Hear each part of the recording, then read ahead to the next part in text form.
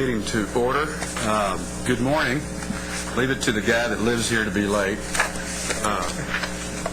As we begin our meeting today, I want to make sure everyone is aware that, as in the past, as we always announce, this meeting is being broadcast via the internet. So at any point, any of us, including the audience, may or can be visible to those who are watching. I suppose that's a way of saying let's be on our best behavior. Also, if you haven't already, please put your cell phones on stun. Most of you have already heard about our statewide initiative, Generation Texas. This grassroots movement was formed to create a culture of college and career education that leads to the most successful generation ever. On Saturday at 2 o'clock, Gentex San Antonio will launch Rock Your Future Gentex Fest at the Alamo Convocation Center. We have a media announcement that should be at the board members' places, and I think copies are available for the audience about this.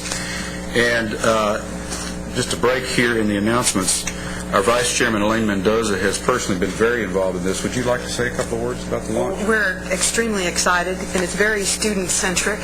In fact, most of the speakers at the launch will be students and or celebrities, none of which any of us qualified to be, unfortunately.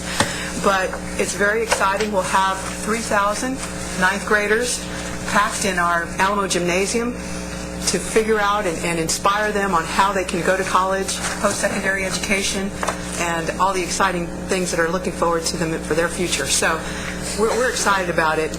As you know, San Antonio created its own entity called Generation Texas San Antonio to be the conduit for this great campaign, and along with a couple of other bodies of work that we will be taking on as well. So thank you for the announcement, Chairman, and we're looking forward to it. Well, thank you for your work with the P16 Council and leadership in San Antonio. Also, want to announce that Texas Undergraduate Research Day at the Capitol will be Monday, February 14th. That's Valentine's Day, so of course you naturally think of research. Texas Undergraduate Research Day is coordinated by ICAT, the Independent Colleges and Universities of Texas, and the Council of Public University Presidents and Chancellors. The purpose is to showcase the experiences of undergraduate students engaged in research for the Texas legislators and the public. The theme this year is Transforming Texas Through Undergraduate Research. And the schedule that day, while pending, will include a welcome from Senator Judith Zaffirini and Chairman Dan Branch. Well, they're both chairmen, so I better say Chairman Judith Zaffirini and Chairman Dan Branch. Third announcement is that the March committee meetings and the April board meeting will take place in our new boardroom. That boardroom will now be located on the first floor. Our guests, our visitors, will still need to check in at the guard's desk, but don't come up here in March and April. There'll be signs, I assume, directing us to where on the first floor to find the new boardroom. Also have a special announcement here. I believe we have some students with us from UTSA in the audience. Their professor, Dr. Maricela Oliva, Assistant Professor in the Department of Educational Leadership and Policy Studies with UTSA, is here. In the 1990s, Dr. Oliva worked at the Texas Higher Education Coordinating Board, and while here, she had executive responsibilities and provided technical assistance and oversight to institutions from within the Community Colleges Division, the Universities Division, and the Commissioner's Office. Visiting with her today is her master's level History of American Higher Education class. Students in this class are pursuing their Master of Education in Educational Leadership and Policy Studies with a Higher Education Administration concentration. Also visiting is their doctoral level Foundations in Higher Education class. Students in this class are pursuing their Doctor of Education degrees in Educational Leadership with an emphasis in Higher Education Administration or K-12 leadership. Dr. Oliva, would you and your students stand and be recognized, please?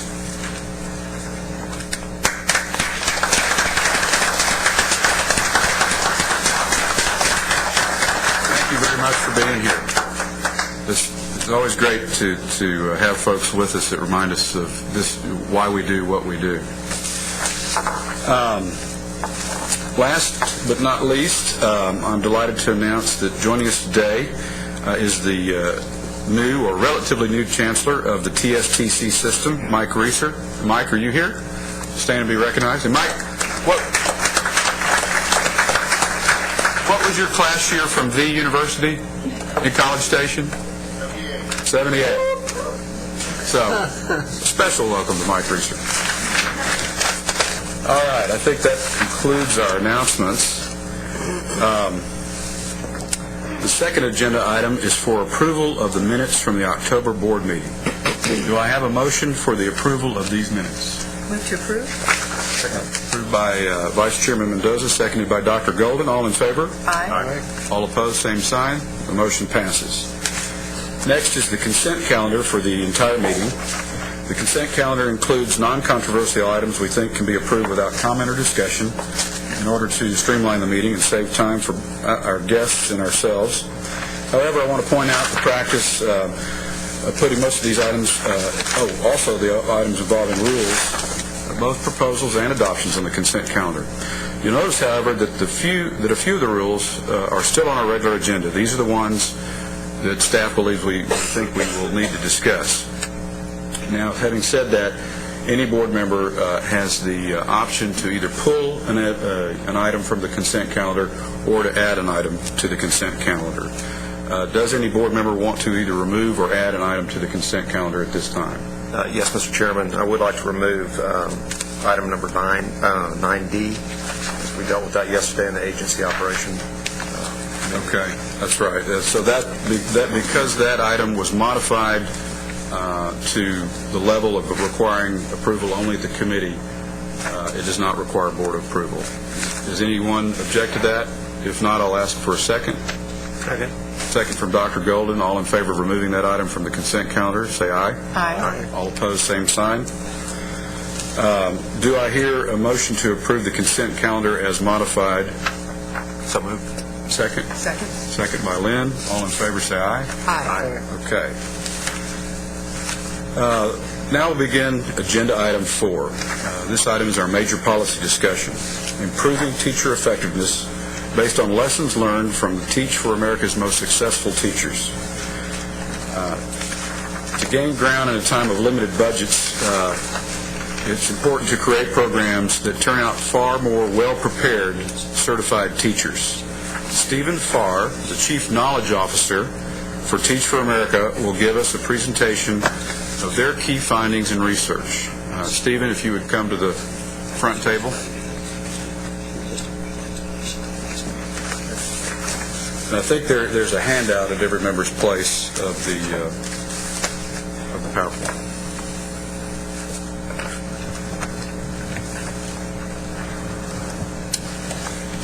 Good morning. Good morning. Good morning.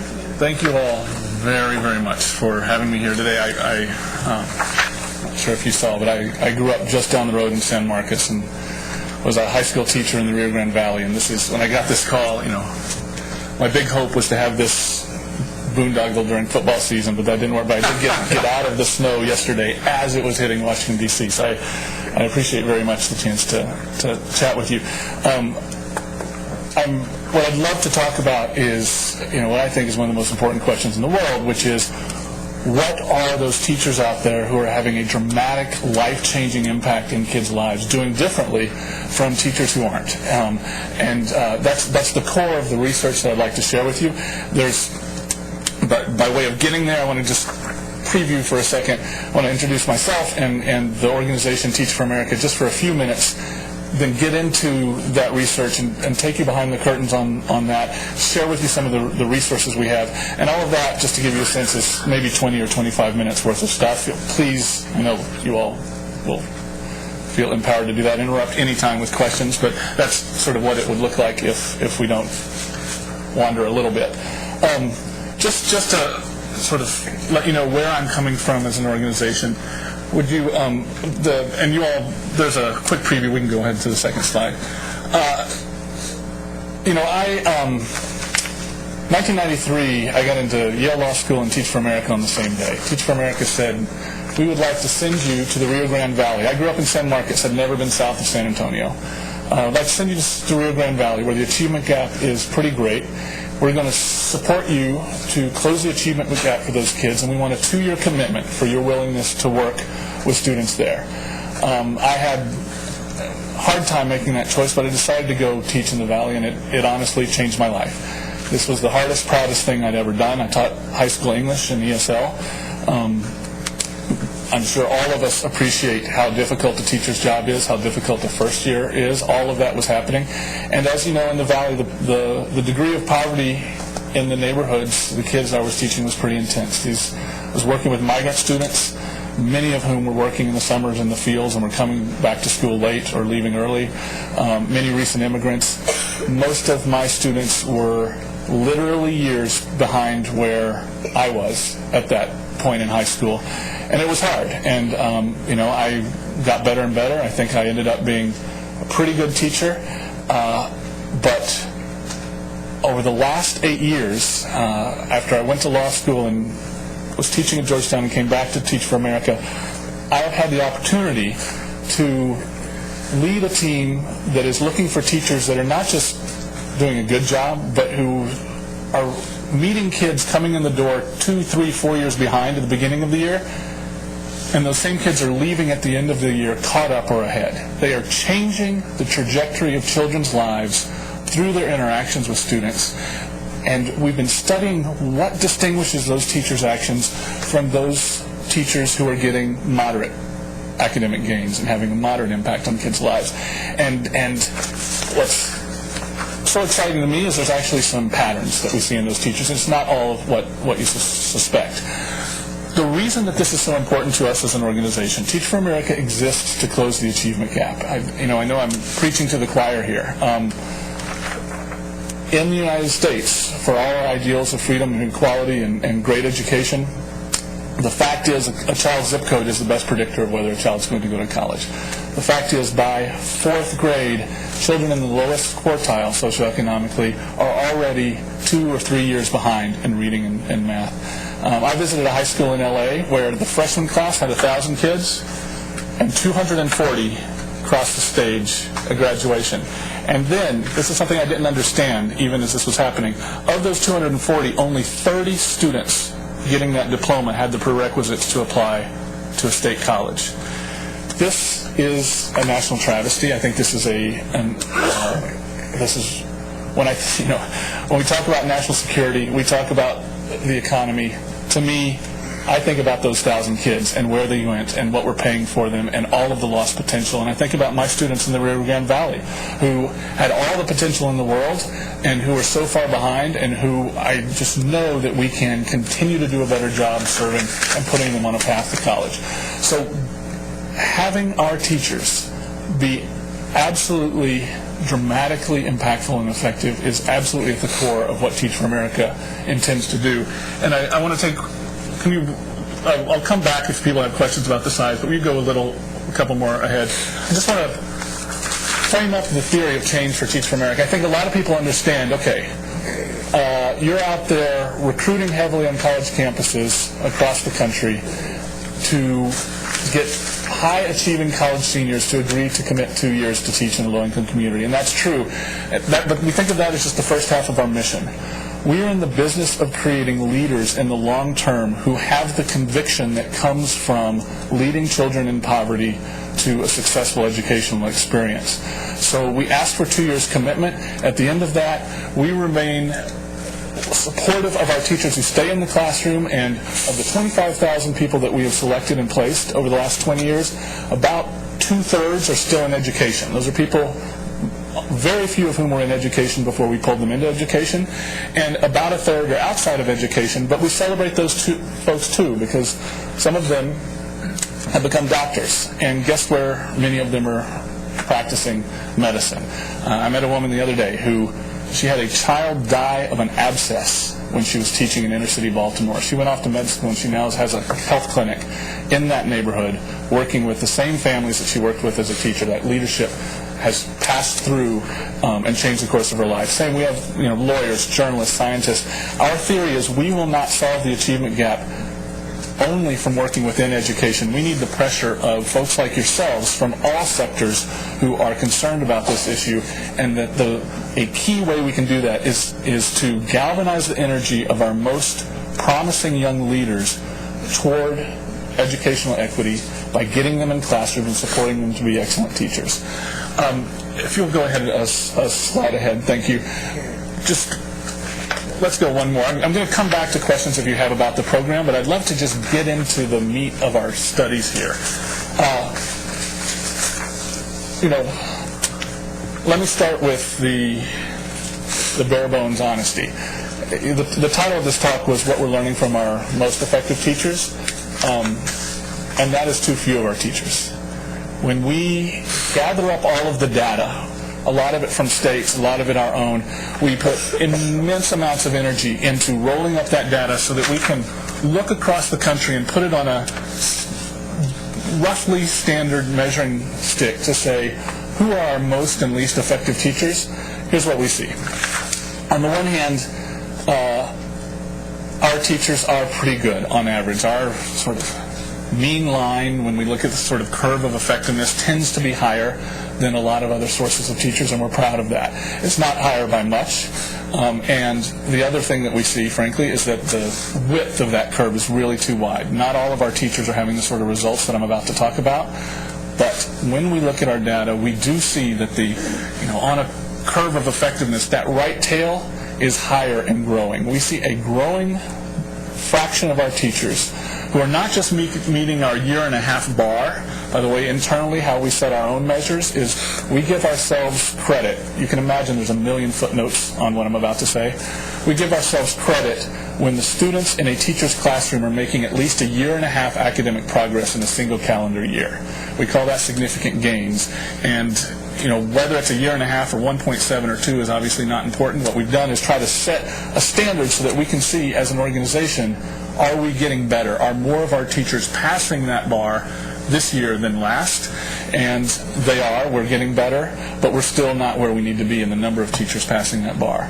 I get to run this little team that looks at that data and doesn't just look at who gets at the year-and-a-half, but we have teachers out there on assessments we actually believe in whose kids are making 3.3 years of literacy growth in a single year, for whom education is trumping poverty, and we sweep in and say, what are those teachers doing differently? Would you please, Mary, fast forward a couple slides to one more, please, and I'll just give you a sense. This is, again, people have questions about the methodology. This is everything you would imagine. We are observing, videoing, we survey the teachers, we look at all of the data. All of these things, this is an iterative process that's been going on now for in excess of 10 years. But out of that process, if we go one more, are some key patterns. And let me just take a few minutes to walk through these at a high altitude, and then we can dive into some of the specifics. Let me say this. Just a couple of months ago, there was a commentary in Education Week where the commentary said, all of this focus on effective teaching is a waste of money and a waste of time. Great teaching is magic. You know it when you see it, but it's just magic. We can't define it. We can't describe it. I know I'm being recorded and on my best behavior, and that's crazy. Honestly, after having spent time looking at dramatically effective teachers and over and over and over seeing the similar patterns that they're bringing of leadership to the classroom, I just don't believe that. In fact, I know it's not true. What I think is happening out there is that there are many paths to mediocre. There are many paths to good, and that what we're doing is what often happens in low-income communities is saying, oh, those kids are pretty much behaved and they're more or less doing what the teacher's telling them. That's a really good teacher. And in fact, that may be a good teacher. But there are also other teachers who are great teachers where the kids aren't just well behaved and the kids aren't just doing what the teacher's saying. The kids are demanding to learn more. The kids are owning their education and pushing for it. And those are the teachers that we've been able to study. So there are 6 of these patterns that we see, and it'll become clear why we call this what we call it in just a moment. But the first of these we call setting big goals. I was just in a classroom recently in Atlanta. This is a giant high school that, sadly, you walk into this high school and you think you're on a movie set. There's garbage in the halls, the lights are dim, kids are where they're not supposed to be. And yet I had heard there was a teacher here named Maurice Thomas who was having this incredible impact on kids. I was with Wendy Kopp, our founder, and we walked into this classroom. The lights were low. In the middle of a circle of students was a student on a chair, and it was leading a conversation about, these were U.S. history students, they were 11th graders, leading this intense conversation about how Dr. King's letter from Birmingham jail would be different if it had been written today. And no one noticed we walked in the room, first of all. Pretty exciting. We sit at the back of the room, and I see there's two posters on the wall. One says, every one of us will pass the Georgia State something, and there was some assessment, I don't remember exactly. And the second poster said, every single one of us will be accepted to your university. The lucky ones to Wisconsin. This teacher was from Wisconsin, that was a Teach for America person. There were red badgers all over the place. That was the first sign that we might have somebody here that is having the sort of impact that we're hoping for, because every time we go into a classroom where kids are catching up dramatically, getting ahead, what we see is a teacher at the beginning of the year who is saying, by the end of the year, my kids will be able to do this, this, and this. They have a vision of where their kids will be at the end of the year. So I grab Maurice and I say, tell me about that poster, that's pretty interesting. He said, oh, it changed everything. Once we decided that all of my kids were going to go to college, it changed everything. I realized that preparing for those assessments, that was going to be important. They had to pass them to graduate, but that wasn't enough. My kids are not going to be bubbling in assessments when they get to college. Everything's going to be in writing and small group discussion, so I changed the way I did class. I also realized all of my kids were automatically put into ROTC. And all respect to ROTC, if my kids are going to college, they need more English and math. So I convinced the teacher to change the schedules, and we doubled up on English and math. I realized my kids, they didn't know what SAT and SAT were. He has kids doing SAT prep before school, ACT after school. He's taking kids on college visits. He has donuts donated on Friday mornings where his kids' parents, who don't know how to manage the financial aid, come. It's called town meetings, and they bring their forms, and he talks through helping them with the applications. This is what we hear from every one of these teachers who are having this dramatic impact, is they have a vision. I don't care whether it's kindergarten or high school. They're saying, by the end of the year, we will be here, and I'm going to do what it takes to get there. I said to Maurice, so how's that going?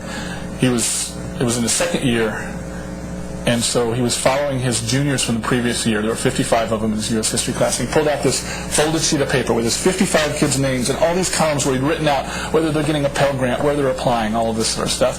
52 of the 55 had gotten into college. This is a class where kids generally don't go to college. And I've gotten an email since that every single one of his students was accepted to college. He's decided to stay in Atlanta because he wants to stay near his kids and help ensure that they're successful in college. The point here, this is, those of you, all of you have been successful in your various realms. I know this isn't telling you anything new. Big goal setting drives urgency and focus and alignment. We landed on the moon because President Kennedy said within 10 years we will land on the moon, and that created the energy that we needed to get it done. I could give you dozens of examples of teachers that do the same sort of stuff. But at the end of the year, they're investing their kids in a big accomplishment at the end of the year. What's so interesting is when we have focus groups with our moderately effective teachers, we don't hear that. What we hear is, well, I want my kids to learn as much as they can every single day. Which is actually a very noble idea, and I bet I said it, frankly, as a teacher. But that is not correlating with the dramatic impact that we're seeing when teachers at the beginning of the year are thinking about, where will my kids be when we're done here? What are we going to accomplish together? So that's the first of these patterns. I promise I won't spend as much time on all six, just to give you a sense of the sort of things that we're learning. The second one, actually, the moment of enlightenment on this happened in Texas. I want to sort of take you with me to Houston for a moment. What I heard was there was this class in Houston where all of the kids were on free and reduced lunch. All of them were learning English as a second language. And yet, this was 2001, I believe. I don't remember if we were in TOS or TAX scores at that time, but they were outperforming Spring Branch usually have to explain what that means, but you get the sense that this is something that makes you take notice that these kids were doing so well. So I went to see this teacher. I walked into this classroom. Her name's Sarah Kottner. To this day, I appreciate her very much. And I'm watching. First thing I notice is everyone is just hustling around the room. Kids are moving so quickly. And, you know, I'm the dutiful social scientist. Maybe you just have to really hurry. Maybe that's the distinguishing factor. But then the principal came over and said, "Ms. Kottner, would you please send Johnny to the office?" And I watched as kids around Johnny leaned in and said, "Oh man, we're so sorry. Hurry back. We'll tell you what you missed." And, my jaw dropped. Most people, if they knew the demographics of this classroom, would be saying, this is a lost cause. These kids are too far behind. The challenges they're facing are too high. And here are kids who are really upset that their friend is going to miss some learning. And then, this is the best part, they got to the part where the kids were doing some independent work. And I'm just a creepy guy in the back of the room that none of them knows. And I crouched down to a 5th grade girl, and I say, "Can you just tell me a little bit about what you're learning?" And she said, "Can you ask me later? I'm kind of busy." And I thought, this is it. This is incredible. Sarah, what are you doing differently? We want everything. We want, what professional development have you been through? I want your resume, all the things we've done, everything else. What's going on here? She said, "Well, I can give you all that stuff, or I can just tell you." "Great, just tell me." And she took me to task. She said, "You teach for America people. You keep telling us we have to get classroom management figured out, and you're right, that's important. And you keep giving us all these instructional strategies, and you're right, that's important. But let me tell you something. My kids walked in my room believing that there are simply two kinds of kids in the world. There's smart kids and there's dumb kids. And if you're in the dumb category, you don't ever become the smart category. My kids had mislearned that hard work and success have no correlation because they had tried in school, had failed, had not gotten some support, and that was their mindset. It shouldn't have been, but this was revelatory for me. It turns out Sarah didn't invent this. Lots of experts and psychologists tell us this. Children who have what's called a fixed interpretation of intelligence, to say you are as smart as you will be, have no incentive to work hard. What Sarah said to me is, what you're not seeing here, Stephen, is that I spent months changing the way my kids thought about themselves and how they thought about hard work. And that was actually the most important thing that I've done in this classroom. So all of your instructional strategies that you're helping with, I appreciate it. All the classroom management. Now that my kids believe that hard work correlates with success, they certainly want success, and we are moving 3 times faster than we did ever before. So we took that hypothesis and began studying teachers having great impacts, and once again, we saw over and over and over that teachers having the most impact are working on how students think about the relationship between hard work and success. It's as big as classroom management, as big as instructional strategies. You all have the book in front of you. Chapter 2 is about this. The reason it's so long is there's a lot of pretty neat ways teachers do this, right? If I'm a first grader learning to read, I can be working pretty hard and not feel like I'm making any progress. And yet in those classrooms where teachers are thinking about this, there is some ladybug on the wall that is words per minute, where the kid each week is getting to move that ladybug up because there is progress happening, but they are making it tangible for the child. I think we're all adults were like that, right? This is the red thermometer or whatever that the Salvation Army says. You need to see the progress, to have a target to go through, and this involves creating a culture of achievement and welcoming culture. In these classrooms, it is so striking to see a classroom where kids feel excited about making mistakes because they have defined making mistakes as learning. Again, lots and lots of examples. I'll try to stay out of those examples and just keep flying over. But that's the idea of the things that we're collecting in this book and these resources to share with teachers. I'll briefly go through the rest of them and then show you the resources and we can talk about this. Mary, would you mind... sorry, I'm not keeping up with all this. We just jump forward to the plan purposefully one. So another pattern... Yeah, one more, please.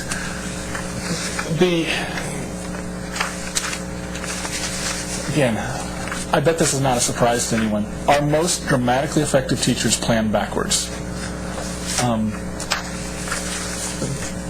Here's one more story. It's another Texas one. This is from the Valley. A teacher named Emma Doggett, teaching in the Valley that we're studying, who had such incredible impact with her kids.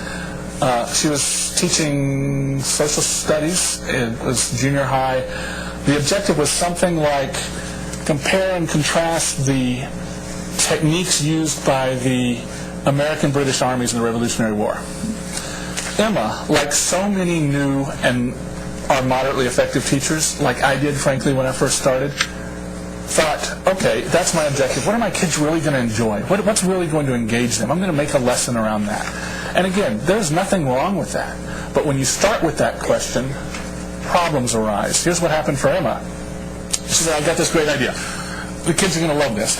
She took them all to the gym. She put half of them on one half of the gym, other half on the other half. She gave them those red rubber balls that we throw at each other. She said, we're going to play dodgeball, and you all have to stand in a line and can't move, and you guys get to run all over the place. Then let's talk about it. The reason this came up is Emma showed me the assessments she had, the essays kids were writing about comparing and contrasting these two techniques, and several kids had written down that what they had learned was that British people couldn't move their feet. Emma offered this to me when she said, that was a disaster. We had so much fun, and yet we didn't get the objective done. What she said to me was, the thing is, if I had first thought, here's what I want to hear from a student at the end of this, here's what I want them to be able to tell me, I bet I still would have ended up in the gym, but I would have run it very differently. If I had planned backwards from where I want kids to be, what I want them to know, be able to tell me, we still could have had an engaging lesson, but I wouldn't have left it to chance that they were picking up what they needed to pick up. Lots and lots of examples of that sort of thing. It is every time, where am I headed? How am I going to know that I got there? And then planning backwards from that is the third pattern that we see. The fourth pattern we see, we call effective execution. This took, I don't know whether people think this is counterintuitive. Let me imagine for a moment we have two focus groups here. Right here, I have magically brought in 5 of our most dramatically effective teachers that we have in the state. Over here, we have 5 of our good, but they're not having sort of life-changing 2 years in a single year kind of growth. And we say, could you all tell us, what does it mean to really implement effectively in the classroom? Our moderately effective teachers often respond, well, effective execution, implementing well in the classroom means I've got a really good plan that I'm following. And our most effective teachers start shaking their heads. I have to admit, I'm one of the people that said, why are you shaking your heads? Of course it means you have a good plan that you're following. Our most effective teachers say, well, sure, but the essence of effective implementation is actually the adjustments I'm making to my plan, because never have I run a classroom, run a lesson where everything happened like I imagined it would when I put it on paper. Kids understand things more quickly than I thought, so I've got to fill some space and move on and get further. Or kids don't understand things as quickly as I thought, or someone's not there, or the copier doesn't work, or whatever it is. What makes the lesson actually happen are the adjustments I'm making to keep on track. There was one of my favorite visualizations of this was a teacher in Oakland. I was watching this teacher teach, and she was reviewing, asking all these questions, and the kids were intently watching her, and they were all going like this. I'm thinking, what is going on there? It took me a little while. Her kids were in the habit of holding up, she had taught them American Sign Language, just the alphabet, and they would hold up the first letter of whatever they were thinking when she was asking them these history questions. What was brilliant about this was when every kid held up the same letter and it's what she expected them to, she did not waste another second talking about that because she knew they got that one. But when every kid held up a different letter, she dove in to say, what are you thinking, what are you thinking? She was inside her kid's head and she was adjusting. It was like, I don't know, a captain of a sailboat or something. You've got weather, you know where you want to go, but there are currents, there's weather, and you're constantly adjusting in the classroom. That's the essence of the most effective teachers that we've got, and that's what this fourth one is. Fifth pattern we see, we call continuously increasing effectiveness. These teachers, it just never fails. I call this teacher in North Carolina who had the 3.3 years of literacy growth and say, I want to come learn from what you're doing. And she says, oh gosh, that's fine, but I got to tell you, I'm tweaking my reading workshop because I think we can get a little bit better, and I've changed my classroom management a little bit because I think that this can be a little bit better. These teachers they do not set things and forget it. They are turning knobs and trying to make things better, and that's how they think about their classroom. And there's patterns to that we've been trying to pull out, and it'll be part of those resources as well. The last of these patterns we call working relentlessly. It sort of brings me back to Maurice.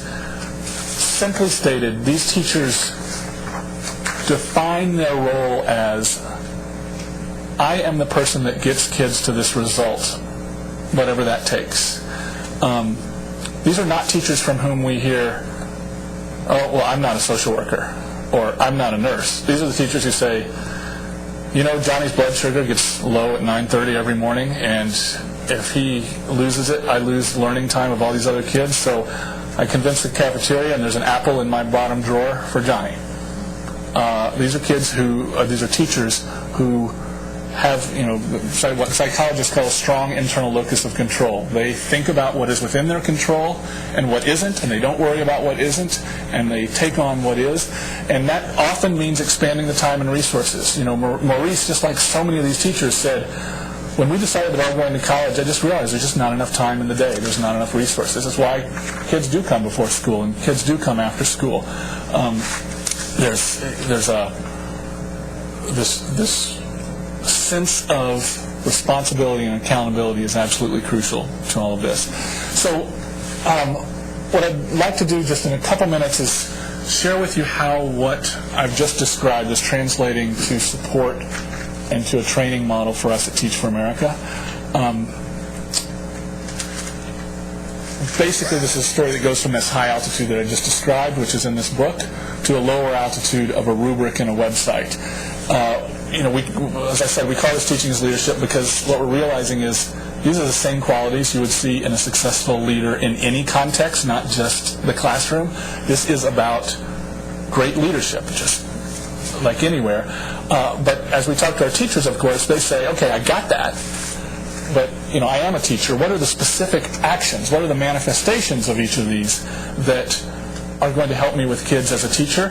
And we've mapped all that out in a rubric. And those of you that have a copy of the book, toward the back you can see the rubric. It's not, certainly don't need to get into the details of that.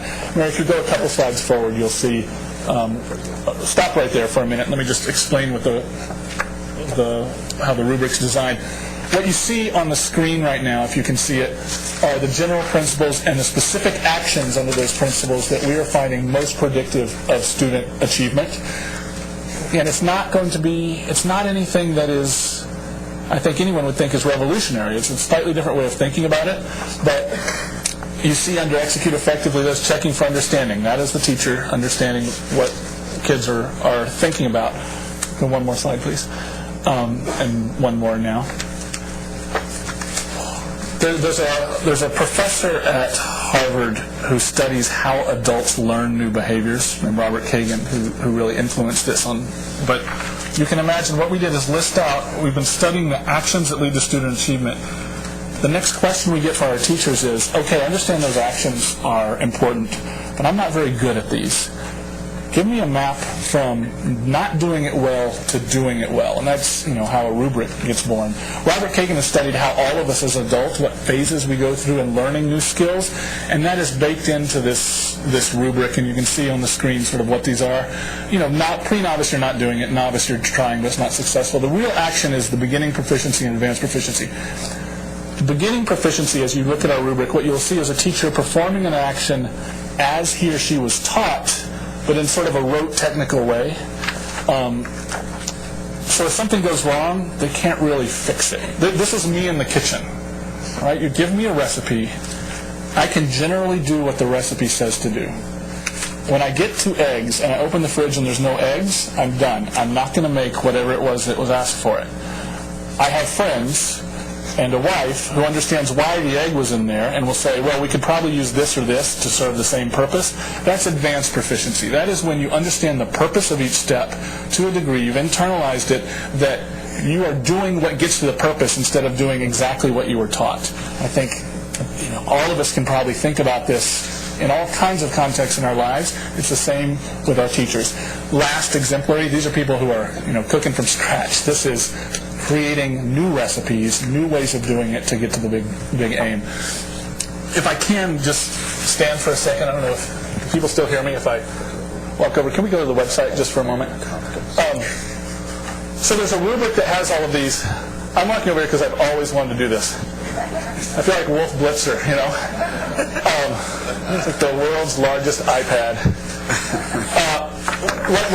What our teachers say to us is, okay, I've got this rubric and these indicators. I'd love to see that happening. So what we have, if you imagine a rubric online, where if you click on any cell on the rubric, you can watch videos of a teacher performing that action at that level of proficiency that's annotated to say, notice how the teacher's doing this and not this. If they were doing this, it would be one step better. Because they're doing this, it's one step better than the one before.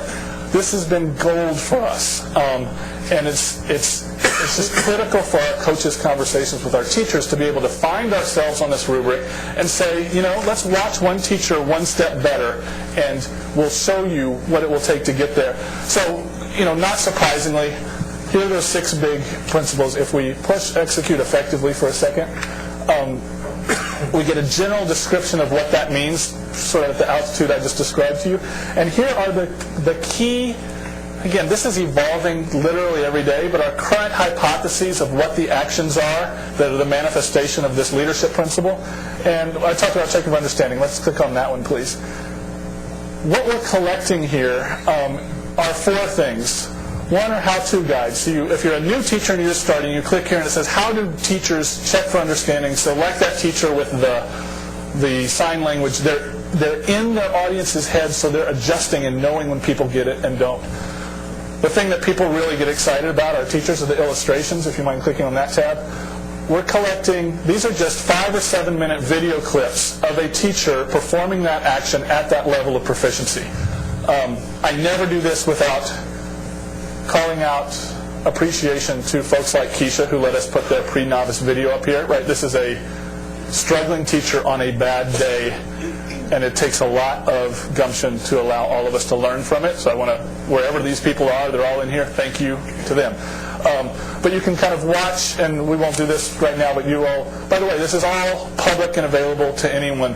And you can click and look, and what you'll see, like I said, is it's not the videos that are important we're finding, it's the annotation. It is sitting down, watching the video, and being able to say, notice how this is happening, but not this. That's where the key is. We're also collecting pitfalls and solutions, just the way people tend to screw these things up.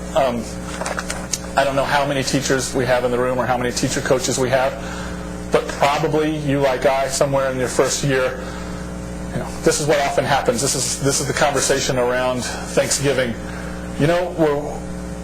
This is going well, this is going well. I don't see you checking for understanding well enough. I'm not sure that you are keeping track of whether kids are really internalizing what you're working on with them. And a new teacher or a struggling teacher will often say, oh, yes, I did. I'll say, when? They say, well, ask them if they got it. Well, no. Your kids are actually not the best judge of whether they got it, and that is a classic rookie mistake. So if you click on here for a moment, please, Mary, we collect what people often do and then how we can get out of it. And again, this is evolving as we're studying teachers. And the last thing we're doing is we're just stealing from these teachers the concrete tools that they use to perform these actions to collect them in one place. So that is where the evolution of these studies are in terms of what we've been learning and how we are sharing it with our teachers. I would like to be able to stand here and say, now that we've got this, we're done. All our teachers are fantastic. But as you know, we have much, much more to learn about what is right and not right about these hypotheses. They continue to evolve. There's things I see up there already that I know next year won't be the same. But 2, the arc of learning on what successful teaching is one arc, and the arc of learning about how to change adults' behavior to embody those actions is a whole other puzzle that we are working on and having some success and having some frustrations, frankly. Thank you very much for enduring the filibuster on that. I'd love to open this up to conversations about any of that or about the organization more generally. Stephen, that's a great presentation. I'll open it up to questions. I'm going to do something we don't usually do also. I'm going to start with the board members, of course, but if anybody in our audience has a burning question that they'd like to ask, if you'd jot it down and hand it to one of our staff members on the side to bring it up to me, I think we've got time to entertain some of those as well. You did miss one end of the spectrum I've had luck with on that kitchen analogy or metaphor. Take out. That is it. No, at the far end, just one I've had a lot of luck with as a husband. It's called planned incompetence. Right. Questions? Lynn? I'd like to ask you a question, which I think was you were getting to right when you in there. Does what you were talking about in your continuing study mean that you're working on how to select teachers? Yes. So I have been focusing on this in this conversation and in my role at Teach for America on the study of what teachers are thinking, knowing, and doing differently once they're in the classroom. I have a set of colleagues who are asking the same questions on our selection model. So I'm very jealous of them sometimes because they have really tight data. They can actually run regression analyses on things like GPA and all of this data. But what happens is every year at the end of the year, we get back our data, our value-added data on how much growth has happened in our teachers' classrooms. And then we start to study, again, what distinguishes those teachers who are at the middle of the curve from the far end. And the selection team is doing the same thing. They go back to selection and ask, what was predictive that we thought was and what wasn't? And if it's okay, I'll just give you the quick rundown of where that side of the hypotheses are going. Again, I think it may not be what some people expect. It is what we are finding is most predictive of student achievement at the selection scale is actually personal dispositions more than a particular knowledge or particular prior experience. The most predictive is prior evidence of ambitious achievement in some challenging context.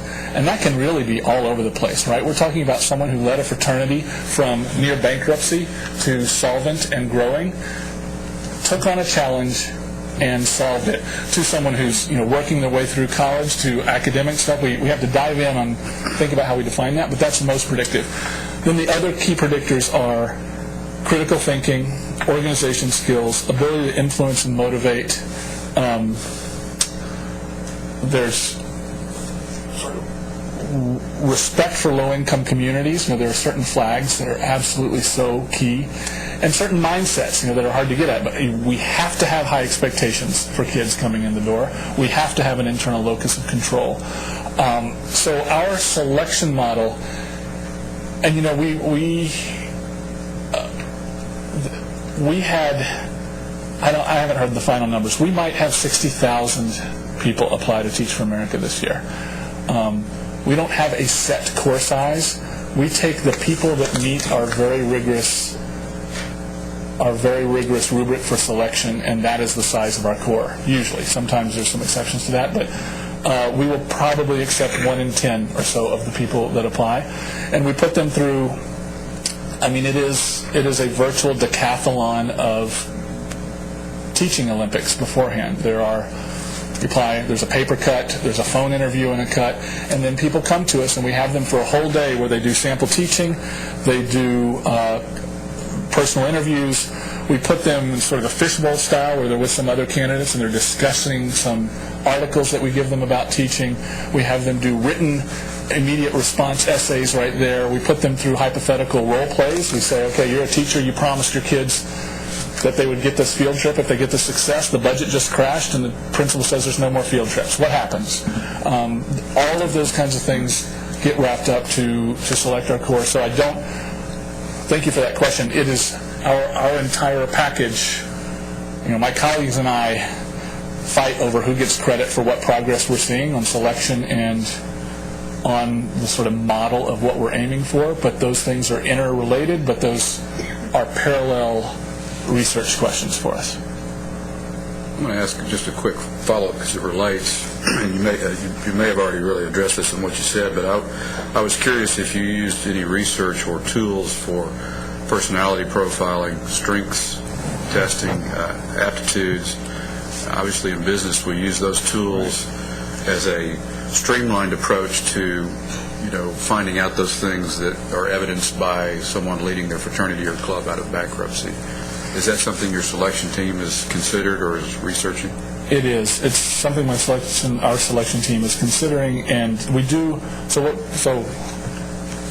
I don't have full perspective on everything that's happening there, but let me say this. I know that we have used those. For example, Haberman's model. There are various these sort of psychological profiles that we have used to study what to look for. We have so far stopped short of giving our candidates sort of a psychological battery as part of the selection process, but they have very much influenced what we're looking for in terms of we need concrete evidence of these dispositions, and we need it from multiple sources to have confidence that we are going to bet on this person being good enough in our difficult context. And I do think it's important to note that, I would love for people to be able to benefit from what we're learning. And I know that we have benefited a lot from what a lot of school districts are learning. We have close partnerships there.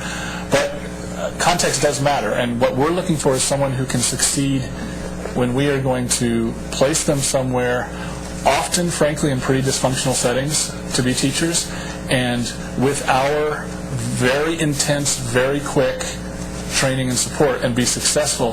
And that's not everybody. It's not that people who don't get into the Corps shouldn't be teachers. I believe this so strongly.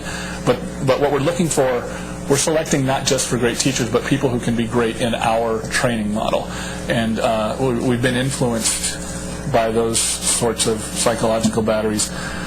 Quick, tiny story. Chris Barlick, who runs Yes Prep in Houston, he's been doing some of those studies. I can't remember who, looking at his teachers. He just told me something I thought was so interesting. He said, we got this back and we saw that our most effective teachers tended to be a little bit on the pessimist side of the optimism-pessimism spectrum.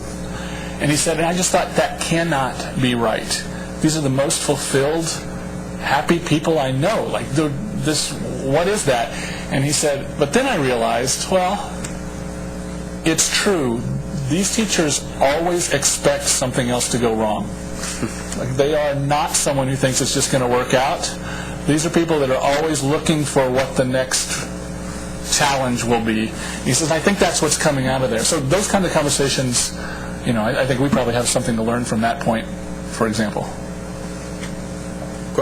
Dr. Golden and then Elaine. I think it's interesting, number one, that you've gone to the trouble of studying individual teachers and looking for common denominators among those teachers that are known to be effective in the classroom.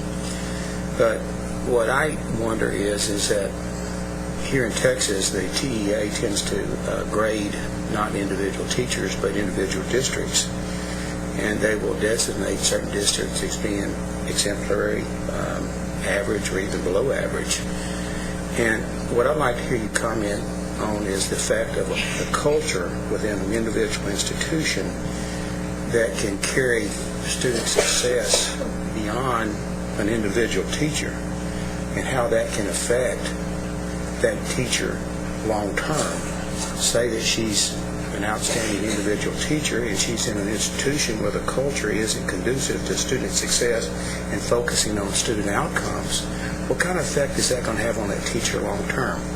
My best guess is she's probably not going to stay in that district very long. Someone's going to pull her out of that district or attract her into a situation where the culture is conducive to good student outcomes and student success.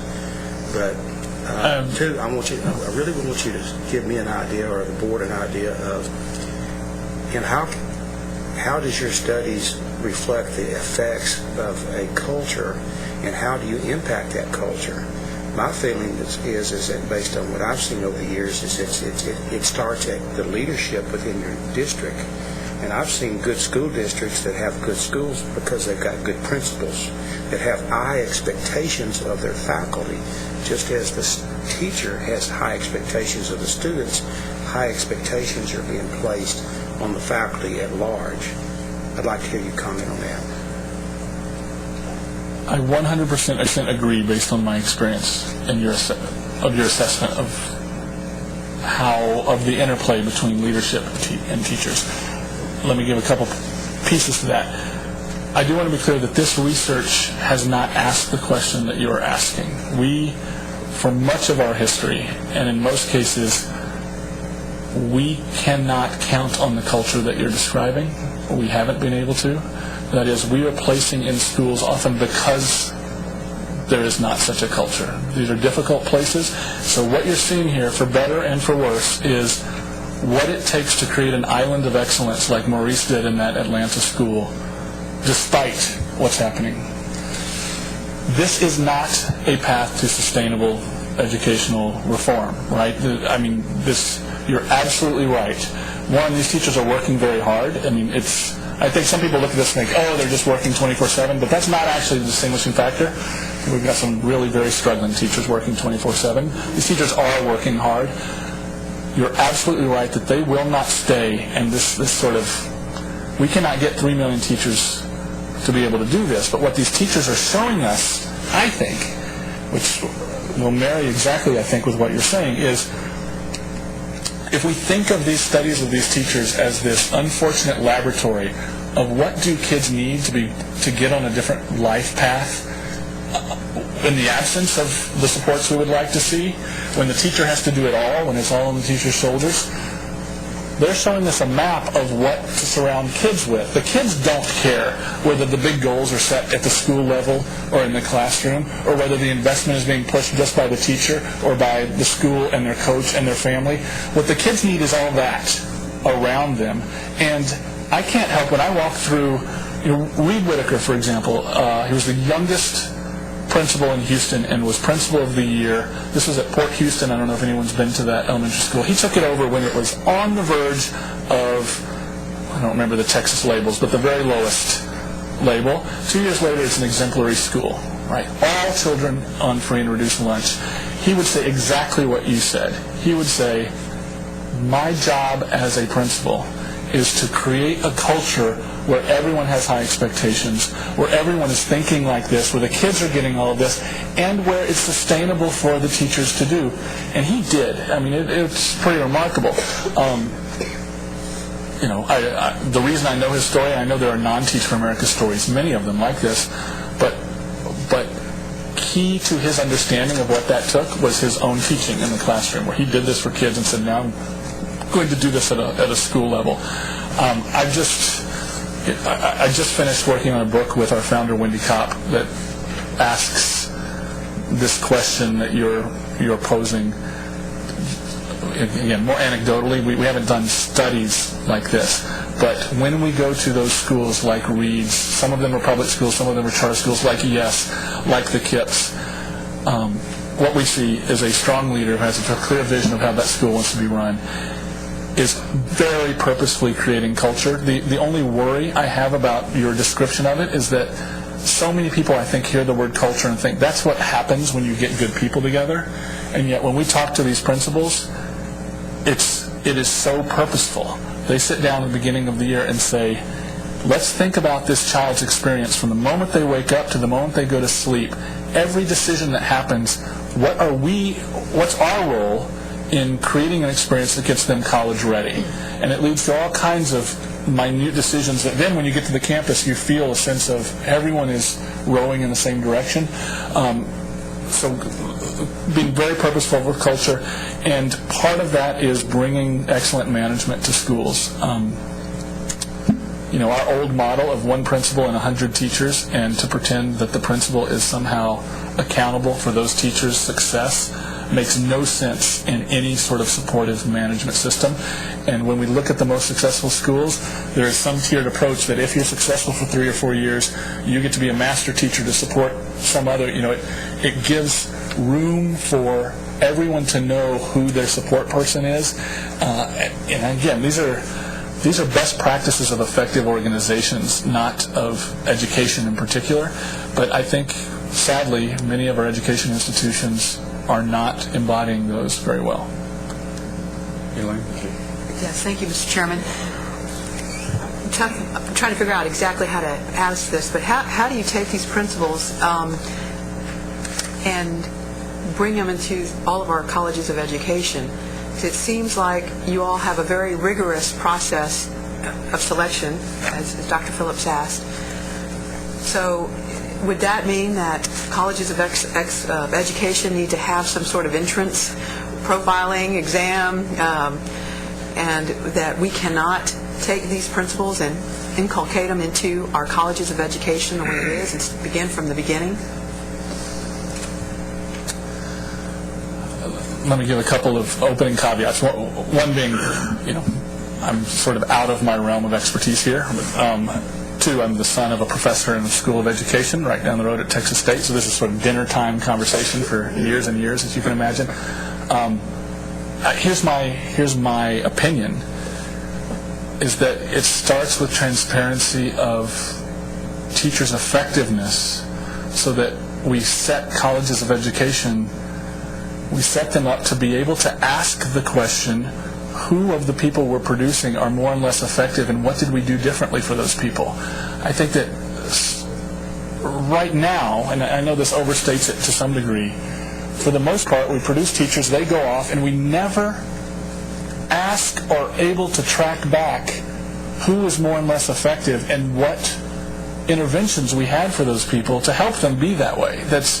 It is sort of mind-boggling that it's so blank on that point. And I think there are a number of places that are starting to say, well, the data's there, we can roll this up and start to see which of these teachers came from these different pipelines and start to ask questions about what pipelines are doing differently. I think that's where it starts, and I'm very empathetic to schools of education, and just to be clear, we partner with schools of education everywhere we are because our teachers need to be certified, right? So we are not a certifying body, so sometimes it's alternative certification, sometimes it's something else, but everywhere we place teachers, our teachers are going through those courses as well, and we have strong interest in being sure that they are changing people's behavior in good ways as well.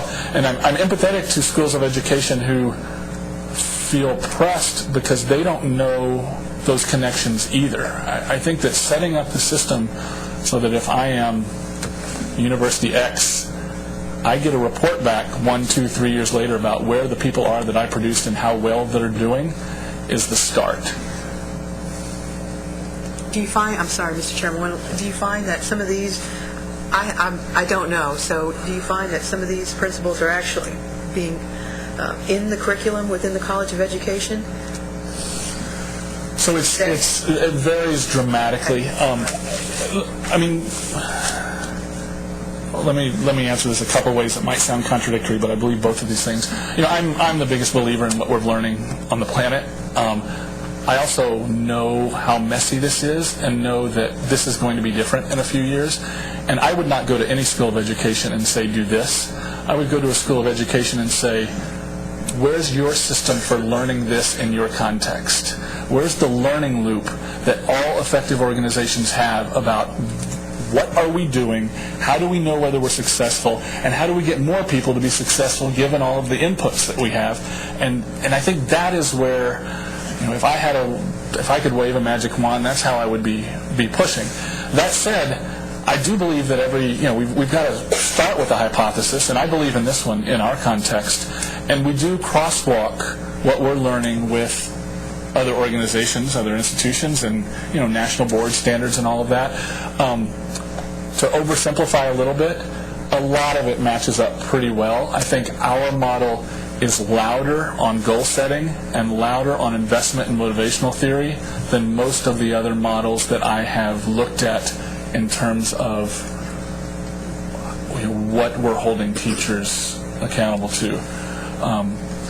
But from my vantage point, some of the frontiers on this work in terms of operationalizing all of this are in some districts. I think the impact model that's coming out of D.C., what Chicago's doing. A bunch of people are also thinking about, let's learn from our most effective teachers. Charlotte is putting a lot of effort into, how do we make more of our teachers like our top quartile teachers? And there's so many benefits to that conversation inside the organization that I'm pretty excited about where all that is. Commissioner? We, as all of you know, the purpose of asking Stephen to make this presentation to the board is really to communicate to the presidents and the provosts and the academic leaders and the audience and the people that are listening in around the state that one of the findings of our cost efficiency report was that there's nothing more cost efficient that universities and community colleges could do than to work more closely with the K-12 sector to improve academic achievement. And where higher education is responsible for training teachers, and it's very clear that we need to attract more academically successful students into teaching, and that we need to train them more effectively. Robert Scott, the Commissioner of Public Education, and I hosted a meeting of deans of schools of education and deans of schools of arts and sciences a couple of months ago here at the coordinating board. We virtually every dean of a school of education, both public and private, showed up at that meeting. And we talked about these very issues. Now, the reference point for me was, I hadn't seen your book, but my reference point in talking to the deans was Mike Rose's book of about 15 years ago, where he did an ethnography of teachers who had won national teaching awards, and his conclusions were exactly the same as yours. He talked about high expectations. He talked about being masters of the subject matter that the teachers were using. He talks about being scholars in their own fields and constantly keeping up with the research in their areas of work and keeping up with cognitive research. We asked, you'll recall that we had Carol Dweck make a presentation to the board 3 or 4 years ago, and of course her work is based on the notion that failure is a part of success, and that children, as you pointed out, need to understand that they're capable of learning, and nobody's intellectual fate is preordained, that everyone can learn and become an excellent student. So we're working very hard on these issues. One of the things we learned from that meeting that Robert Scott and I convened was the deans were eager to have this kind of conversation, and we'll have another meeting of the deans right after the session ends, and we'll talk more about your book, and we'll talk about your findings, and we'll keep promoting the idea that these principles can be embedded in teacher training programs. Can we include Stephen in that meeting? Sure. Assuming time and travel allow. I'm always looking for a trip home. We'll try to have another one during football season at some point, I promise. Board members, any further questions? Plan ahead. He has a busy, that was hard to get him, so plan ahead. Plan ahead, yep. I did have one last question, which somewhat relates to what Dr. Golden was asking. And of course, you observed that the role of effective principals in creating a culture within their school. I'm just curious if you've observed that any Teach for America teachers have been able to infect, so to speak, their colleagues who teach around them with these 6 patterns and with their passion as well as the methods. That does happen. It is not so. What we say to our new teachers is, we are not putting you in this school to change the school. You have to earn your credibility and influence by your effect on your kids. So when our model is working well, and it doesn't always, a teacher goes in and has so much success that in their second year, the principal wants them to be department chair, or they ask them, to have these, and they earn that sort of influence. But we're not encouraging people to sort of have lateral influence. We're encouraging people to draw on all the lateral wisdom that is in the classroom, and that does happen naturally. We rarely place one teacher in a school, right? We place 5 or 10 because it's part of the efficiency, and these schools often have big needs. And so the way that often plays out is after 5 years, some teachers leave after a couple years, but some don't.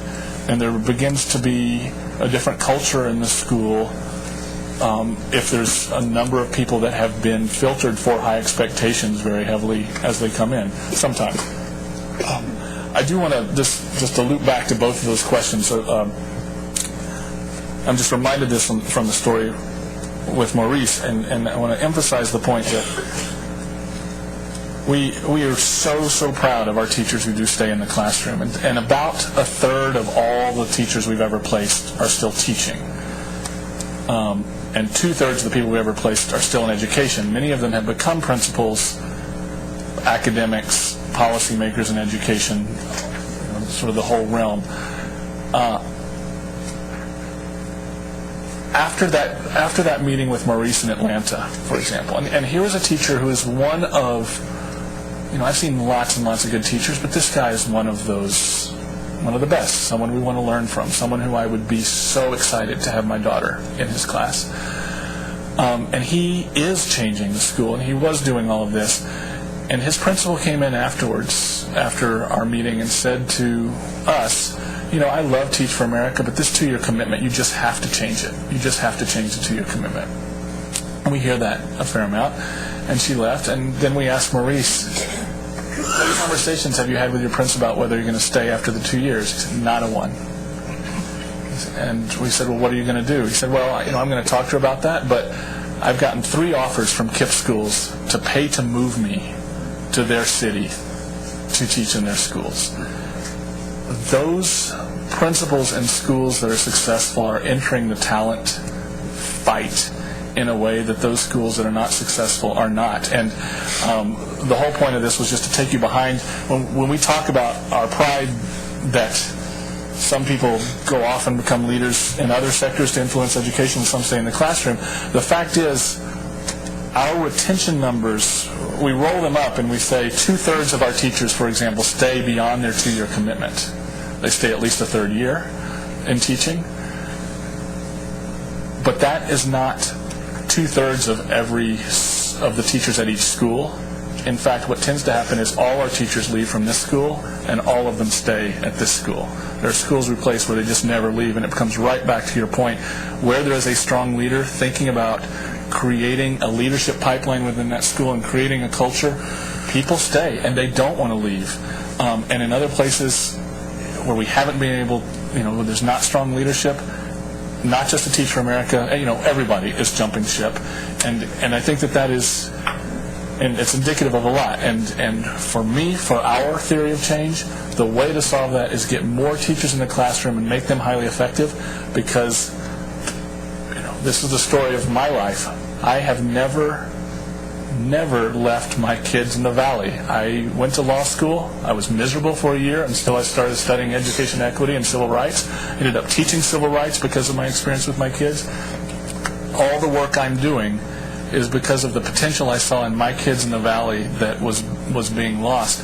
And I have hundreds and hundreds of colleagues for whom the experience of teaching led them to want to be a principal, and they never would have wanted to apply their leadership there if we hadn't got them on the ground seeing it firsthand. And I think that's what we've got to try to do. Great response. Any further questions? Did we get any questions from the audience? We'll invite you back, Stephen. We did have one question from the audience. Were there any over on this side? Has Teach for America examined college faculty and how their teaching contributes to college student persistence and success? No. Any elaboration? Again, this gets off into my just I'm the son of 2 college faculty. I spent a lot of time with colleges. We have university partners. I have a strong belief that the same principles of leadership apply whether you're teaching college or you're coaching a softball team, as my sister does at Hayes High School, or if you're a leader in any context. And I had a wonderful experience at UT, had lots of good professors, and also had some that were not good teachers. And I don't mind saying, in law school, I had some really atrocious teachers, people who were experts in some field but were not effective teachers. And in my experience, I would come back, I bet, if we do these studies about who is really having an impact in people's lives with education, same leadership principles will arise. But we haven't studied that at all. Yeah, I think it's a great question. I suspect that one of the things that Teach for America is helping us do, I hope as a country, is what we need to do, like other nations have done, is change the perception of the profession, to go back to where teaching is esteemed and respected in the same way that architecture and engineering and medicine, and yes, even law, are respected as professions. And it seems to me that Teach for America is helping create that cultural change. If there are no further questions, Stephen, we really appreciate it. I hope that you're beginning to win those conversations at the dinner table, and Dad is now nodding in agreement on some of these issues. We appreciate your time and for sharing your book with us. Thank you. Thank you very much for having me. Keep up the good work. Thank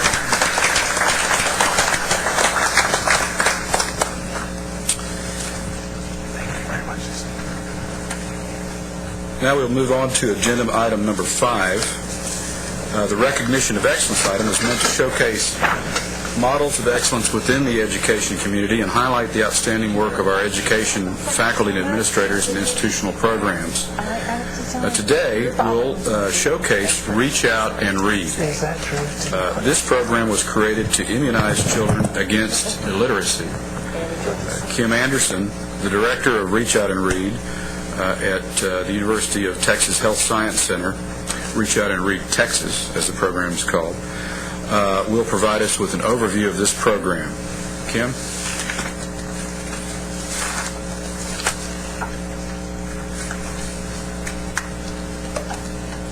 Good morning. Morning. Good morning. I also want to recognize Dr. Laura Ferguson, who is with me from the A&M Health Science Center from Scott and White Hospital in Temple. Hold on, the microphone a little closer. Welcome, Dr. Ferguson. I wanted to give you a brief overview about the Reach Out and Read program. I don't know if many of you have heard about. Can I see a show of hands if anybody has heard about the Reach Out and Read program? Okay. Reach Out and Read was developed over 20 years ago as a national nonprofit. It was developed by a pediatrician and childhood development specialist at a Boston hospital. The pediatrician was Dr. Barry Zuckerman, and he was interested in working with children who had learning differences. One day in their clinic, they had been bringing books into the office just for children to take home, and they kept noticing that all the books were disappearing, and they went, how can we stop children from taking these books home? What can we do about this? And then in a staff meeting later, they went, isn't there something good about this? Isn't there something good about children wanting to read? Let's let them take the books home. And subsequently, that's how this program developed. What happens with this program is doctors, pediatricians, nurse practitioners are taught about the literacy development and the milestones for children in their early years. From 6 months to 5 years, there are 10 well child checkups, and the doctors talk to the parents, give them advice, and also give the children an age-appropriate book to take home. We know what a lot of our problems are when our children hit kindergarten. We know that 34% of our children aren't ready to read when they enter kindergarten. We also know that once you start school and you're not reading on grade level, you have a tendency not to catch up. So we need to hit parents early. We need to get these early literacy skills in place prior to the time they hit preschool and kindergarten. So who does this? Who is your child's first teacher? And how do we get the information to the parents? Well, pediatricians are the first professionals that parents see, and developing this program and giving the parents the information at each developmental visit so they know exactly where their children should be with an age-appropriate book at that time is the best way for parents to understand that the exposure to language is the best educational tool for children to have, so they are reading on time when they enter kindergarten. Dr. Laura Ferguson has been with the program since 1990, and I think she can give you a little bit more insight into how she's utilized the program in training residents in both UT Health Science Center and the A&M system. Thanks for having us today. So when many of us were children, our parents read to us. We went to the library, and you may ask, well, what's wrong with that model now? In a lot of communities, it's not safe to go to the library, and we have many immigrant parents who are suspicious of the library as belonging to the government. And if I go to the library, will it cost me money, or will somebody report me to the immigration authorities? We also have a lot of barriers to reading. Books are actually fairly expensive nowadays. The average children's book at Barnes & Noble is about $6 to $8 for many books. So pediatricians, family doctors, nurse practitioners, and other healthcare providers have the opportunity to impact literacy in very early childhood. The other thing is we have a lot of competition with literacy skills with television, video games, and a lot of other competition for parents' times. This is a community-based program, and it doesn't require higher education, except for that our pediatricians and family practitioners and nurse practitioners certainly are the beneficiaries of higher education. But along the way, many community-based as well as medical school-based clinics where Reach Out and Read program is integrated also have a lot of contact with other students all the way from high school through community colleges, and some of the people in community colleges, of course, have had a fresh start, and they're in EMT programs, medical assistant programs, even after having gotten a GED or dropped out of education. So we have the opportunity to impact their opinion of early literacy from the get-go. We also have contact, of course, with nursing students, with pharmacists, and other professionals who are involved in higher education programs. One of the important parts of early literacy is health literacy, and if you've witnessed the healthcare reform debate, you know that literacy for healthcare is extremely important, and that's why one reason that physicians are so interested in early literacy programs. The other fun thing about Reach Out and Read is that the parents themselves, although they may be intimidated at first if they have low literacy skills, you can enjoy a book. We don't talk about reading books to children sometimes with those families. We talk about enjoying a book so that they can look at pictures themselves and share a book with their small child, even if they themselves have a struggle with literacy. And this empowers parents to pursue enhanced literacy for themselves, perhaps through higher education, and to support their own child's literacy skills, even if their literacy skills are low. I think that the important thing that we need to recognize and realize is that through our 14 peer-reviewed studies that we do know that children who are exposed early on, I think it's children from low-income families right now hear 30 million fewer words than children from their more affluent peers. And I think the important thing we need to talk about at all levels is that parents need to learn to read to their children. And like Laura said, that just sounds like something that everybody does do, but there was a research study done at UCLA Berkeley in 2007 that showed fewer than half of our parents are reading, and Texas ranks 48th at the bottom. So we do need to get the word out there that we do need to read to our children, and we need to make sure that they are reading appropriate books, because when you sit there and you think, how can you convince a parent of a 6-month-old to read their child, and why is it important?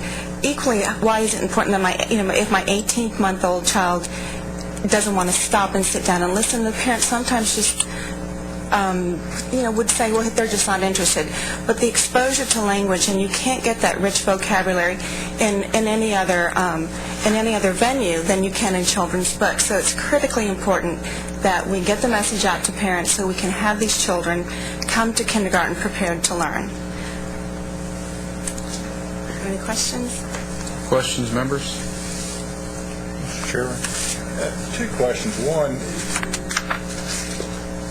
how can you measure the effectiveness as long as the programs are in place? Is there been a methodology for determining effectiveness? And secondly, with the demographic shifts that we continue in the state, so often it's the parents that can't read, parents that don't have an education, and parents that can't do the homework, because they're just not equipped to do it. And so, how do the physicians deal with that and counsel those parents in that situation? Well, number one, what parents are taught when they're handed the book, because that is a problem for a lot of these families. But parents are told that they don't have to be reading. In 6-month-old books, there's no words. There's very few words. There's just faces, and there's things that children can attend to. And as they progress, the board books have very simple words in them. That being said, you can create a story out of a book without any pictures in it, and parents just really need to begin to develop language skills more than they need to be able to read the dog ran down the street. Obviously, we need to get to that point, but we had books long before we had stories long before we had books, and it's just that exposure to language that we need to make sure that they are providing for their children.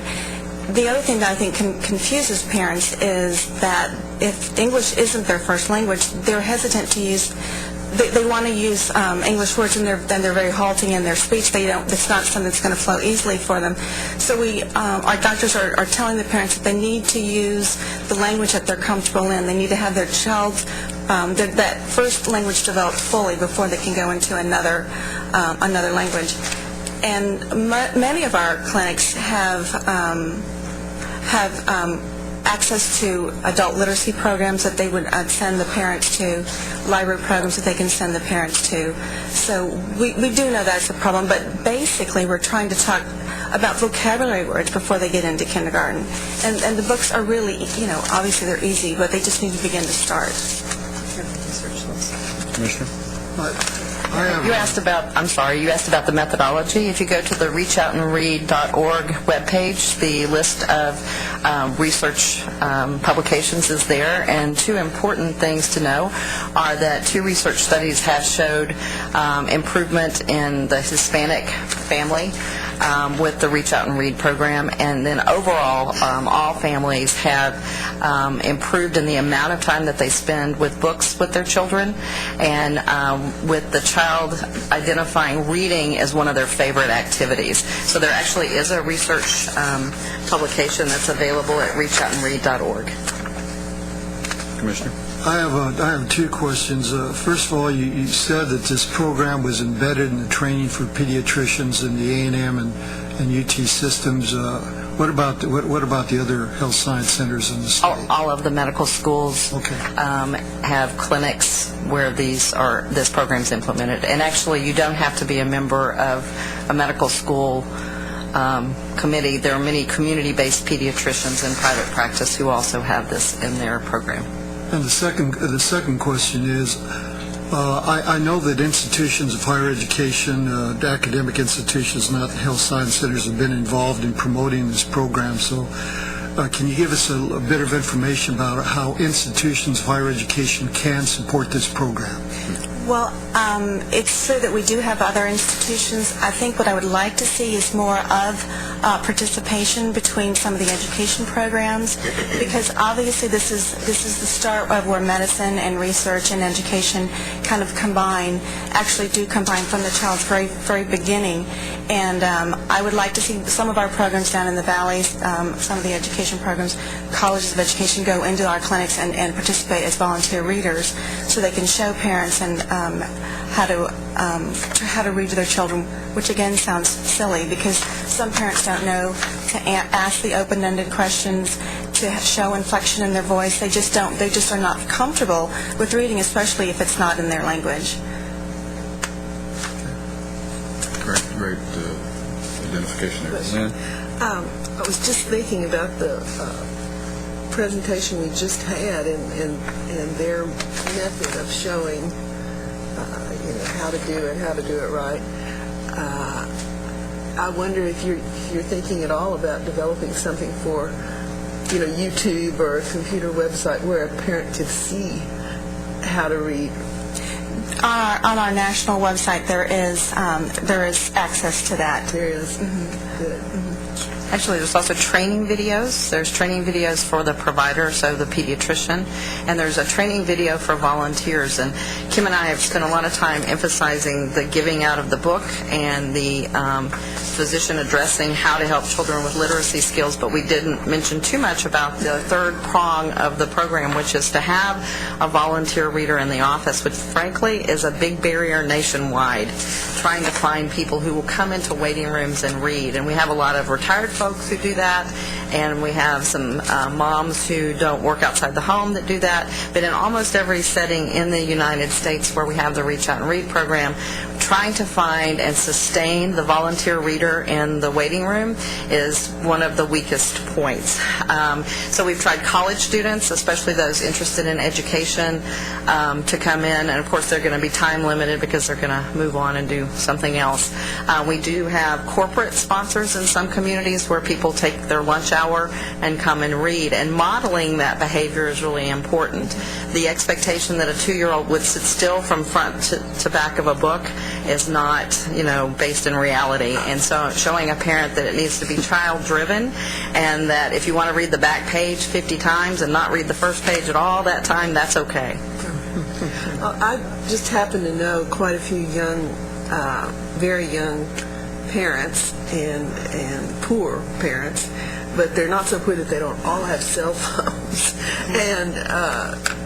and Facebook and things like that. And I think if they had such a thing where they could have show their kids a person reading a book, that they would do it. What you're asking is there an app for that? Yeah, exactly. Like iTots, which I use on my iPad with my grandson. Unfortunately, what we don't want parents to do is to hand the phone to their 2-year-old. I've seen that happen so many times, because really language is how you communicate. And when you put a child in front of a TV or in front of hand them your telephone, there's no communication skill there. Number one, a 2-year-old can't, they want to get that language from their parent, and they get that language just from interacting with their parent. Well, these people that I know don't do that. They don't read books to their children. So if they were sitting in their mother's lap and she could hand them an app for that, then the child would hear the words. If the goal is for the child to hear more vocabulary words, I say better consider the medium as the message. You can get a Dr. Seuss book on your iPad, and they can read off of the iPhone. True, but I'm just going to say it's not the same thing. It's not the same thing. You have to have that interaction. Elaine?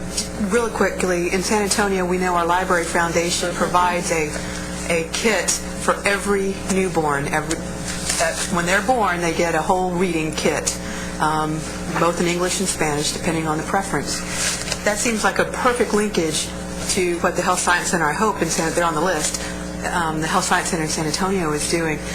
Do you find that is helpful, and is that something that perhaps across the state we should talk to other library foundations? Is that a good connection? I think that is helpful, but I think also that the beauty about the Reach Out and Read program is it's dose-related. It's 10 times. So what you're given when you come home from the hospital, you may or may not know where that is 2 weeks later. So True. One thing that we notice is when children come in for their well child visits is when the official Reach Out and Read program is instituted. Then when they come in for a runny nose, we don't really usually have a brand new book for them when they come in with a cold.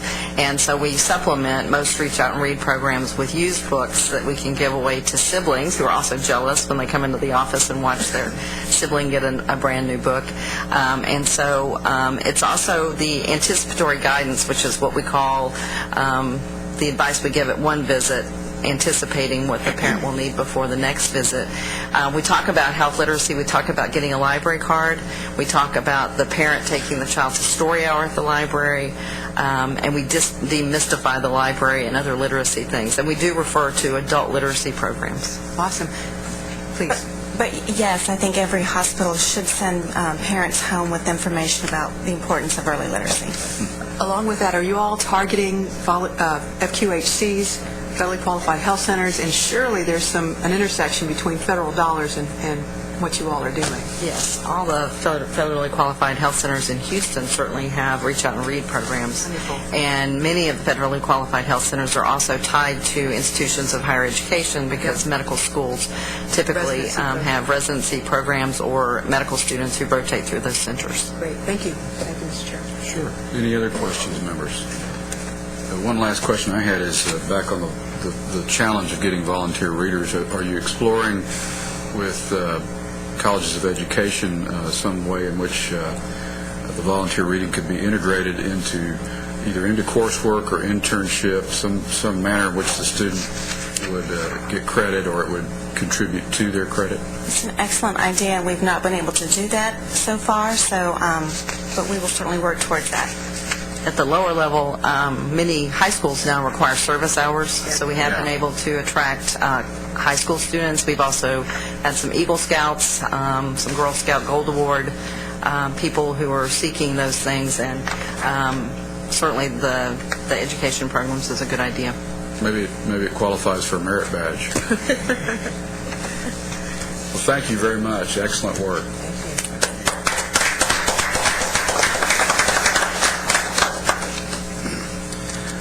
Next, we'll move on to item 6. These items are from the Committee on, my script says Strategic Planning, but of the Committee on Closing the Gaps, chaired by Elaine Mendoza. Great. Elaine? Thank you, Mr. Chairman. Agenda item 6A is the overview of what's been going on. The winter meeting of the Developmental Education Demonstration Projects was held January 12th through 14th here in Austin. The primary goal of the meeting was to equip the funded institutions with resources to strengthen their developmental ed and adult education programs and projects. Accordingly, institutions received information about bold, new delivery and instructional models that can effectively meet the needs of students that they serve while improving students' outcome, and we've been on that journey for a bit. All funded projects were represented at the meeting, and time was spent addressing their issues and concerns. Another meeting is planned for summer of this year. Wonderful stuff. And a little bit, we'll get in more detail about this, but a training session will be conducted by Milkshake Media, which is going to be held February 1st in Austin for the funded P16 councils who will be rolling out Generation Texas in their community. This firestorm is starting. A Success Summit is planned for February 1 and 2 in conjunction with this here in Austin. Invited participants will include recognized P16 councils funded to reach recognized status, and staff from currently funded success projects in the Division of P16 initiatives. The purpose of the meeting is to bring together P16 regional teams of local, secondary, post-secondary, and community and business partners to assist with closing the gaps by 2015. And I'm sure they're going to embrace the GenTex campaign as it has been across our state already. So without further ado, agenda item 6B is the update on the Generation Texas campaign. I'd like to welcome Milkshake Media, Principal and Founder Catherine Jones, Shannon Ratcliffe, Senior Strategist, up front. Welcome. Thanks, Wayne. Thank you very much. Y'all have to be just as good as you were Monday at Tuesday at the College for All Texans Foundation. Well, I was going to say it's good to see you twice in 1 week, Chairman Nichols. Thanks for having us back again for a return engagement. It's great to be here with you this morning to give you an update on Generation Texas. We're pleased to be back with you, and I really compliment the coordinating board on the agenda. It's really nice to follow something on creating a culture of expectations for teachers, and really, as you know, what Generation Texas is about is creating a culture of expectation and belief for all of our students here in Texas, really building that college-going and career-ready culture. So it's been less than a year since we embarked on our shared vision of creating a college-going and career-ready culture across the state. And it's one that calls upon all Texans to take a hand in supporting our students and shaping the future of the state. I'd like to tell you first that every week we find new reasons to be inspired by the commitment of people across this state to supporting these students. And just to give you a flavor for that, in just this week alone, we've delivered a Gen Techspert training in San Marcos and had some great and committed volunteers from that community come forward, including the principal of San Marcos High School, the head of counseling, representatives from the Boys and Girls Club, students at Texas State University, just really a whole panoply of people from the San Marcos community coming forward to step up and take this on. We have presented to superintendents down in the Houston area about bringing Generation Texas to their communities and to their campuses.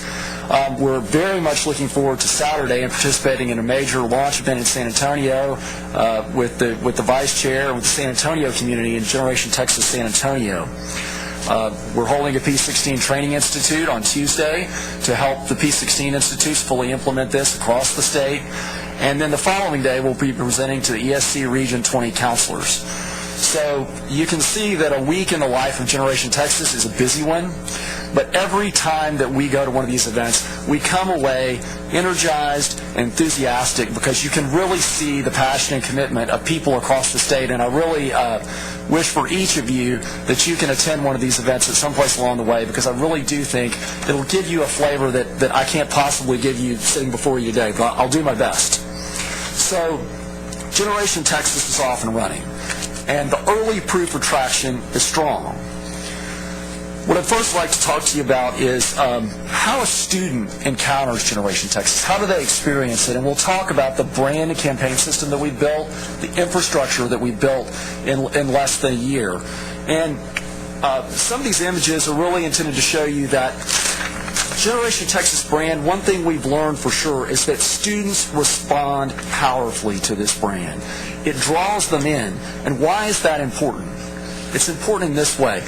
That is the key to having that first conversation, to putting them in contact with a partner, with a counselor, maybe using these things as an incentive to get them to complete one of those task-based steps. And we know there are many along the road to college readiness and applying for admission and financial aid. So it opens the door to start the conversation.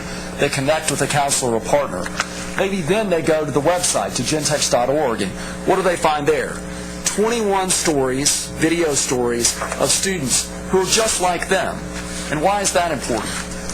All of us share one common human element, and that is we want to feel that our struggles, the things that we encounter on a day-to-day basis, are not our struggles alone. We want to feel part of something larger. It gives me that feeling. If I see another student who might be encountering challenges with financial aid or figuring out the admissions process or figuring out what courses they can take, I know that I've got company, and it makes me less timid to step forward and say, hey, I need to get these questions answered too. Then I might join the online community where I find others in my community or across the state, and we can share tips with one another. We can share encouragement. I might access some of the 300 resources that are available on the site that are sensibly organized into how to prepare, how to apply, and how to pay. And what we've really tried to do there is cut down some of the clutter. If any of you have gone on the internet and just run some basic searches on Google for college access or financial aid, you get something like 50 million hits. So we really tried to get the best resources that are available on the web and bring them together in one place. The other thing that they might find is a calendar of resources in their community. This calendar is organized by topic, where you are in the educational process, but most importantly, it's geo-targeted. I can search by zip code, I can search by my city, my hometown, and partners in that community bring everything that they're doing to bear. Because what we found as we were going into communities is that even amongst educators, folks weren't aware of the college access events that were being offered every week, every night in churches, schools, community centers, Boys and Girls Clubs. So it's really a way of making that visible and accessible. So it really comes full circle. So students and parents can access those tools and get the information that they need. I wanted to share that experience aspect with you, but I'd also like to talk to you about our progress to date in a couple of different ways. First, we'll share with you some key metrics that provide insight into early engagement and awareness with Generation Texas. As I said, we built a robust brand system and campaign infrastructure. I believe each of you has in front of you the progress report that we've prepared for you that's got some key metrics and information that we hope will prove useful to you. But in the short time that we've been in the field, we've piloted in 2 communities, San Antonio and Fort Worth. In about 3 months, we've reached over 100,000 students with this campaign. We've reached more than 14,000 students in these pilot markets through direct events that Generation Texas outreach teams have participated in. We've reached more than 81,000 students in these pilot markets with our campus kits, which are the way that Generation Texas shows up and is deployed on these high school campuses in San Antonio, and also through community organizations. We have distributed on a statewide basis more than 800,000 items of brand collateral through community partners, through schools, through institutions of higher education, and through P16 councils. And I said, this brand collateral is really, it's information, it's tools, and it's also a way to open the door for that critical first conversation with these students. I talked to you about gentex.org, and we're seeing great impact and traction there. We have 100,000 plus page views. And we have users spending, on average, 6 minutes on the site. And what that tells me is, normally, if you think about the way that you use the internet, you're cruising the internet, you're looking for information, you hit a lot of web pages, and you bounce off. You're like, oh, nothing for me here. 6 minutes on site tells me that students are finding something that they need there. They're saying, this is interesting to me. And we're finding that they're clicking deeper into the site. They're on average viewing about 5.5 pages, 5.5 pages. So that's interesting. They viewed 6,000 plus videos on the site. And we're seeing a steady increasing rate of return traffic to the site. So that's good. It means not only am I finding something there that I need on the first visit, but I'm coming back to the site again for more. So we've clearly engaged them. So that's some high-level metrics. There are more in the progress report, and I'd be delighted to talk to you about that further. But what we also want to talk to you about is, and this really gets us excited, is how people are picking up this movement across the state of Texas, some of them in places that we haven't even been to yet. That tells us that this campaign is scalable, that people are picking up these tools and they're using them. And what we'd really like to do, since we can't take you there with us every time, is just share with you a few vignettes that we hope will be helpful and provide some insights. In Fort Worth, in one of our pilot markets, developed a wonderful partnership with Tarrant County College there. They are really doing tremendous work serving these populations that we're trying to reach. We rebranded their Mobile Go Center, which you'll see there on the bottom left. They hosted our web launch event that Commissioner Paredes, Governor Perry, community leaders, students attended, that was very well received in that community. Most significantly, through our partnership with TCC and their outreach efforts, we've reached more than 7,000 students in Tarrant County through their outreach efforts, through their Mobile Go Center and their outreach team. We've also participated in events in Fort Worth with Fort Worth ISD, and I particularly want to call out their I Dream, I Learn, I Win event, which is a parent and student engagement summit. We offered a financial aid workshop there for students and parents, and we also offered a workshop that was focused specifically on parents and how they can support their students on this path. This was offered with our partner Abriendo Puertas, so it was a bilingual presentation offered in Spanish and English, and it was very, very helpful, very well attended. Another partnership that I really am proud of, and it shows you what a great partner the P16 councils around the state can be, is the partnership with UT Pan American in the Rio Grande Valley. Barbara Jean Garza and Manuel Ochoa down there in the valley are doing some really tremendous work and are showing the creativity that can be brought to deploying Generation Texas in new and creative ways in their communities. They're working with over 40 high schools and boys and girls clubs across the valley. They incorporated Generation Texas into their relaunch of the UTPA Go Centers in the Valley. And they're sharing that message and getting people to sign a pledge and commit to taking this on in their communities.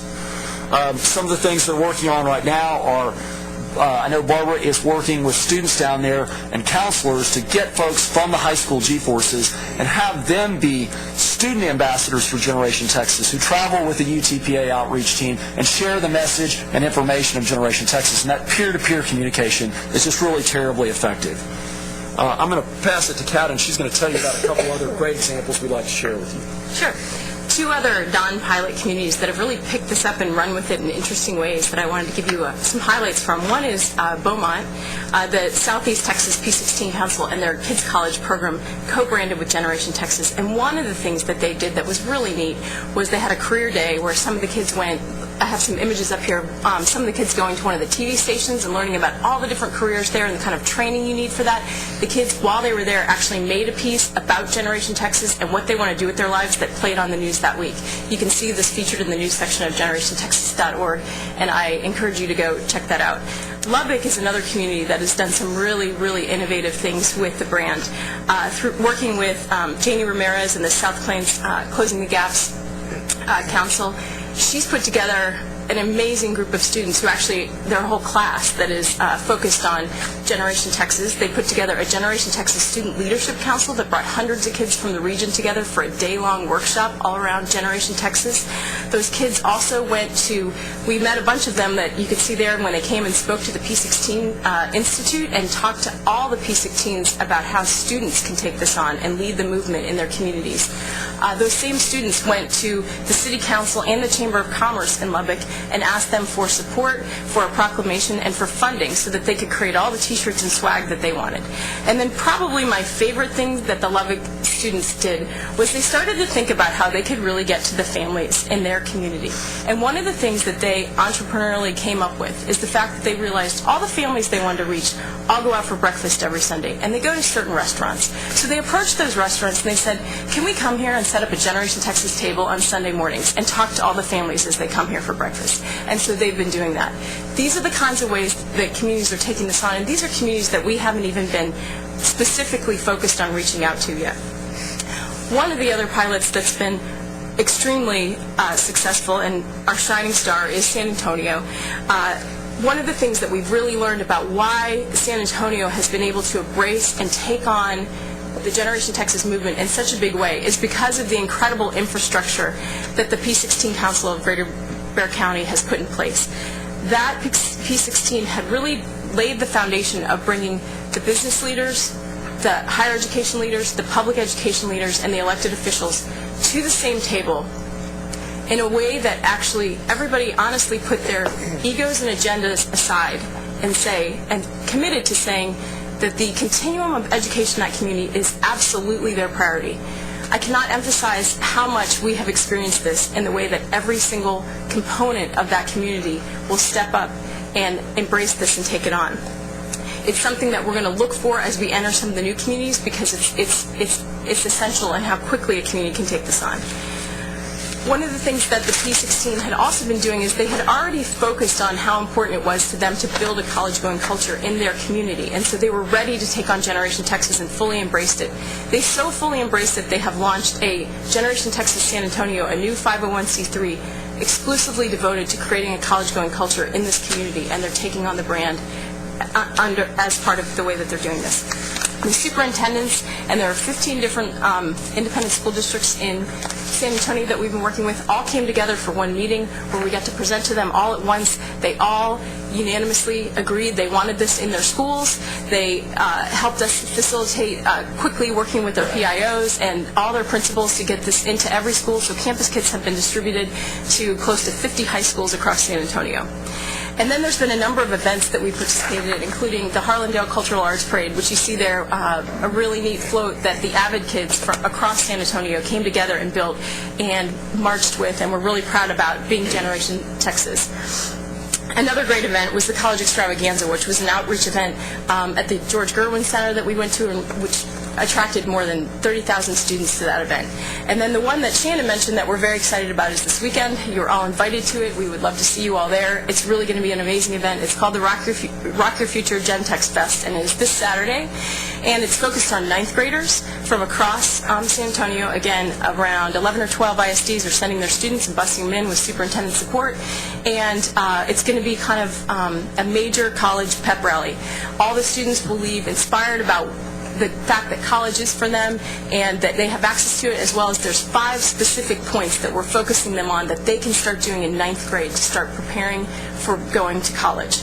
I will tell you there's going to be some neat celebrity appearances at it, and I will not tell you who they are. I've been trying to find out forever. You'll find out Saturday. It's going to be really, really fun, and we're very excited about it. We're expecting about 3,000 9th graders. So San Antonio has been a great example. So communities are really taking this on in a really innovative and inspiring ways, and that's one of the ways that we know that this brand system is working, because our whole concept this whole time wasn't about telling people exactly how to do this. We wanted to build a flexible brand system and infrastructure that allowed communities to take this on themselves and have it show up in their community in a way that's consistent with the character of that community. They are really doing that, even through the few glimpses that we've given you. Hopefully you can see that. So let's talk about what comes next.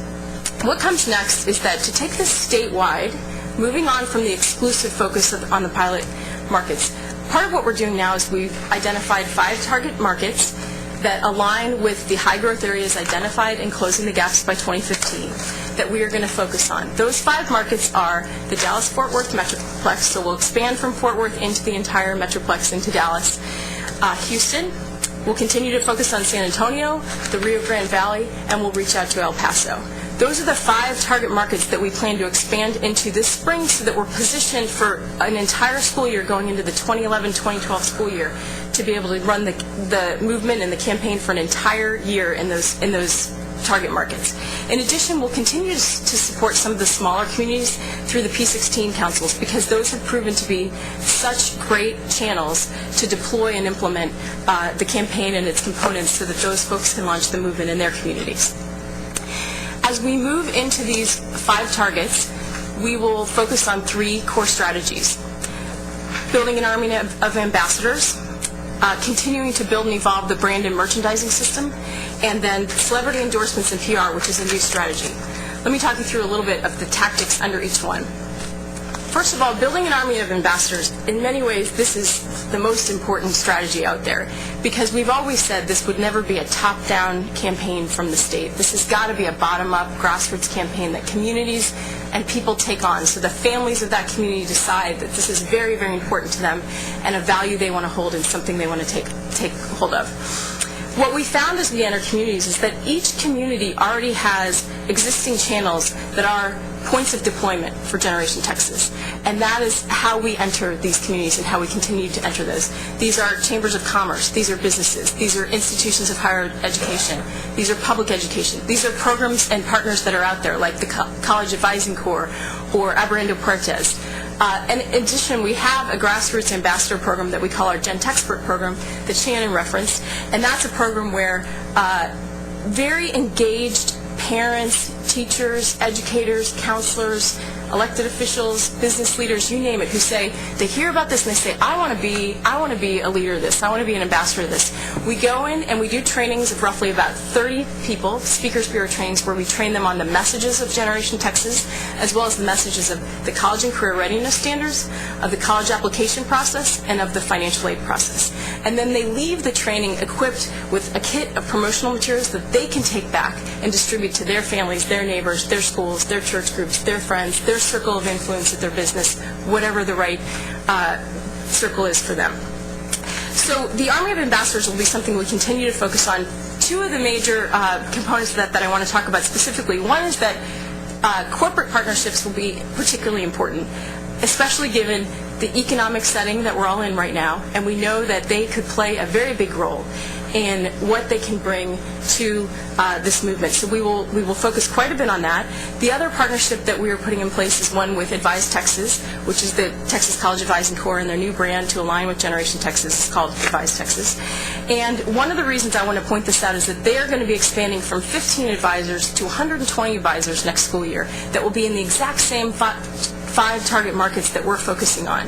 It's an excellent partnership to equip those advisors with the Generation Texas message and materials to support all the advising efforts that they are doing in those high schools that are focused on getting kids through one-to-one advisement through the college application process. I also think it's a great story to tell about a state agency using its federal grant to have 2 of its programs funded by the College Access Challenge Grant to work together to exponentially accomplish more. The second strategy is building out the brand and merchandising systems more. As Shannon mentioned and showed you, we've built a solid foundation and infrastructure to work from. So we've got that in place, but we will continue to evolve it. A few of the main places we will continue to evolve it are, number one, through the stories. As we've seen, the stories are incredibly powerful and important to communities. And as we expand to new communities, we want to find their stories and capture them and tell them. So we'll be adding more video stories from Dallas, from Houston, from the Rio Grande Valley, and from El Paso, because all our stories right now are from San Antonio and Fort Worth, the pilots. We'll also continue to nurture the online community that we're growing. We have launched the site October 20th. As Shannon showed you, we've got a lot of traction and the community is growing. We've just brought on a community manager who will every day be nurturing and growing that community, that discussion, and give the students even more reason to come back and be supported by Generation Texas. The other component that we plan to add is an online store. We've not been able to get the store launched yet because of some restrictions with the federal dollars, but we're working through that right now. And the store will be an important way to scale this movement. We already have requests from all over the state for these materials and people who want to buy them, get them, use them, individuals, groups. And so this is a way for those people to come together and not only get wearables, merchandise, things that show their support and show them wearing the symbols of the campaign, but also it's a way for them to quite literally help support and fundraise for this movement that will generate a lot of sustainability for the movement itself. The third strategy is around celebrity endorsement and PR, and this is a new one that we're really excited about. And this is one of the things that we learned from really our time in the 3 months in the field in the pilot markets. We started to realize that we do need to reach these students in school, and we do need to reach them at home, but we also need to reach them through the consumer part of their life. And one of the best ways to do that is through some of the celebrities who really speak to this market and to these teens. And we also realize this is a great asset that we can bring to education in general, because no one has really tapped these people to lend their voice to education, and particularly to higher education. Who we're talking about athletes like Tim Duncan from the Spurs. We're talking about actors like Matthew McConaughey and Eva Longoria. We're talking about... Is he going to be there Saturday? Tell us. You'll just have to come and see. We're talking about musicians like Beyonce now. So we've actually started our outreach to a number of about 30 or 40 statewide celebrities across Texas, and we're really excited about the response that we're getting. Clearly, this is not a traditional media campaign. We don't have the luxury of a huge media budget, but we can leverage the reach and value of these celebrities who can offer incredible visibility, especially to this particular market. So the unifying element that I want to make sure you hear across all these strategies is really that to scale this movement, the most cost-effective manner to do this is really to leverage the resources of partners that we can bring to the table. They can bring distribution, they can bring reach, they can bring visibility. We're talking about institutions of higher education, we're talking about business, we're talking about celebrities. So that is a core theme to the strategies that we're going to embark on. And finally, I just want to make sure in closing that we remember what this whole thing's really about, because beyond the target markets and the strategies and the metrics, which are all incredibly, incredibly important, we have to remember that this is really about people. This is really something that's going to change people's lives. And creating this culture, it not only requires a long-term commitment, but it requires fuel. And the fuel of this movement is belief. That is absolutely the ultimate fuel. It starts with everyone here in the room, but it's everyone in each one of these communities, and that's why it's taking off. None of these strategies will work unless each one of us, every person in this room, and particularly everyone on this board, takes Generation Texas on as a personal mandate. That's the way this really happens. It will change lives, and it will absolutely change the future of Texas. Thank you for your support. We'd be happy to answer any questions. Thank you, Kat. And just as another backdrop to their presentation, if you'll reflect, when we looked at, the staff evaluated the proposals, one of the things that was used as past performance for Milkshake Media was the whole Live Strong campaign. And they know what they're doing. That was a movement that started with a little yellow bracelet and ended up all over the world. And so these are the same principles, if I may add, Kat, that you all used in that campaign for a true grassroots movement with little budget, little funding. And here you are replicating that for our kids and this agency. So that's one piece. Second piece is, and if I had a dime for every time I said this, because I think it's real important, I don't know where I'd be, but... In a phone booth? Yeah. To get outside experts and accolades from, folks like Lionel Sosa, and I've said this several times, just because he's a legend within the advertising and marketing for Hispanics in particularly, working on not only Coca-Cola and major brands, but also presidential campaigns, etc. And he applauds openly and enthusiastically the work that Milkshake has done, both on the website, in the photographs and the media that they have put together, and in leveraging the technology that they have in order to touch our kids. So just as backdrop for you all to know, there's external touch points that are saying we're onto something here. Then you have the whole groundswell that is happening of kids' faces, and I had to tell Fred that my daughter wanted this guy's phone number, but I didn't give it to her, Fred. Thank you. But that's the kind of enthusiasm that we're reaching them, and so it's just very cool to be a small part of this. So, are there questions from the board? Madam Chairman, I just wanted to make a brief statement, kind of reiterate something we talked about at the foundation meeting the other day. But first, I want to preface it by saying, early in this evolution and prior to the rapidly accelerating rollout that's occurring now, there were some who saw this campaign as potentially a lot of energy and time and investment being made in a snappy-looking logo. And that's like telling the captain of the Titanic, don't worry about it, it's just the tip of the glacier. This has such great potential to grow, particularly through the social media and online network. And as I said the other day,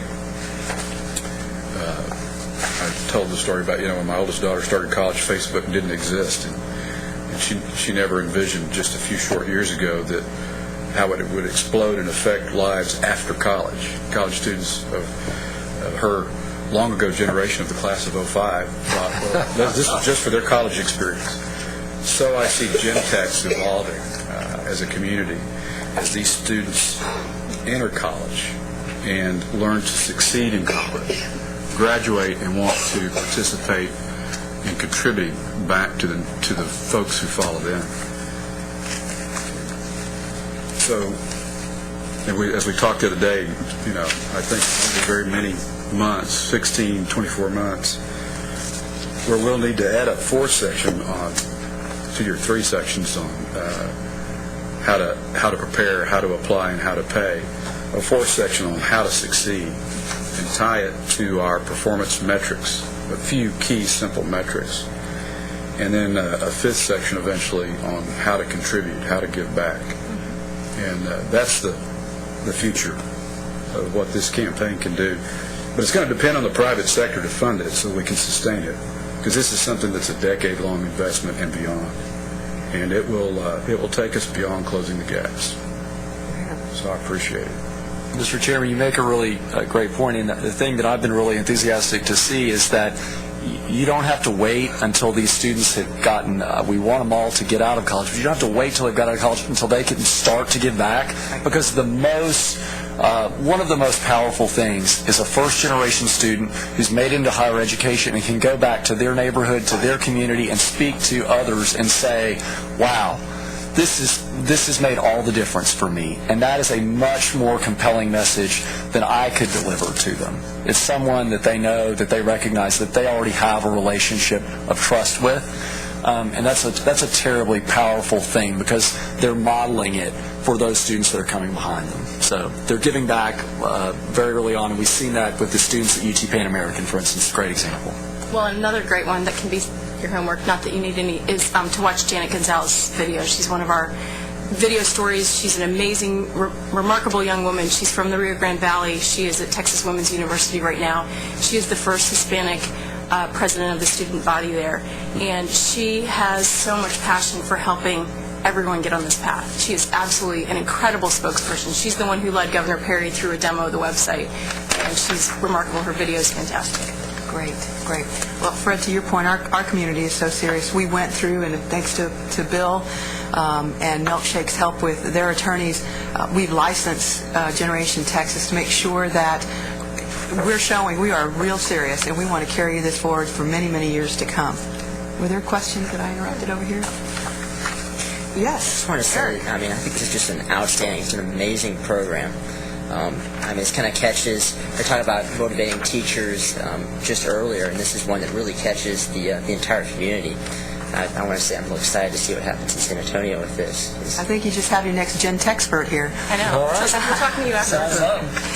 Madam Chairman, if I could add something. I had a very personal experience this year, and the Commissioner knows that I was the one that got the Gen Tech's license plate. I beat the Commissioner out, but I didn't know he wanted it. I just, when I was going to get one to contribute to our scholarship effort, I thought I'll just put Gen Tech's on mine. Well, I got the license plate, put it on the car, and my son was home for the holidays and said, "Could you not think of something better? Why did you put Gen Tech's? What does that mean?" And I said, "It means exactly that. It means that you're the future of this state. You are the generation that's going to make the difference." I explained the campaign. So the next, I guess a few days later, he didn't say anything to me after that, and a few days later he said to me, "Could I have some of those stickers that I saw that you had on the table?" And I said, "What do you want them for?" He said, "I want to put them on my backpack and on my books." Well, that generated then some of his friends who had come over the holidays to see the tags, to get the explanation. So I gave them stickers, and he this week went to a function at his school because in the summer we help co-sponsor a workshop for this year over 450 Latino students in the Dallas area to help get involved, to see how he could mentor and help push this forward. That's his own effort. I have not encouraged it, but I did tell him yesterday when I spoke to him, I will get you trained so you can help us move this onto your campus. Awesome. And it is in the Dallas area. Great, Judy, great. Judy, if the Commissioner really gets on you about that, the state of Texas just held an auction for personalized license plates. You can always let him bid. Yeah. Are there any other comments or questions?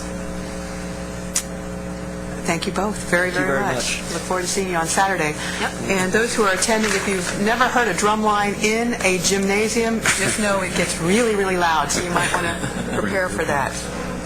Okay, great. Agenda item 6C is presentation on participation in success goals of Closing the Gap. Susan Brown is going to give us an update. This is also no action is required on this item as well. Thank you, Susan.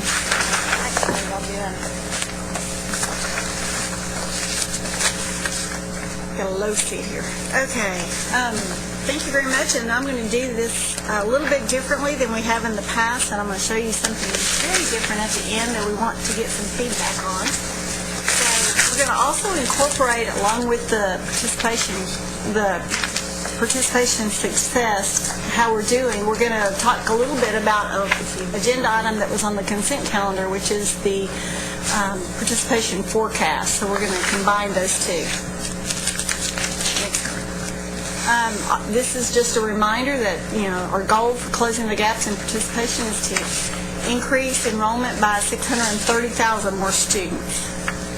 And here's the new numbers, and you can see at the bottom of this chart that for the career colleges, we have had an increase, but it's in red, and I'll tell you that the number will not go down. We've actually increased the number of career colleges that are going to be reporting to the coordinating board, has gone from 96 up to 136. Now, given that it's first time reporting for those career colleges, for many of those career colleges, we don't quite have all the data in and certified at this point.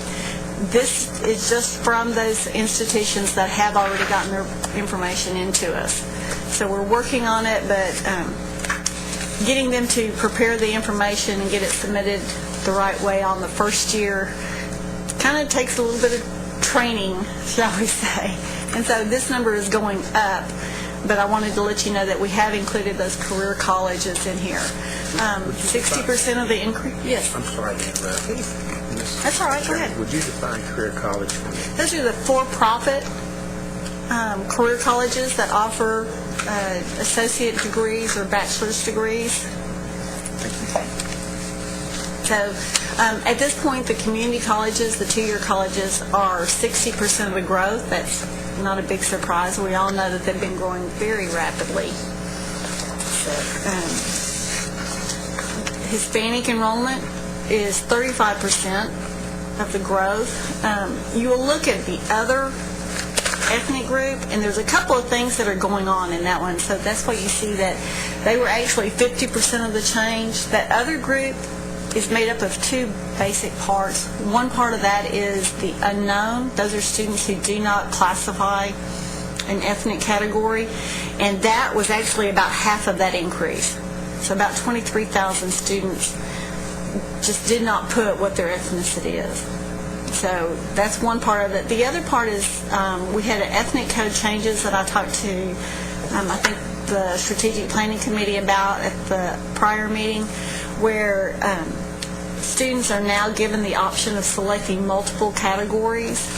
And so, and now we think that's part of why the white enrollment has gone down. It's because about 8,000 or 9,000 of those students selected white and something else, but they're in the multiracial category, which is another category. So, and we don't have any comparative data because this is the first year we collected the information that way. But we do believe that that may have accounted for why the white population went down, enrollment went down. Now we're going to move on to a little bit longer term. Those were all year-to-year comparisons. And now we're going to look at what we're doing as far as closing the gaps. Even though the Hispanic population has been the fastest growing enrollment, there's still less than half of where we need it to be by 2015. And that's not for 2012 or 2010, going out a couple of years too fast. But 2015, we're still at half. Generation Texas, obviously, with that launch, is hopefully going to help, and we've been working on it and trying to get more things going. But that's where we're going to need the biggest help. It also, this does not show, and further on I will show you a dashboard that will, hopefully you will like, but this does not have it broken down by ethnicity, by gender within ethnicity. And for all the different ethnicities, females are going at a much higher rate than the male population. And that's something we'll show you in a little bit. This shows you where we've been. So, we're making great strides. Obviously, the last 2 years we had huge increases. Obviously, part of that is due to the economic conditions that we're in. People tend to go back to school, stay in school, go ahead and get that master's now type thing when they're having a hard time finding a job. So this is one of those things. This is where we've been. And the next slide is the forecast. And if you look at the blue line, that's the actual out to 2010. Then if you look at the red, that's the forecast. And our forecast is generally very conservative. And there's a lot of reasons for that. It's based on historical trends of 5 years, not just the last 2 years where we've had the huge growth.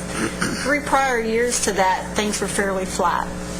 So that is the institutional target, and this is good news, actually show us up above that green line, which is the closing the gaps targets. So the institutions are hopeful that they will be able to enroll and stay ahead of closing the gaps. So this is kind of the forecast. It is actually, this is where I'm going to kind of shift gears. The forecast is based on a lot of things. 5 years of historical data, but not just on a statewide basis. What we do is we look at the ethnic groups by age group, and we look at every single institution, and we look at how they're drawing from different counties within the state. So we look at all their ratio of drawing to the population. We use the population projections from the Texas State Data Center and apply that trend forward. So that assumes that the institutions are not going to make changes. So this is where we would be if nothing changed, if the institutions didn't do things differently, which is really what we're trying to get them to do. We need them to draw different populations than in the past. We need them to focus on success. We are trying to institute changes. The forecasts are if they don't change. So that's an important distinction. We also then include, obviously, a non-resident factor to make up for the out-of-state students and international students that come to our institutions. What we use this for is we provide all this information out to the schools, and we hope that they look at it. And in the past, we've seen where our forecast shows that an institution is having dropping enrollment, going further out. And we want them to look at that and say, okay, is this realistic, or what are we changing in order to make that forecast change? And that's why we update it every 2 years. And then we also can use it for planning purposes statewide when you look at the aggregate and where we might need to make and try to put forward some different policies to implement changes. And that's one of the things that we've done with closing the gaps. Susan? So you're saying without these changes, then the enrollment will flatline? It will start to flatten out. Obviously, we're not drawing as many Hispanic students as we want. That is the fastest growing population in the state. It says if we don't make changes and we don't start drawing more Hispanic students, the enrollment's going to flatten out. And did the forecasting also look at the impact of availability or lack thereof on student financial aid? That came out after the forecast was already pretty well done, so we didn't. One of the interesting things, we do our forecast and we send it out to the institutions for comments. One of the interesting comments that we got back this year that has been very different than in the prior years is we have some of the community colleges said, look, our bond package to build more buildings did not pass. We are not going to be able to increase the number of course offerings that we've had because of space issues. That was something different. We've also had some that, because things had been going fairly well, they had past bond issues. They had new campuses that had come online, and they're not planning on building new campuses at this point. So that's going to actually kind of slow that growth down on a statewide basis. So there's a lot. I mean, we got different comments this time than we did in the past. Some of those do take into account the economic conditions. If I could just make a couple points. Typically we do this as a separate presentation, and so some things haven't been said that are normally said. Remember that this isn't just new students, but it also reflects our success rates as well. So part of what happens is, we have a growing population of Hispanic students whose graduation rates still aren't what they should be. It sort of pulls back the increases to some extent. Retention and persistence. Right. So that helps. That's almost a positive word, but it causes, even though we're having increases in the numbers of students coming in, our overall enrollment is held down a little bit below where it will be until we get increased success with all of our students, and that's important to remember. Another factor, just to make a point that can be used, is that because of if you think of the model that Susan had, it does demonstrate how how institutions draw from various communities. And without naming an institution, we noted a number of years ago that one institution was going to decrease in enrollment because they were drawing from an area which was becoming increasing African American, unless the school did a better job of recruiting African American students, their enrollments would drop. And in fact, the enrollments dropped by 2,000 or 3,000 students. And so part of what it does is it helps call into mind that the student involvement in higher education is very fluid, and you have to keep paying attention to it. That things change, schools change. We heard earlier today about one school where the students were at the bottom of the TEA list in a couple of years, was at the top of the list. That was then a prime recruiting ground, but institutions need to realize they need to be going into those schools and to adjust. We still have many high schools in Texas in which nobody's recruiting students at all. And so there's just a lot of factors involved in this. Sorry for interrupting, Susan. That's all right. We're going to move on to success. And here again is the goal for success: 210,000 bachelor's and certificates and associate degrees in 2015. Next one. And this is where we are, and the good news here is that we're actually slightly above, and this is another one where we expect this number to go up. It does include the career college degrees awarded, and we don't have them all in yet. So this will go up. It won't go below this line. So that's the good news. I'm going to switch this over to, this shows actually the increase. The goal is total number, and this shows the increase and shows where we're actually going a little bit above. And this is kind of split out. Go to the next slide. This shows that increase by ethnicity, where we need to be in total. African Americans, if you noticed on the prior slide, African Americans, we're actually above our enrollment target for the African Americans. We are below in success. So that's something that we really want to look at. And also for the whites, we're just barely over half for white and Hispanic, or under half for white students, but just barely over half for Hispanic students on the success part of it. So we do need to get more of those students through the doors, and your funding recommendations that have been made to the legislature support this. And so that is one of, everything we bring to you does fit together. Of course it does. We try. Does this reflect the spring 2010 graduates? It doesn't. We actually started collecting. We collected the spring 2010 graduates. Well, yes, it actually goes through all of 2010, summer through that whole fiscal year. And so the August graduates of 2010 August graduates are included in this. Now, we've actually collected the fall 2010 graduates this time, and the bachelor's degrees have gone up and associate degrees have gone up compared to fall 2009. And are those fall 2010 graduates in this number? Those are not in this number. So we're still comparing apples to apples. We're still comparing apples to apples, and that's what we wanted to continue. But we are going up slightly for fall 2010. One of the things that we just got those numbers in at the beginning of the week, so we haven't had a chance to call. Some of the number of certificates between fall 2009 and fall 2010 actually decreased a little bit. So that's something that we're going to have to start we're going to look at and see if there's something going on there. Don't know if more students are just staying and trying to go forward to the associate degree or that sort of thing. That's something we'll have a conversation with the schools about. Well, the good news is if we stay on this trend line, we've actually reduced the incremental increase we need each of the next 5 years to meet our goal. But the still daunting news is that we've reduced it from about 8,000 new degrees or completions a year to 7,000. And hopefully once we get the information from the career colleges, that will help. We don't know how many. We did get one in, or we've been talking to one, and they're in the process of trying to figure out how to get all the submissions in.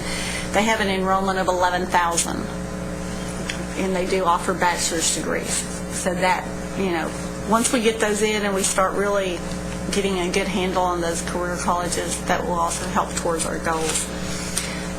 Once again, technology is not one of the strong suits, which is, again, illustrated in the outcomes recommendation, funding recommendation that the board put forward to give a weight to those STEM fields. Okay, next slide. And now we're going to switch over and go, and I'm going to show you a little bit of a draft dashboard. It's not live yet, so it has three different... Hang on, we're going to try and get there. There we go. Okay. This shows, we have three different tabs on here right now. We're going to expand this to show success, and we've been working with our IT department. Michael Gillette's been very helpful in this. This shows total enrollment, and it shows it, the target line is the blue, and then the actual is the one above it, and the total enrollment. And then you see the little dial on the right that shows whether we're ahead, behind, that sort of thing. Go ahead and click on one of the other, go to a different ethnicity. There's the African American.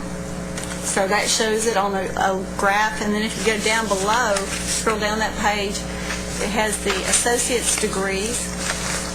And you can pick any of those targets that we track for. There's African American, and we're just, still within 5%. We have the green 5%, then we have the, the different colors there, and that's in 2001. And then if you click on, it's coming up. There's 2009. 2009 shows that we have fallen a little bit below. If you look at the dial, and then if you double click on the line graph, it actually lets them drill down, let somebody drill down and see the numbers behind all of that. So that if somebody wants the detail information, there's the detail information, but they can see the big picture, relatively quickly. You close that and go over to the participation tab. And this is the one that actually shows the ethnic breakouts. The gender within ethnicity breakout. And this is the participation tab. This is African American. It's something we've talked about for our accelerated action plan. So the top left column has the total, or the bar graph has the total. And on the right-hand side, we actually show the total, but then we show it by gender. So you can see where the males are a much smaller part of that than the female population. And then if you can change it to, this is the Hispanic. You see you have the same thing. Females are going at a much higher rate. And then if you scroll down to the bottom left, this shows the percent of the population by male, female, and total that is enrolled. And again, you can click on that, and it brings up all the detail information into a tab. Susan, can I ask a question, Mr. Chairman? Certainly. I think this is very informative in terms of the enrollments. The enrollment numbers, we can certainly see some substantial increases. But do you have, and it seems like perhaps some of this was presented, and some of the information that we received for this meeting, the actual graduation rates 6 years after these students enter into the educational system. Are we seeing those numbers go up as well? The graduation rates have kind of flattened out. However, at the same time the graduation rates have flattened out some, the size of the cohort that is measured has increased by about 13,000. So you've had a big increase in the cohort size. We've had more students out of that cohort that are on Pell Grants, so they're lower income students. But the graduation rate has stayed steady. It hasn't gone up any, which is what we would like to see, but it's at least stayed steady. And usually when you increase the Pell Grants, that sort of thing, lower income students don't graduate at a higher rate, that sort of thing. So you usually see it go down a little bit. I think we need to clarify, though, that the flattening is very short term, because we've had an increase every year for 7 years, and now it's flattened a little bit. So I just don't want to give the idea that we haven't seen some improvement. Right. But in recent years, we're not having quite the increase we had for the previous 7 each year. Right. Do you happen to have the number, or could you provide me with a number of graduation rates in terms of degrees or certificates of the various ethnic Certainly. groups? We can get that to you. 6 years after they enter into higher education. I would like to see these graduation rates 6-year graduation rates of Hispanics, African Americans, whites, 6 years after they enter. We have that on our website. We can print that out and send it to you, or we can send you the link so that you can look through multiple years of I've seen that. those numbers, and they're a little bit concerning to me. They are concerning. That's part of the, if you look at the forecast, and this is what David had talked about later, the forecast is total enrollment, so it also includes those students who are retained and staying in the pipeline. And so as those rates are not as high for the Hispanics that are entering or the African American students who are entering, not only does it affect our success numbers, but it also affects that enrollment. And that's part of what is taken into account in the forecast. It's also important to point out real quickly, I'm sorry, but that we have some schools that are working hard, and we're working with them to get students back into school that have completed significant numbers of hours but haven't finished. So you've got two ends of the problem. You've got to work to get students through more successfully, and frankly, most students who graduate within 5 years.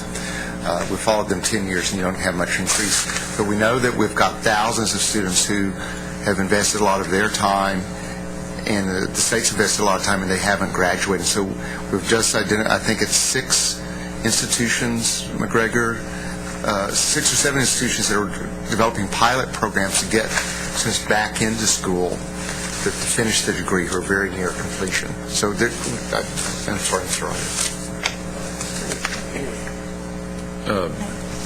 Susan, just to kind of follow up on that, on the last page of the handout, it isn't... 7th grade cohort. Yeah, isn't this what Dr. Golden was asking about? This cohort actually goes all the way from the 7th grade students through high school and on into higher ed.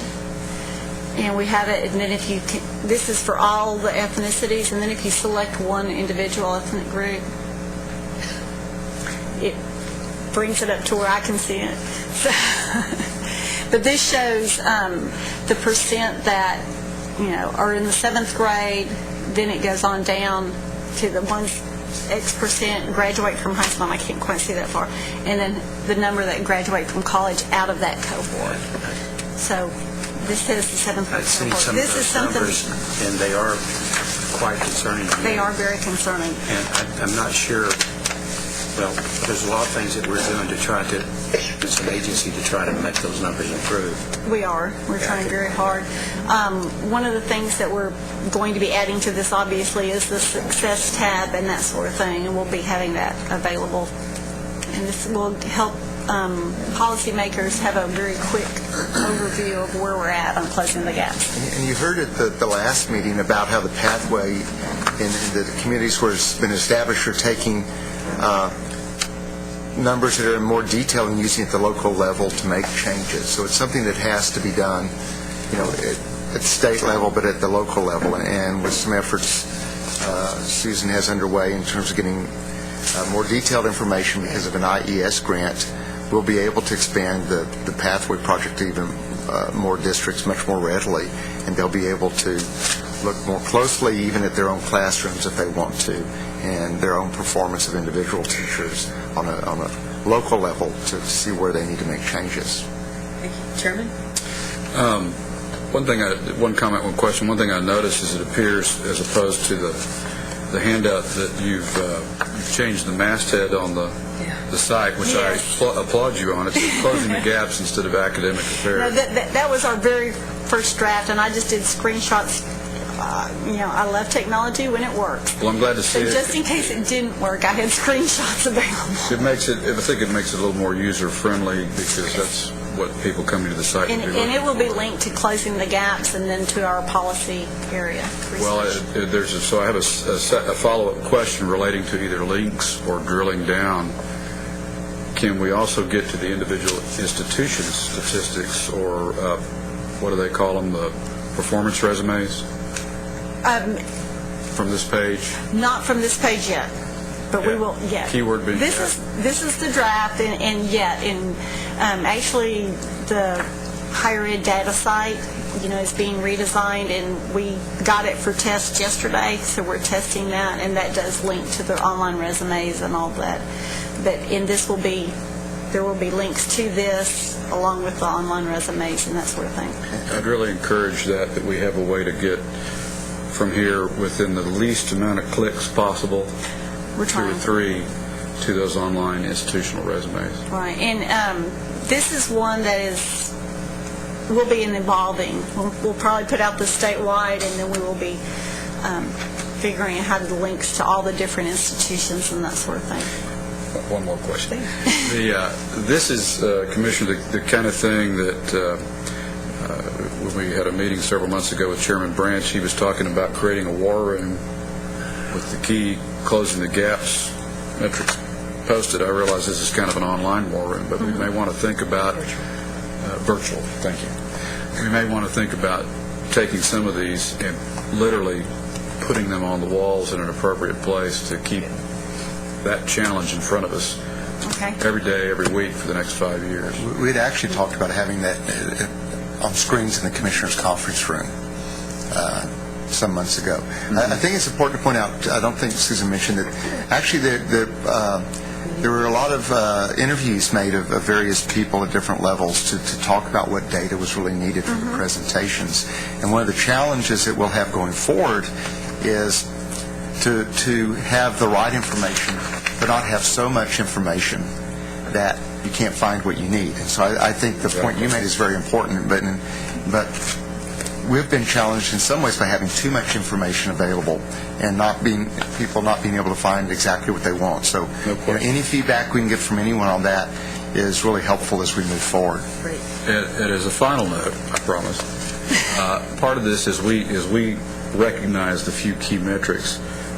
Let's also try to reduce what we ask the institutions to supply as we narrow the field of what we're really measuring performance with. And this is all based out of information that we already collect. None of this requires any additional reporting by the institutions.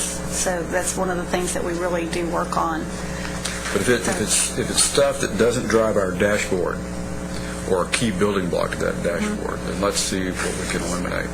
Virtually everything we have is driven by the data that's been here for 30 years for the formula, and recalculating that data, putting it together in other forms. Data beyond that's typically been driven by the Carl Perkins federal grant and federal requirements. So we work real hard on that, but I think it's important to note that in terms of our CBM reports, aside from federal requirements, we've collected virtually no new individual data. The one change will be the student grades coming up this fall will be the first significant change in probably 20 years. And we're helping to pay for the institutions to reprogram through our grant. So it's not an unfunded. That's right, it's not unfunded. It's a minimally funded. It may not be well. I will say Well, we can argue about that later. No, I'm good. And I would like to thank Michael Gillette, who has been working with us to put all of this together in a relatively short time. Awesome. Great. Any other questions or comments? All right. Thank you very much, Susan and Mr. Gillette. Wonderful. Okay, let's move on. I'll remind us that the next items are between us and lunch. You're making it fast. Just saying. I believe agenda item 6D has been moved to consent. Agenda item 6E is consideration of adopting the committee's recommendation to the board relating to amending Cycle 2 and Cycle 3 contracts for math, science, and technology teacher preparation academies. Dr. Araceli Martinez-Ortiz will brief us on this. Thank you very much. I'd like to talk about the consideration of adopting the committee's recommendation to the board relating to amending Cycle 2 and Cycle 3 contracts for the Math, Science, and Technology Teacher Preparation Academies. As background, the Texas Education Code, Section 61.0766, authorizes the coordinating board to establish these academies at public institutions of higher education to improve the instructional skills of certified teachers, as well as training students that are enrolled in a teacher preparation program to perform at the highest levels in mathematics, science, and technology. To date, we have funded 20 academies through 4 cycles of competition. So you'll see this verbiage here of cycles.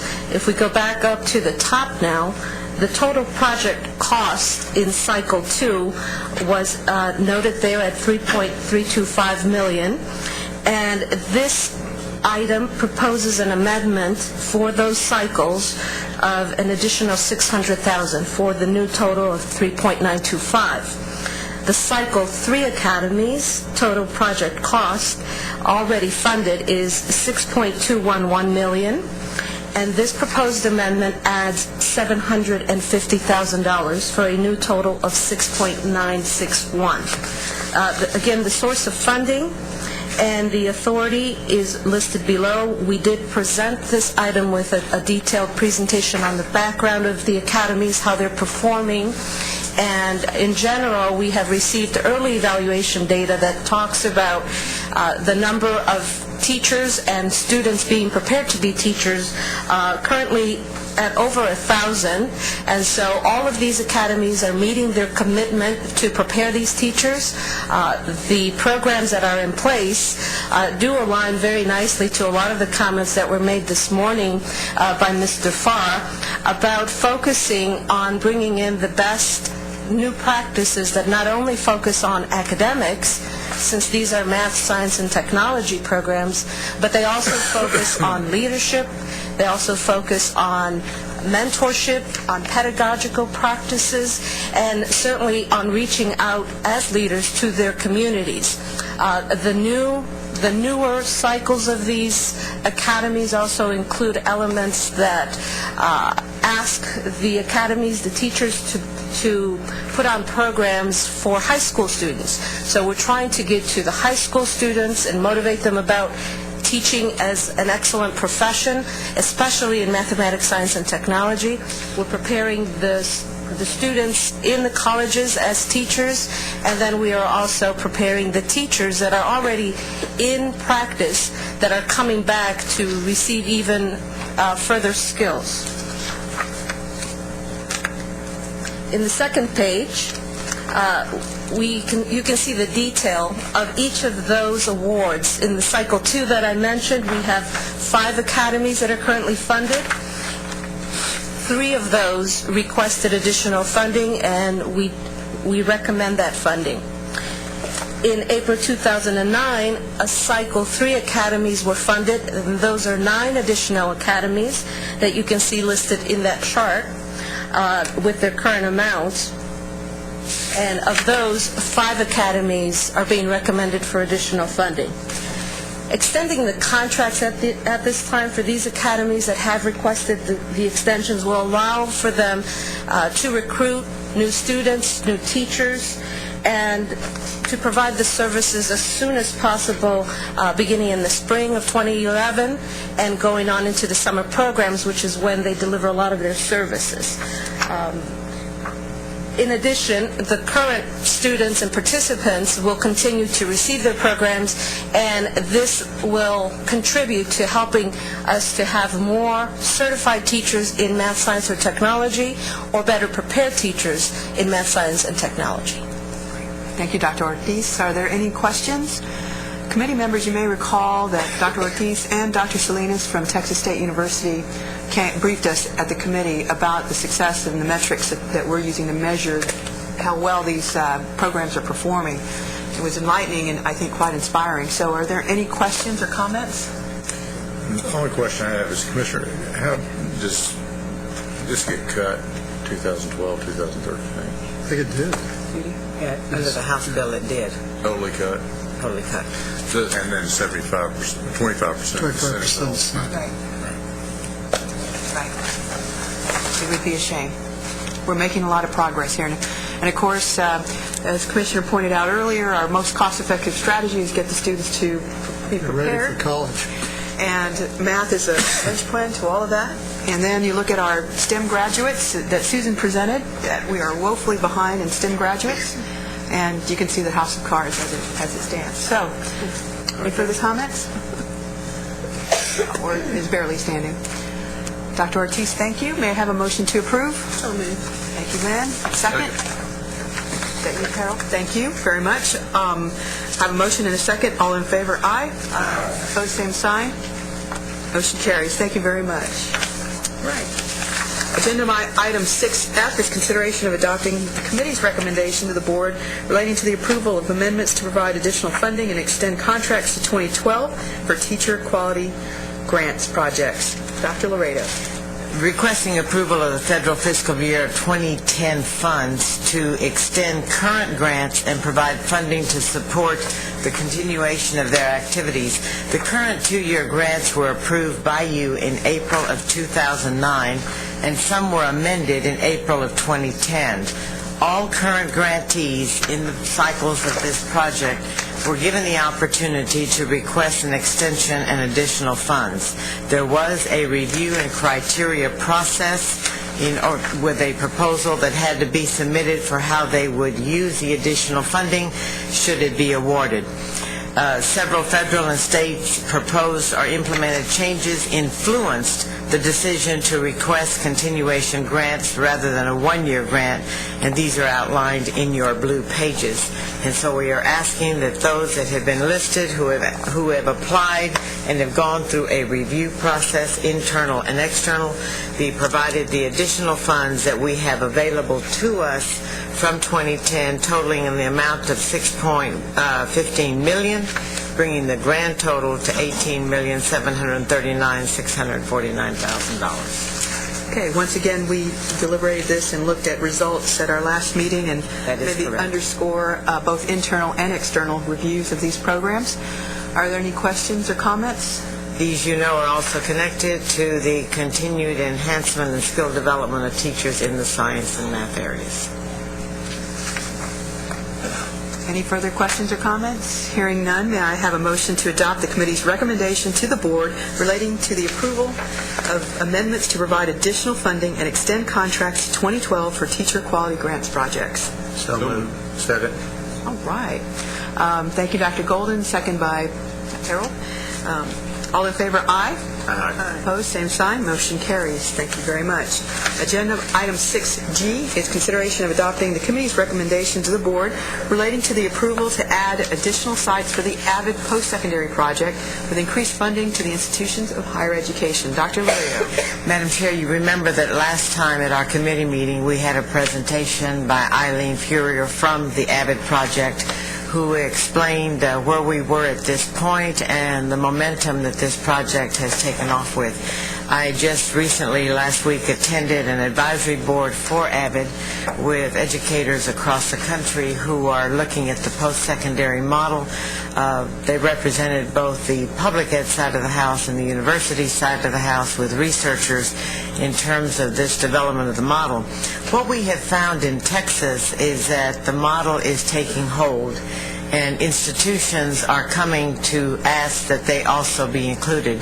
Originally, you had only approved the potential of 11 sites. We, in working with AVID, they are willing to increase in terms of those sites with an application process. Nothing changes, up to 25. What we are coming to you today for is to ask the extension of the amount of money that we provided to our universities, not to AVID. AVID is not charging us extra money for the implementation of more sites. But what they found in the initial cohort of training last summer is that instead of getting 5 people from institutions, 5 to 7, they got up to 15. The cost for institutions, since we provided an original $20,000 of help to the institution out of college readiness money, we are coming to you now to ask you to increase that to the 25, but also to increase it only in terms of training costs that the individual institutions will now be able to pay for to AVID to add those additional teachers. We did not anticipate that more faculty would want to come into that training, and that's where that cost cannot be covered by AVID. So what we're coming to is asking you for a total request of additional $520,000, which will increase each institution's amount to $30,000. That money is in our college and readiness budget. It does take into account the 2.5 that we have been asked to be cut in terms of the state mandate. Great. Are there any questions or comments? Again, at the committee, we had a presentation, and some of those numbers and some of the activity with regards to other faculty members wanting to participate were very evident, and again, evidenced by the strength of the program. You will notice in your blue page, and they have provided you with the facts that as of right now, over 600 faculty in those 11 institutions have already been trained, in addition to more than 300 tutors who will be working on the campuses.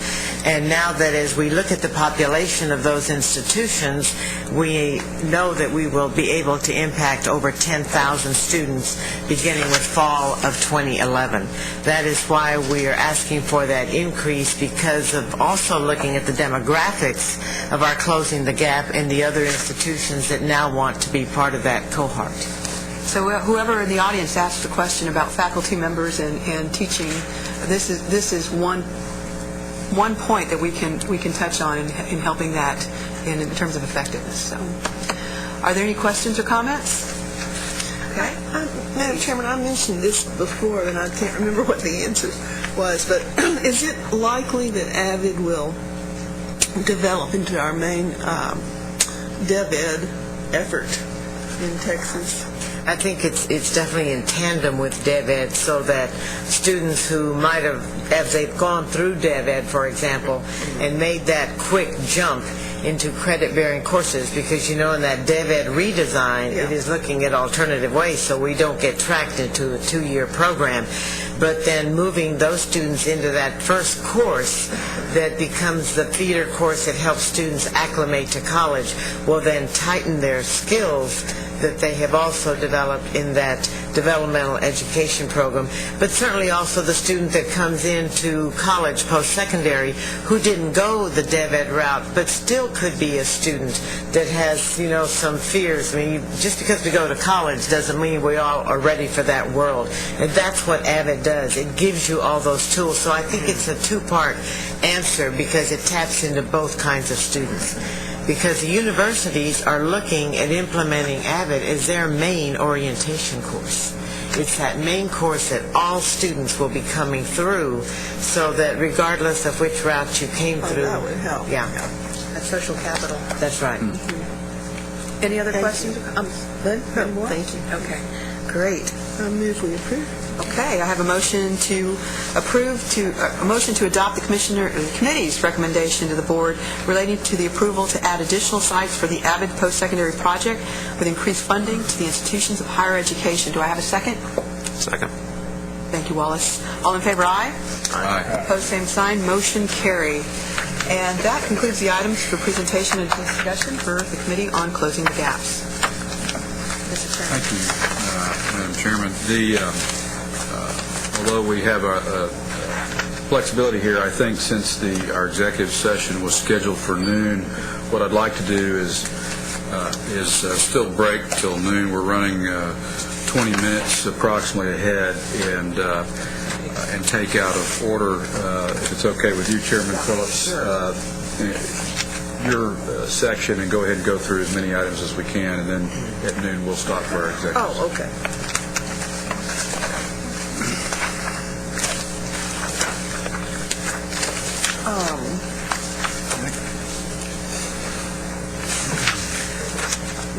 This is the report of matters relating to the Committee on Strategic Planning and Policy.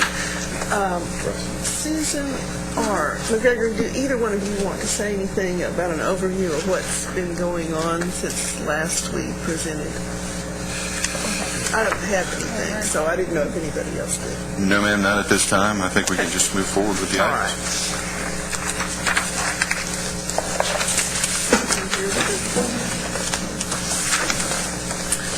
Agenda item 8B was on the consent calendar.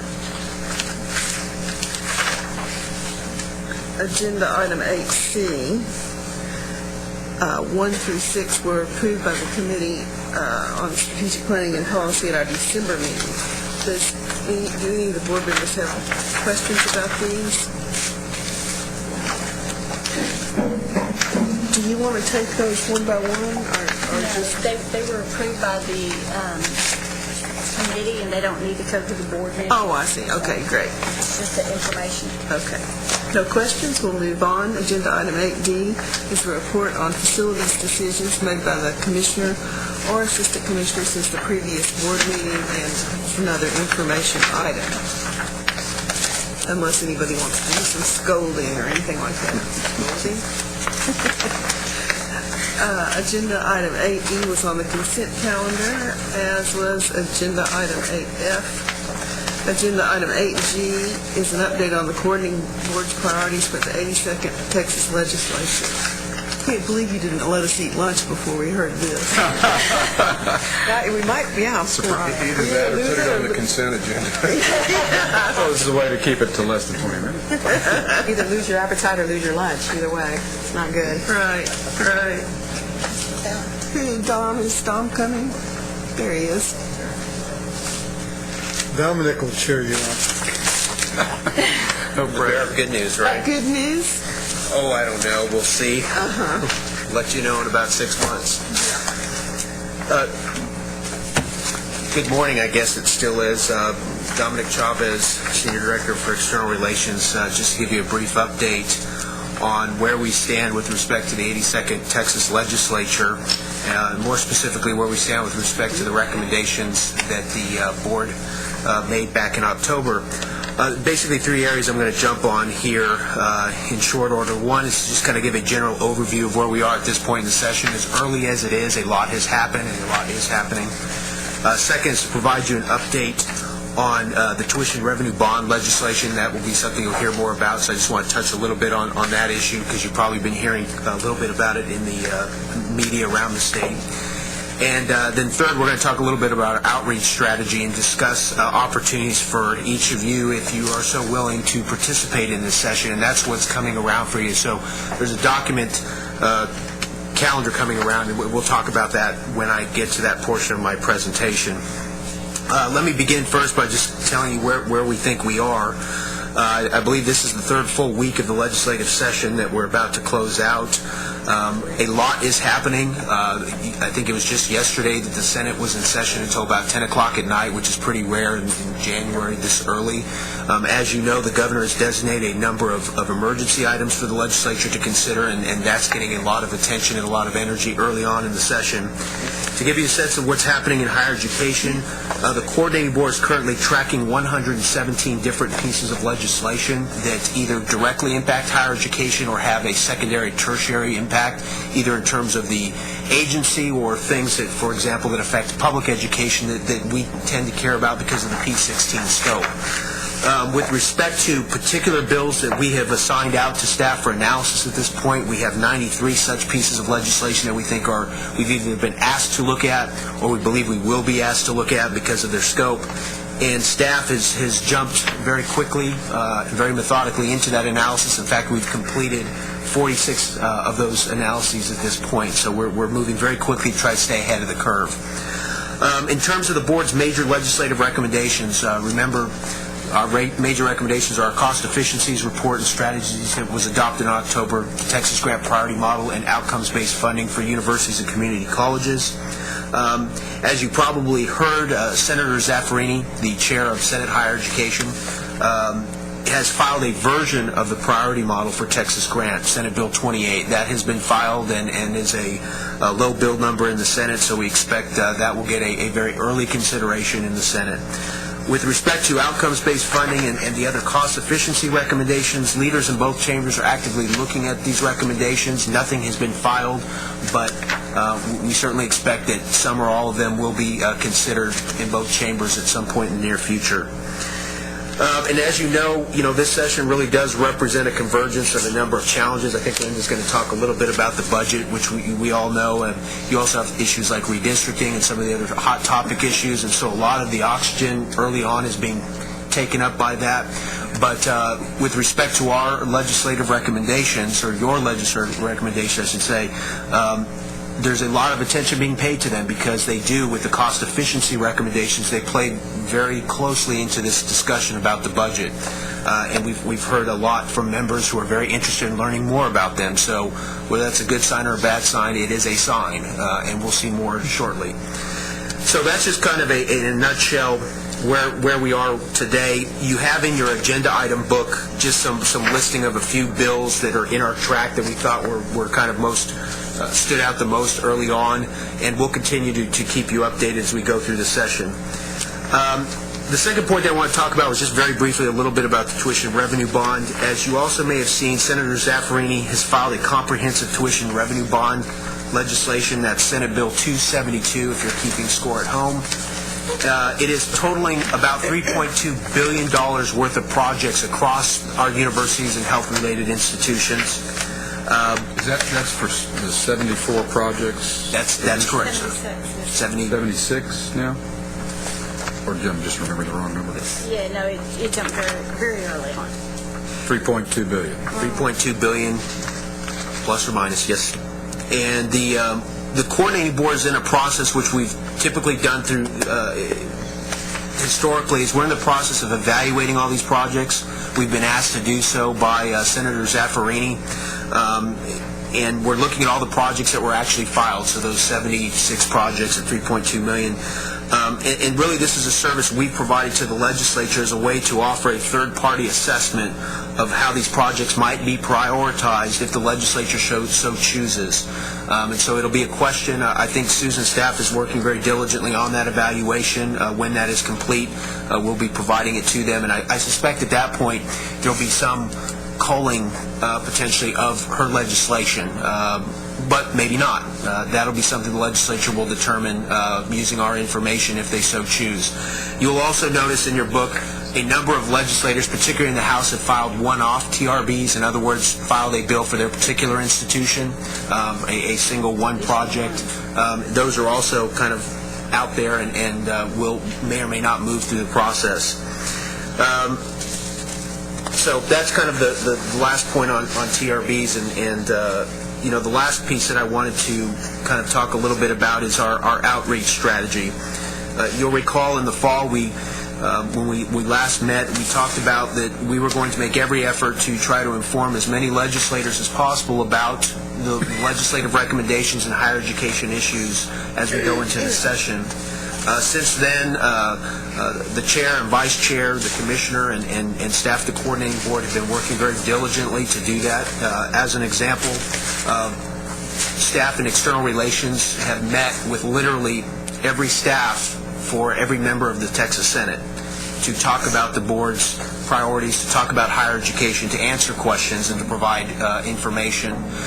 We have also reached out. The House is a little more difficult, obviously more members, a lot of new members, but we have held briefings. For example, we have briefed the Mexican-American Legislative Caucus staff, about 20-some-odd members who came to a briefing that we offered. We are also working on a similar briefing for the Black Caucus. We're reaching out to as many different groups as we can. Last week, I believe it was, the chair briefed new legislators. We invited all new legislators to participate in a briefing, and the chairman did brief, and I believe we had somewhere between 12 and 15 legislators, new legislators in attendance, to include other offices where their staff participated. So why I bring all that up, one of the things that we mentioned last fall, and there's been a lot of interest by some members of this board, how can we participate or support what our outreach that we're doing through the session. So that's what it brings me to the document that we've passed around, a very simple calendar. What we're looking to do is ask you to look at that calendar and look at your calendars, and if you are so inclined and would like to participate in this session, we'd like you to identify what dates over the next month or so that you might be available to come down to Austin. What you'll recall is last time we met in the fall, you identified legislators that you knew that were in your hometown, that you had a relationship with. What we'd like to do is take those days and try to schedule as many of those meetings as we can to make an efficient use of your time if you choose to do so. And also do that strategically so that hopefully we can reach as many legislators as possible with such a strategy. And again, we will work around your calendars as much as we can, so the more dates that you can identify, the better chance we will have. We will handle all the scheduling. I know one board member said if you need any help, if they're not responding to you, we'd be willing to call them ourselves. That we may have to do that as well. I also want to point out that there's a number of board members here that need to go through the nominations process. And so one of the things we'll be doing as part of that is when you come into town, try to get you in front of as many members of the nominations committee as we can. That's kind of a courtesy and a historical thing that we've done in preparation for that. So again, trying to be sensitive to your time and resources. We'll try to squeeze as many things as we can in that day when you're able to come down, if that's something you're willing to do. And so that in a nutshell covers that, and if you have any questions, let us know. I'd like to, if at all possible, maybe during executive session, we'd like to collect those from you today if at all possible so that we can start moving on that. But if you need more time to look at your calendars, we certainly understand. Just some final notes. Senate Finance Committee was announced earlier in the week. No changes. And in fact, we just learned today their first meeting is Monday. They are going to meet Monday, Tuesday, Wednesday, and Thursday of every week from now until March. Or at least they put it on the calendar. So I think that shows how serious they are about talking about budget and getting on it very early. We expect the rest of the Senate committees to be announced either today or tomorrow is the indication.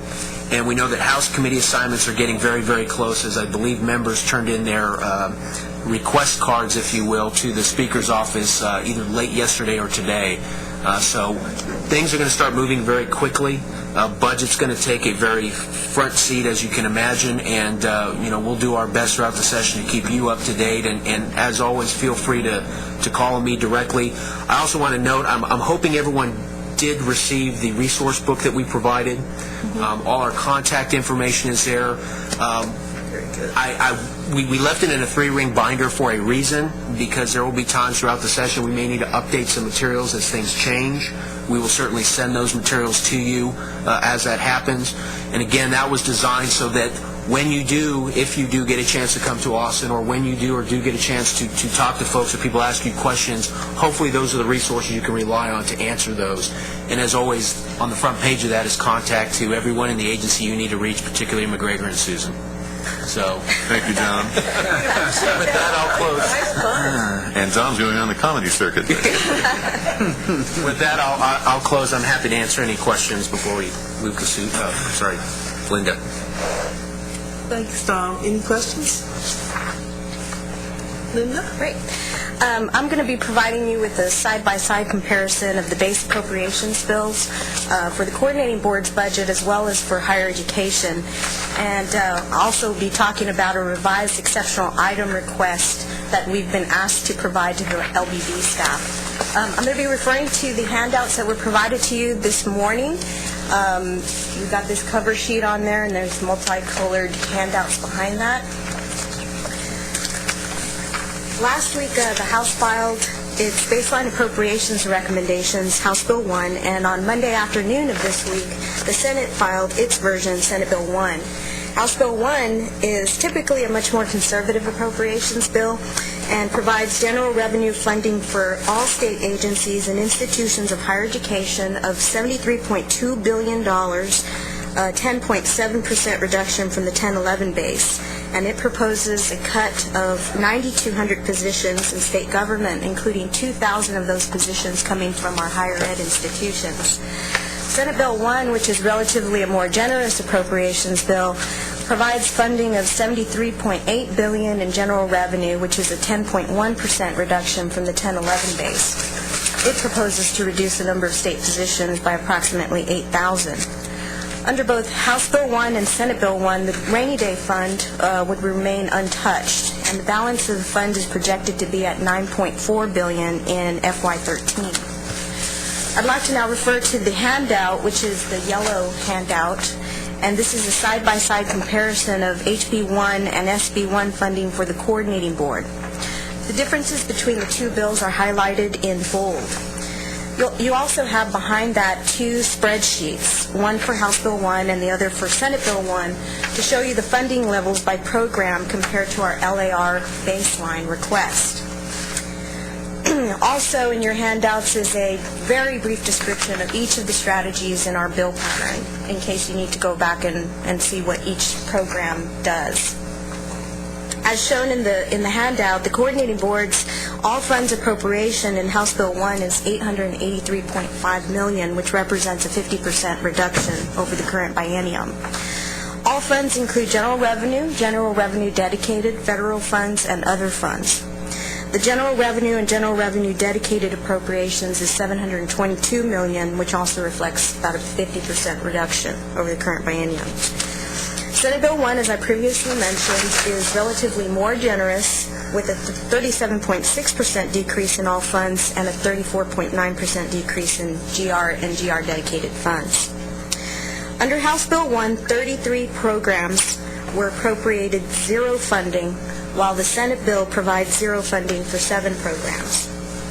The programs that were appropriated zero funding in both bills include the Early High School Scholarship Program, the Temporary Assistance to Needy Families Program, and the Educational Aid Program. These are all transferred from TEA.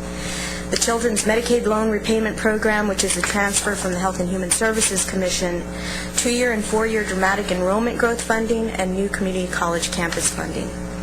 Other programs that received zero funding in House Bill 1 include developmental education, demonstration projects, college readiness grants, ABE grants, most of the loan repayment programs, including the Teach for Texas program, most of the health-related programs in the Texas Research Incentive Program and the ARP, Advanced Research Program.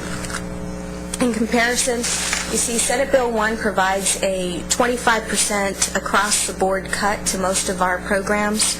We understand from Senate staff that this was done intentionally to provide the Senate Finance Work Group an opportunity to evaluate each program based on its own merit, and they'll decide whether they want to add funding or decrease funding to each of those programs.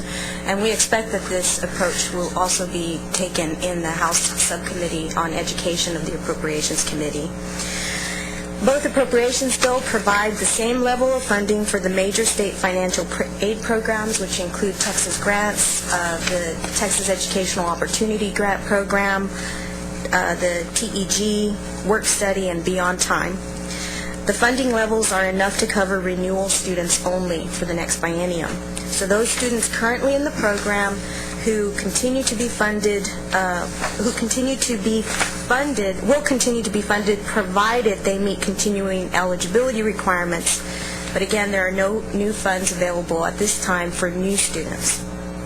Other financial aid programs that received enough funding to cover renewal students include top 10% scholarships and the Texas Armed Services Scholarship Program. Senate Bill 1 does contain a contingency rider of an additional $50 million for student financial aid, and this is a rider that's contingent on passage of legislation relating to the Texas Guaranteed Student Loan Corporation. In a separate handout, you'll see that we prepared a one-sheeter on the impact of the reductions on our major student financial aid programs. So you'll see how many number of students we'll be able to serve at those funding levels. And finally, reductions to the agency's administrative budget include a 15% reduction to general revenue, and in both bills, our total FTEs for the agency were reduced by 36.5 for a total of 275.4 FTE. If you have any questions at this point, I'd like to take them. Otherwise, I'll move on to our exceptional item request list. We just had Judy hand out these two sheets. One is for House Bill 1 and the other is for Senate Bill 1. And we were contacted by the LBB staff yesterday asking us for a revised exceptional item request based on the funding levels in HB1 and SB1. And our executive staff and the commissioner met and discussed what our priorities should be at this point in time, and this is a list of, in rank order, of the priorities that we would like to submit to the LBB. The first, of course, is Texas Grants, and this exceptional item request is a total of $420.95 million. This would be on top of the base appropriation, which is in both bills, of $365.7 million. For TEOG, which is the need-based grant program for students at our two-year community colleges, is a total of $27.14 million, which is on top of what's in the base bills of $6.8 million. For work study, which is our third priority, would be a total of $21.14 million on top of the $8.8 million in the base. And then, of course, the next two, developmental education and House Bill 1, received zero funding, and we would just request what we had requested originally in our LAR. $4.75 million for developmental ed and $50.3 million for Teach for Texas. In the Senate bill, those last two items changed because the Senate bill did include some funding levels in the base, so you can see what our request would be there. Would you like to have some discussion on these items? Chairman Phillips? Yes. Please. I think one of the things that is a challenge in dealing with the initial laid out budgets for the staff is deciding how and where to prioritize.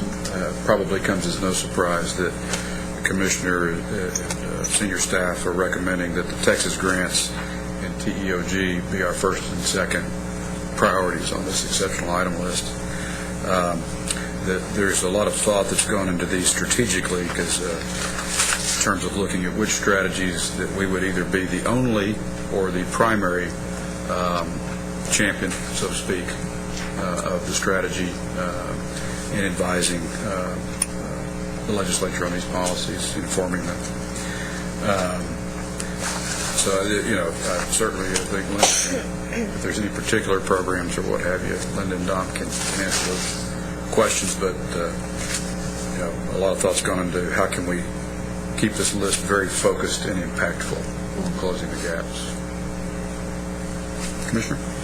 Yes, I wanted to say that in making these recommendations to the board, our position among the staff was that we wanted to make it very clear to the legislature that we understood that these were very tough budget times and we had to take cuts. The restoration of funding that we've indicated in our exceptional items are programs that don't in any way protect the agency from staff cuts or from some of our administrative funding. These are programs that go directly to helping students.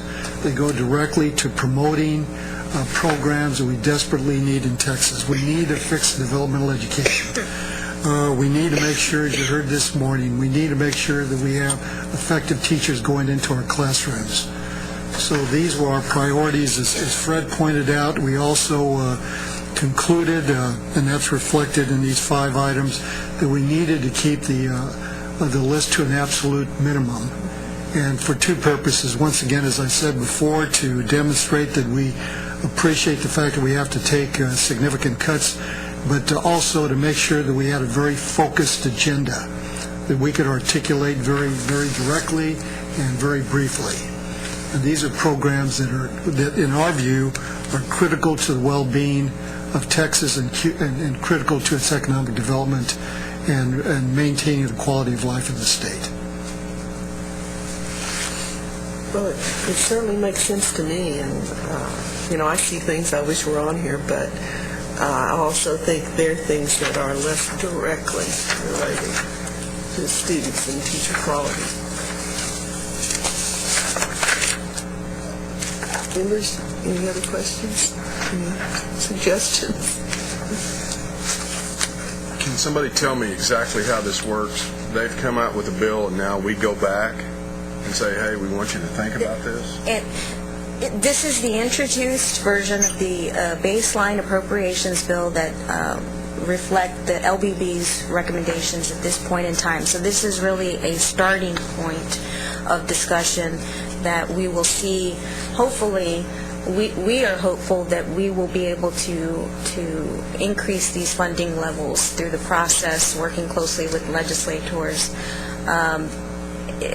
They will file a committee report. So what will happen is the next step is the work groups from each of the committees will have meetings, and they'll request additional information from us and the commissioner to help them make their recommendations to their full committees. The full committee will then do what's called markup, and they'll come up with a committee report that will go to both the Senate and the House floor. Debate will occur on the floor, amendments can be added, and so forth.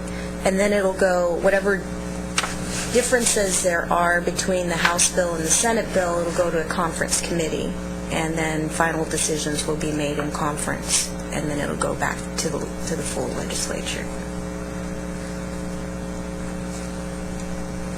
Harold, it's also, I think it's, the reason this is done is also if, let's say they come back and they say they're going to use 50% of the rainy day fund, or the comptroller comes back and gives new revenue forecast later in the session, which is expected to some degree, which we normally see, then we've identified, the exceptional items as to where we want the focus to be if we get enhanced funding over and above these two. Historically, if you looked at our exceptional list, there may be 10, 15 items on there, if I remember right, last session. So I think this is really a wise strategy because it's really sending a real strong message about, because of the cuts, where we want the focus to be. So I commend leadership and staff and I think it's very congruent with the other strategies that we're also advocating. The priority model, the outcomes-based formula funding, et cetera. Very student-centric. Mm-hmm. And I think these are the same. Yeah. Any other comments? You all have any words of wisdom or encouragement? It's only the beginning. I don't know how to take that. I think there's call Bill Gates. I think there's sympathy for our agenda. I think there's a recognition. Certainly, Chairman Branch has communicated this. Senator Ogden has that a recognition of how important financial aid is at this particular moment. I'm optimistic. I think we'll get some of this money back. I don't think it's implausible that we'll get close to all of it back. Hope so. We'll start the office pool this afternoon. Yes, we should start the office pool this afternoon. The number and the date. Madam Chair, could I also ask Linda to comment on there's several of us that were in the college for all Texans, so we've heard this, but the impact on formula funding recommendations too. The pink handout is a side-by-side comparison for higher education by sector. And essentially, neither bill provided any growth funding for higher education. You'll recall that in your April 2010 formula funding recommendations, you recommended to the legislature $730 million in growth funding for all of higher education. But to simply fund at the 2010, don't increase the base, simply fund enrollment growth at the old level. So it really isn't a funding increase, it's simply funding for the many more, 200,000 more students that are present in higher education. But that requires $730 million. It does require $700 million. Which they're not going to proposing not to provide, correct? Not this time. Not even in your handout, you'll see it broken down by sector, the decreases in House Bill 1 and Senate Bill 1. You'll see for general academics, House Bill 1 called for a $312.7 million reduction in the formula funding, while Senate Bill 1 decreased by $158.2 million in formula funding.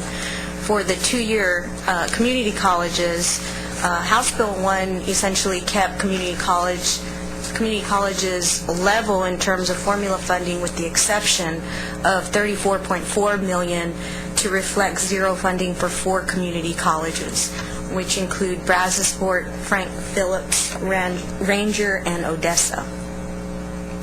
In addition, they took a huge cut in the group health insurance of $254 million and in retirement benefits of $89.4 million. In the Senate bill for community colleges, the formula is a 5% reduction of $86.6 million, and decrease in group health insurance is $113.5 million, and retirement benefits is about the same as the House, $87 million. So deep cuts there. And then you'll see the following pages for Lamar State Colleges and the Texas State Technical Colleges, and then health-related institutions. You see they actually get an all-funds increase in both bills for the health-related institutions. And this is primarily due to increases in patient care revenue. Also, the percentage is somewhat impacted by increases in federal dollars that are offsetting more extensive increases in state dollars. So Correct, that's why you see you'll that recall 7.6% sometimes. You'll also recall the federal stimulus funds, the ARA funds, were also removed. They were one-time funding items, so those were removed across the board.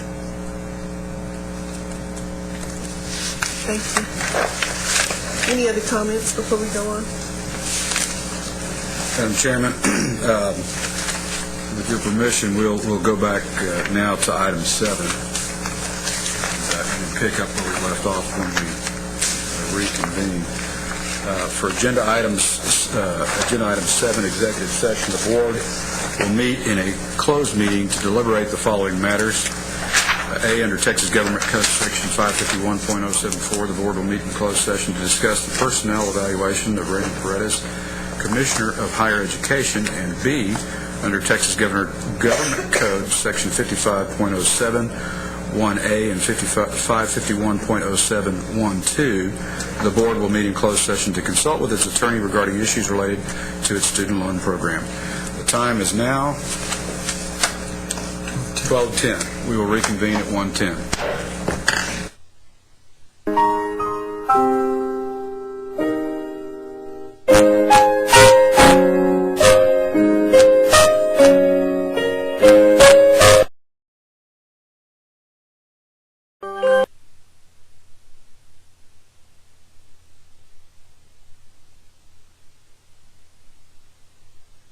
Executive session and closed meeting is now adjourned, and the meeting is again in open session at 1:31 p.m. We will resume with the matters relating to the Committee on Strategic Planning and Policy. I believe, Madam Chair, we were on item H is our next item. H. I was trying to skip one. Oh, yeah. Okay, agenda item 8H is Don back. There he is. He's racing in from the wings. The spotlight is on. General counsel in here. This is a consideration of higher education impact statements for the 82nd Texas Legislature. And so you're going to sort of tell us which ones you've done.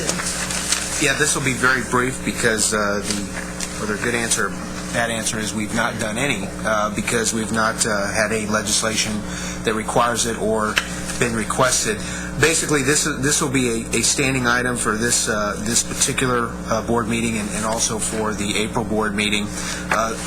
What happens is during the legislative session, the Senate, in their Senate rules, require the coordinating board, in conjunction and in coordination with the legislative budget board, to produce what they call higher education impact statements, which provide an analysis, a rather deep analysis and assessment of legislation that will have a material impact on the classification, mission, or governance structure of an institution of higher education, or would establish such an institution. So, for example, the creation of a new law school would trigger a higher education impact statement from the coordinating board to the LBB so that they may provide that analysis to the Senate. A couple things to remember here. This is only in the Senate rules. So it typically has to be a Senate bill to trigger this. In other words, if a House bill comes over, that doesn't necessarily automatically trigger this provision. However, they can always request of it. And many times in the past, we've provided, even if it's a House bill, kind of for lack of a better, an unrequested analysis, if it's that important, that we still share with the members, even though they don't provide it for it in terms of a formal request. What we will do in terms of the board going forward is, typically as we've operated in the past, we've given the authority to the chair and vice chair between now and, say, April when we meet again. If we are requested for a higher education impact statement, the senior staff and the commissioner would generate it, and that the chair and vice chair would give approval to move forward and submit it to the LBB. But those higher education impact statements would then come to the full board for final approval, if you will, and consideration. And that's just an issue because of the timing. Usually we get a very short window to produce these, and just because of the timing of board meetings, we've operated under that, used that operating procedure to proceed. And so unless there's a reason not to do that anymore, I would defer to the chair and vice chair on that. But that's how typically we've handled higher education impact statements and what we are recommending handling them for this session. In fact, sometimes they have to be turned around in like a matter of 48 hours. Yes. Not uncommon. I will tell you, there's a couple bills just really quick that have been filed that could potentially lead to, and they're two very similar bills for asking for a law school in South Texas. So those are bills that we're kind of put on the radar that we may need to address in a higher education impact statement. Now, the great thing is we've done statements very similar to that, and so these are things that can be very quickly queued up. But yes, typically the timing's very quick, but we usually we see them coming. It usually isn't a surprise. The deadlines are typically a formality. Another one is the same bill as last session about a medical school in South Texas has been filed. Correct. Yeah. Any bill like that would trigger potentially a higher education impact statement. And I would suspect, given the budget considerations, there may be a lot more interest in these types of analysis now than perhaps in the past, but that's just conjecture on my part. But I think they would be looking for guidance on these types of issues. Remind me, Dom, once approved, haven't we shared those analysis electronically with the rest of the board? Oh, absolutely. Yes. Madam Chairman, anything you want to... No, that's the only thing I wanted to ask, was if that was going to be continued, because we need a heads up. Absolutely. Yeah. Anybody else have any questions? All right. Thank you, Dom. Move on to agenda item 8.1. It's the consideration of adopting the staff recommendation to the board relating to the Tech Prep funding formula for program year 2011-2012. At the December Strategic Planning and Policy meeting, the committee members voted to postpone voting on this item until today, and McGregor is going to explain why. Thank you, Madam Chair. The reason I believe that the board postponed voting on this at the committee meeting was to allow for some additional discussion of what it would take to improve the reporting under the PEAMS data reporting structure on which our new revised funding formula rests, in part. And what it would take is to involve a higher level of cooperation between the coordinating board and TEA, as well as the region service centers, who do a lot of the training for the PEAMS coordinators. And we made some recommendations to the board in terms of ways that we can improve, or at least work with TEA to improve our efforts, looking at potentially adopting the federal definition of a tech prep student, looking at working with the TEA and the region service centers to revise their PEAMS data collection process and involve the tech prep consortia leaders in that, using the tech prep consortia to conduct training for the actual individuals who do the coding on the PEAMS at the individual high schools and in the school districts, and then looking at the possibility of using the region service centers as fiscal agents for the Tech Prep Consortia. The reason, and all of these, in one form or another, came from the Tech Prep directors and are ones that our staff have looked at and have decided would be potentially beneficial. What we believe is important in the long run with the change in the formula funding is that we are moving from more of an input model of funding that was based 65% on, divided 65% of the total amount of money among the 26 consortia equally. There was no consideration for size or number of students or anything like that. The remaining 35% was based solely on the total number of students in the Tech Prep Consortia, not students in Tech Prep or anything like that. It was strictly based on the total number of students. And so from our perspective, we felt like with the recommendations that the board is making to revise the university and community college formula funding recommendations to incorporate more of an incentive or a preferential performance funding model, that it would be appropriate for this funding model, which we do have complete control over, to reflect those goals as well. And so the revised formula actually incorporates a number of very specific outcome and throughput measures and uses a 35%, 65% model. So the inverse, where 35% of the $8 million is distributed equally across the 26 consortia, and 65% is then distributed based upon a number of output and throughput factors, which we worked and had 3 or 4 meetings with Tech Prep Consortia directors and finance folks in trying to develop something that they could feel comfortable with. There are still some lingering concerns in some of the consortia. In front of you, you have a chart that looks like this that shows the new distributions and the changes. We recommended a change for a 3-year phase-in, 25% the first year, a total of 50% the second year, and then 100% in the third year.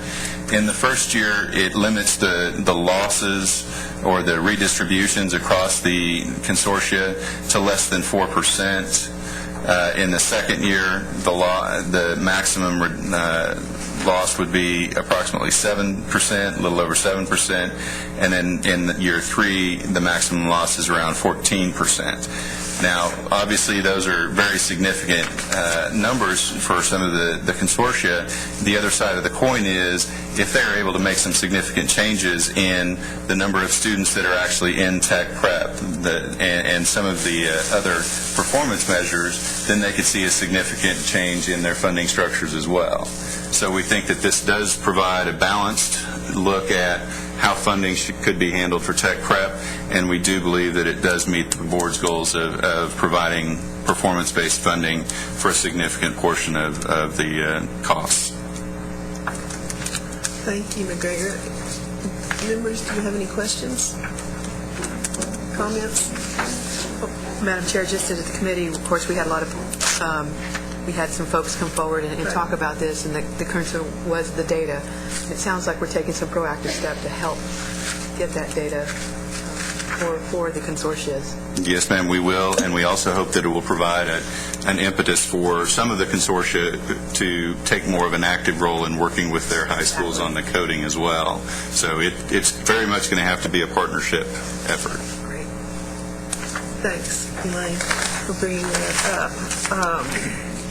So I need a motion for adopting the staff recommendation to the board relating to the Tech Prep funding formula for program year 2011 and 2012. Second. Wallace moves, Harold seconds. All in favor? Aye. Opposed? Motion carries. Thank you. Thank you. Agenda items 8, J, and K were on the consent calendar. Agenda item 8L, consideration of adopting the committee's recommendation to the board relating to reallocation of unused fiscal year 2010 Carl D. Perkins Career and Technical Education Improvement Act funds for use in program year 10-11. McGregor? Thank you very much. These are funds that were not expended during the previous fiscal year. that are being now reallocated through the same formulas that were used to fund the base year. And so basically we're just taking remaining funds and redistributing them equitably across all of the consortia, either across all the community colleges for the basic grants or across the Tech Prep consortia for those grants. And what we had to do was we actually had to make a revision of about $500,000 because there was an additional amount that came in subsequent to the SPP meeting.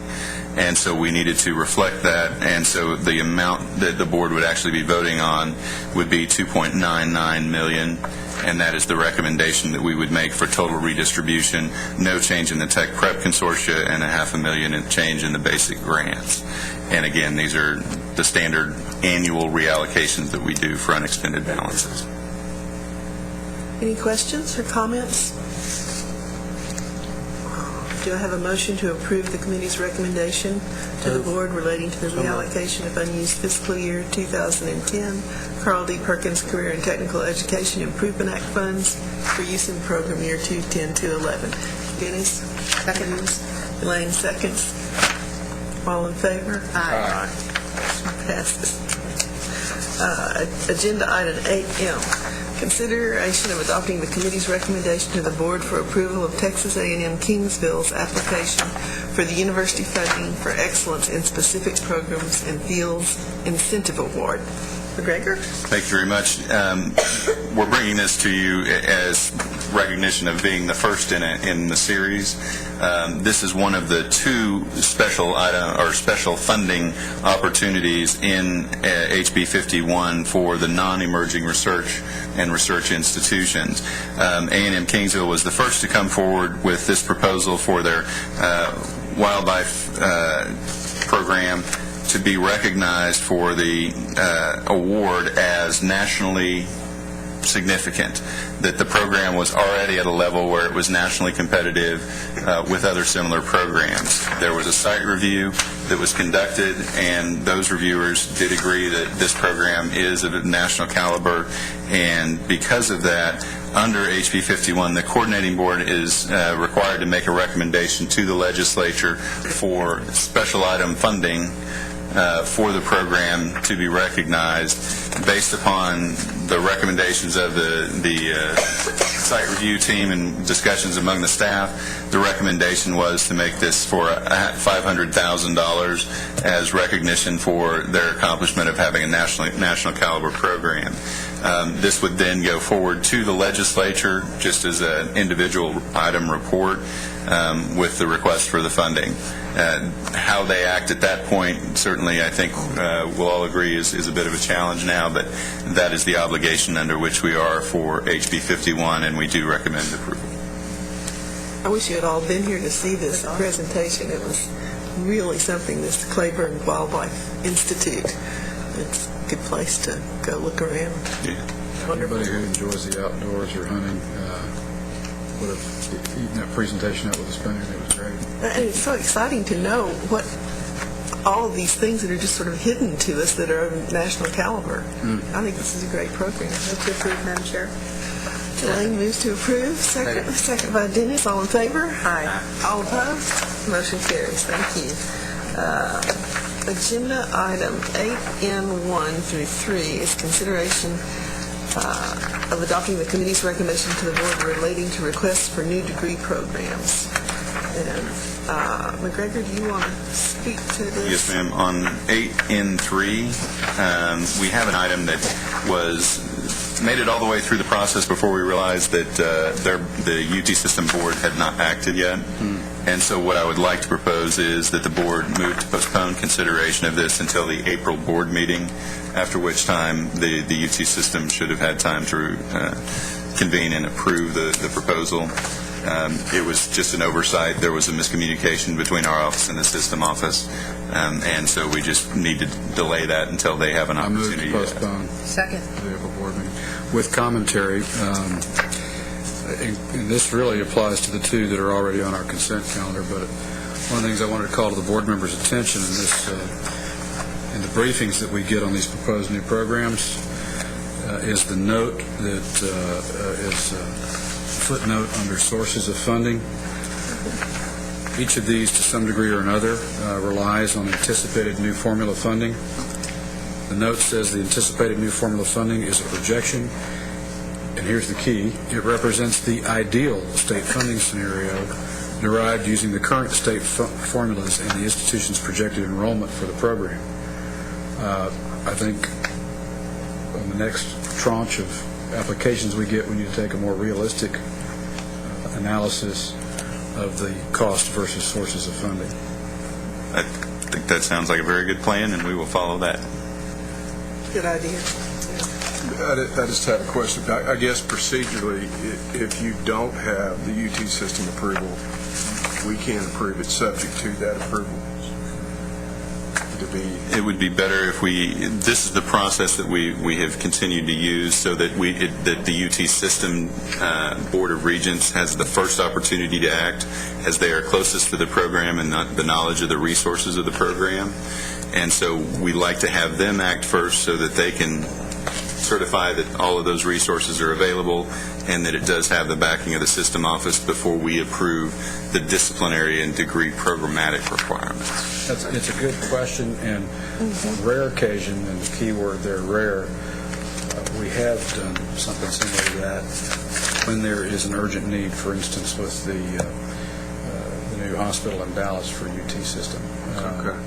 But we prefer not to. If there was a sense of urgency, I'm pretty sure the commissioner and I would have heard about it. I think that's a safe bet. So you moved to postpone items 8N 1 through 3? No, no, Madam Chairman. 1 and 2 were on our consent calendar. They're already approved. Yeah. All right, so just number 3. Just number 3. And did I have a second? I'm sorry, I don't have a clear understanding what you're postponing. Are you postponing number 3? Yes, 3. It's the doctoral program in nurse practice? Yes. Okay. Thank you. I'm sorry. Moved by Dennis and seconded by Wayne, right? Fred. Okay. All in favor? Aye. All opposed? Okay. Agenda item 8N3 is a request from the University of Texas at El Paso. That's what we just... Wait, we want to go to 1, right? No, we want to go to T. We want to go to 8T. No, 1 and 2 were on the consent calendar. We just passed up 3. Okay, and so then everything from there on to 8T is on the consent calendar. Yes, ma'am. Do I need to read out all these numbers? All right. Okay, item 8T is consideration of adopting the Commissioner's recommendation to the Board relating to a request from the American College of Acupuncture and Oriental Medicine for a certificate of authority to grant degrees in Texas. McGregor? Thank you very much. This is, again, one of the renewals for the certificates of authority on one of the Oriental Medicine programs. This program is actually moving forward to seek SACS accreditation so that they will not have to continue doing this on a biannual basis. They are they did go through our site review process and were deemed to be appropriate. The Certification Advisory Committee met in December, which is the reason why we didn't consider this at the SPP meeting. After the Certification Advisory Committee made their analysis, the institution responded, and we have now made a recommendation of approval to the full board, and that's why it doesn't come with the committee's recommendation. So, Madam Chair, with that, we do recommend approval of the certificate of authority the certificate of authority to the American College of Acupuncture and Oriental Medicine. So moved. Can I ask a question? Let me get a second first. Okay, go ahead. I'm sorry. Is this degree being awarded under the auspices of the University of Texas system, or is this Are you talking about the UTEP proposal for the doctor of nursing? nursing? No, I'm talking about the acupuncture and oriental medicine. No, sir. This is a career college and school. It's a private provider. Okay. Thank you. Yes, sir. All in favor? Aye. All opposed? Motion carries. Item 8U1 was on the consent calendar. Item 8U2 is consideration of adopting the Commissioner's recommendation to the Board relating to proposed amendments to Chapter 5, Section 5.46 of the Board Rules concerning criteria for new doctoral programs. We considered this at the December board meeting, but we decided to postpone voting on it until the full board could talk about it. McGregor? Thank you very much. The purpose behind this was to provide a measure of attention to the undergraduate efforts at raising graduation rates in pursuit of closing the gaps, and to identify the fact that when institutions are proposing new doctoral programs, they're using resources that are coming from the institution itself that could be used in other areas, including improving undergraduate graduation rates and improving the existing programs at an institution before expanding into new programs. The comment period ended on November 22nd. There were a couple of comments that raised issues with regard to whether or not it was appropriate to use an undergraduate graduation rate as a measure of graduate success, and we did not feel like that's what we were doing. We were just identifying the accomplishments at the undergraduate level as one of the precursor measures for looking at additional doctoral programs. From the goals that we have, we decided to use a 6-year baccalaureate graduation rate that excluded the University of Texas and Texas A&M. That ends up being approximately a 48% graduation rate with a 6-year component, so it's over 6 years. If the number of graduates is below 48%, then the institution would have to further justify their goal of adding another doctoral program. And on the white page, we added an additional sentence which says an institution may submit documentation in support of an exception to this criteria based upon special circumstances, including but not limited to significant external funding, compelling regional need, and institutional mission, to try and respond to some of the concerns that institutions raised about being evaluated based upon their undergraduate graduation rate for their doctoral program additions. So we do recommend approval of this, but I believe there were some discussions earlier as well. Comments from anyone? I just want to remind, or particularly for our newer board members, to express that for several years this concern on the number of doctoral program applications that we get versus the success factors on bachelor's degrees has seemed unbalanced. And long before last session, we even had discussions. I guess you could characterize them as half seriously of even considering a moratorium on approving new doctoral programs until graduation outputs at the bachelor's and associate level improve. Bachelor's in this case, of course. This is really something that really is a rule designed for all of our universities in terms of focusing on the success of undergraduate education and helping create transparent pathways and efficient processes of success to completions. And but having said that, at the same time, there are some from the comments and the input that McGregor referred to earlier, there are some legitimate concerns. There have long been comments about the 6-year graduation rate as a metric. Not to say that is critical to improve. It is, regardless of the type or location of student body or institution. So having said that, what I have discussed with the commissioner and would propose to do, and I don't, Bill can correct me if this is wrong, I don't think this is going to require an amendment to the motion, but we have a precedence for this when we worked with the criteria for approving facilities and the space utilization factor, for example. I want to appoint a board task force to work with McGregor and the commissioner to take the paragraph that McGregor just described and its intentions and to actually kind of build out the framework, if you will, of how the exception process will work in order to make it more predictable and transparent.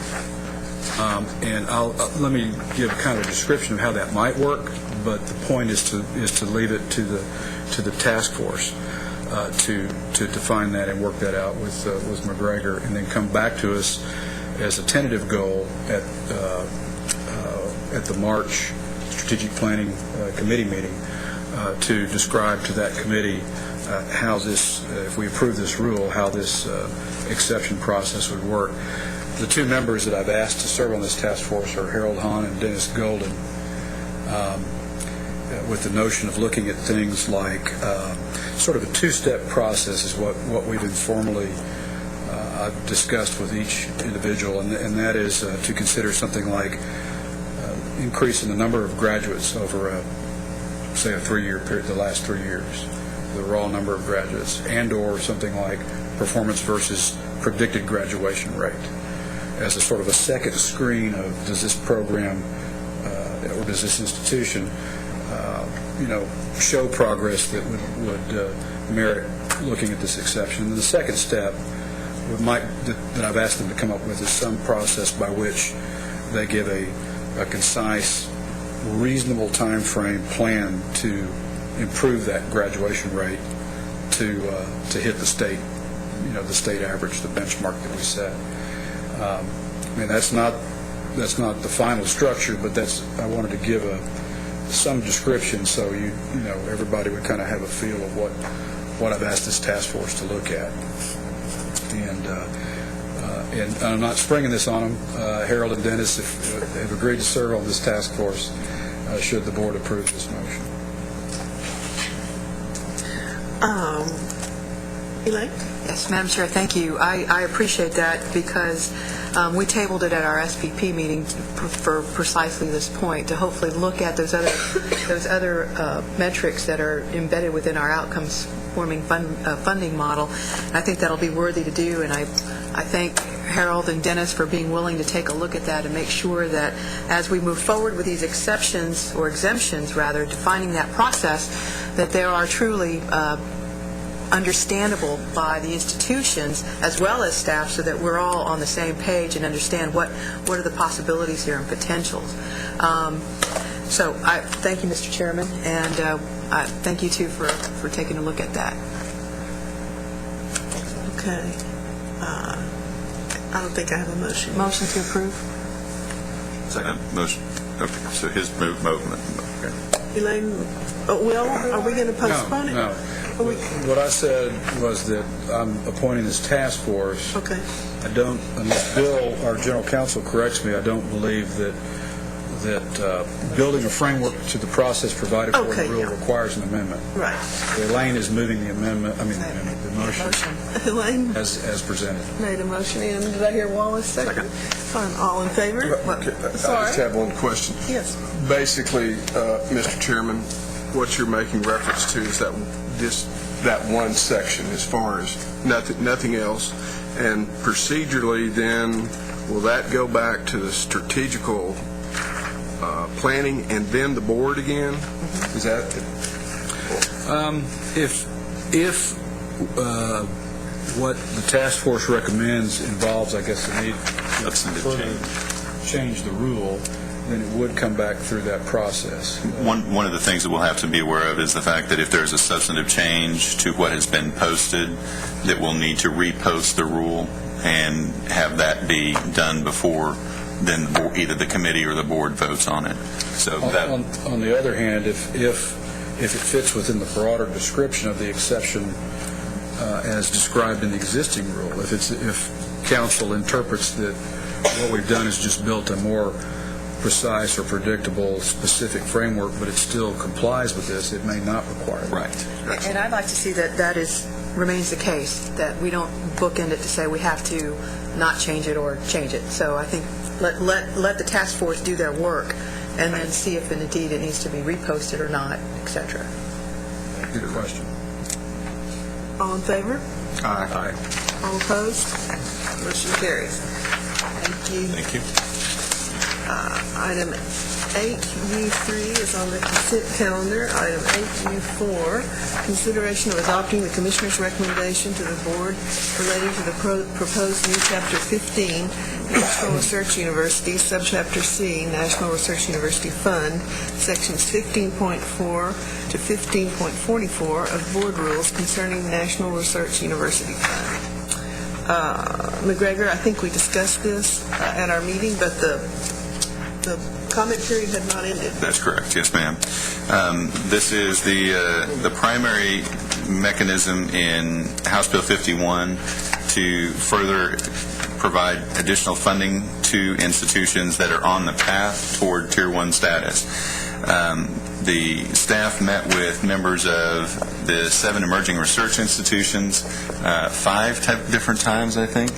4 different times over the course of the past year to develop the criteria that were not spelled out in HB 51. HB 51 gave some very explicit criteria and then gave the coordinating board authority to develop rules to promulgate the criteria for the institutions to meet in order to be eligible for the funding. As you may recall, the source of funding is a pool of about $600 million that was dedicated, the proceeds from which would be dedicated then to funding institutions who meet the criteria that are being created here in these rules. The reason that we reposted these rules and why I was not ready for the SPP meeting was to make some minor adjustments and to add back in the American Law Institute into the criteria for the evaluation of faculty, for faculty, and also to remove a section on definitions that we felt like was overly complicated for the plan. This program lays out 6 criteria, which the institutions have to meet 4 of them in order to maintain or earn eligibility into the pool. Once any institution has earned eligibility into the pool, they're always eligible. So once they've hit the magic numbers, they'll be able to receive funding from the pool. The distribution methodology of how much money is going to be distributed once institutions attain eligibility is one that is still being discussed in the legislature and is one that will be taken up presumably by the legislature this session. So all we have here is the mechanism by which institutions will be evaluated for eligibility in the pool. I'd be happy to go into the specifics if you'd like me to, Madam Chair, but if you'd rather just move forward, we can do that as well. Would anyone like to go through the specifics? I just have one question about one of the comments that we agreed to. Yes, sir. From U of H regarding adding the word total to the definition of endowment funds. What are quasi-endowment funds? Quasi-endowment funds are, and I may have to get some help, quasi-endowment funds are institutional funds that the institution itself has designated and said will only be used for these purposes. So the institution may have a pool of resources, $1 million, and they have discretion over how those funds can be used. If they designate it institutionally that it is going to be used for research, then it would be included, it would be included in the total endowment. So if they make it so that it is as though it was an endowed set of funds, it would be allowed to be counted in the total endowment. And this is something that all the institutions agreed on and that everybody agreed was an appropriate way to measure it. And so we feel like it's the correct way to go as well, because if they designate it as an endowment and treat it as such, it's just like it was an endowment. Are they able to designate funds from any source? Yes. Student fees? No, I think they would. I'm looking at Susan Brown, and she's shaking her head no. I'm not sure on that one. Well, the funds would have to be permanent, wouldn't they? Because if they can go away, then that. Well, in other words, what I mean by source is it sounds like they can designate a pool of funds that may have come from a source that might later go away, but there's still a designated principal amount that it sounds like they could move into. But the costs associated with the programs that they provide startup funding from those funds will not go away. Correct. This was actually just a clarification. The intent all along was to include the quasi-endowments this is merely a clarification from the discussions that we had from throughout the discussions with the institutions. If we chose to take that out, it would be a significant change from where we had the discussions with the institutions and the understanding that the institutions had with respect to these kind of funds. Well, I'm not trying to argue rightness or wrongness of them. I understand the original intent. I think what it amounts to is that at least speaking for myself, if not the fellow board members, I don't think we were aware of quasi-endowment funds. Those are generally funds, they're not student fees. Student fees are set up for a specific purpose and usually have to be spent for that purpose. So it's not going to include student fees. These are generally funds that are given in small amounts, and then if they have a bunch of those, they will put them together. The board votes on it to make that an endowment. From everything we've heard from the institutions, usually once they are put as an endowment, they do not move back. I think we ought to somehow just make sure that those funds are permanently restricted, just like any other funds that are true endowment funds. If they're not true endowment funds, they need to be true permanently restricted funds on the balance sheet of that institution. Because, if they have a huge year and a bunch of money comes in and they're truly not an endowment, those funds can move back and forth on the balance sheet. So right. How about if we evaluate it for the first year and come back to you all with some information on how much is in quasi-endowments and how they're designated as such, and go from there? Would that be acceptable? And I don't want to speak for the board. I'd like to see us somehow define. Nobody really understands quite what quasi means. I'd like to see some type of permanent restriction language put on that. And that would not include, I don't think, quasi-endowments if it became permanent at that point. I'm not sure. Because I think I believe the ones still, that they have in there now may not have that included. I mean, they were done by board vote. They may have to require all the institutions and go back and make the decision to add that language to the vote that they took. I don't know because we haven't looked at every single one of them. And I think we're talking about two different facets of this. One is, how does something get to be a quasi-endowment, i.e. the source? And I just pulled student fees. Right. Second is Whit's concerned that once that designation is made, that it be locked in as restricted.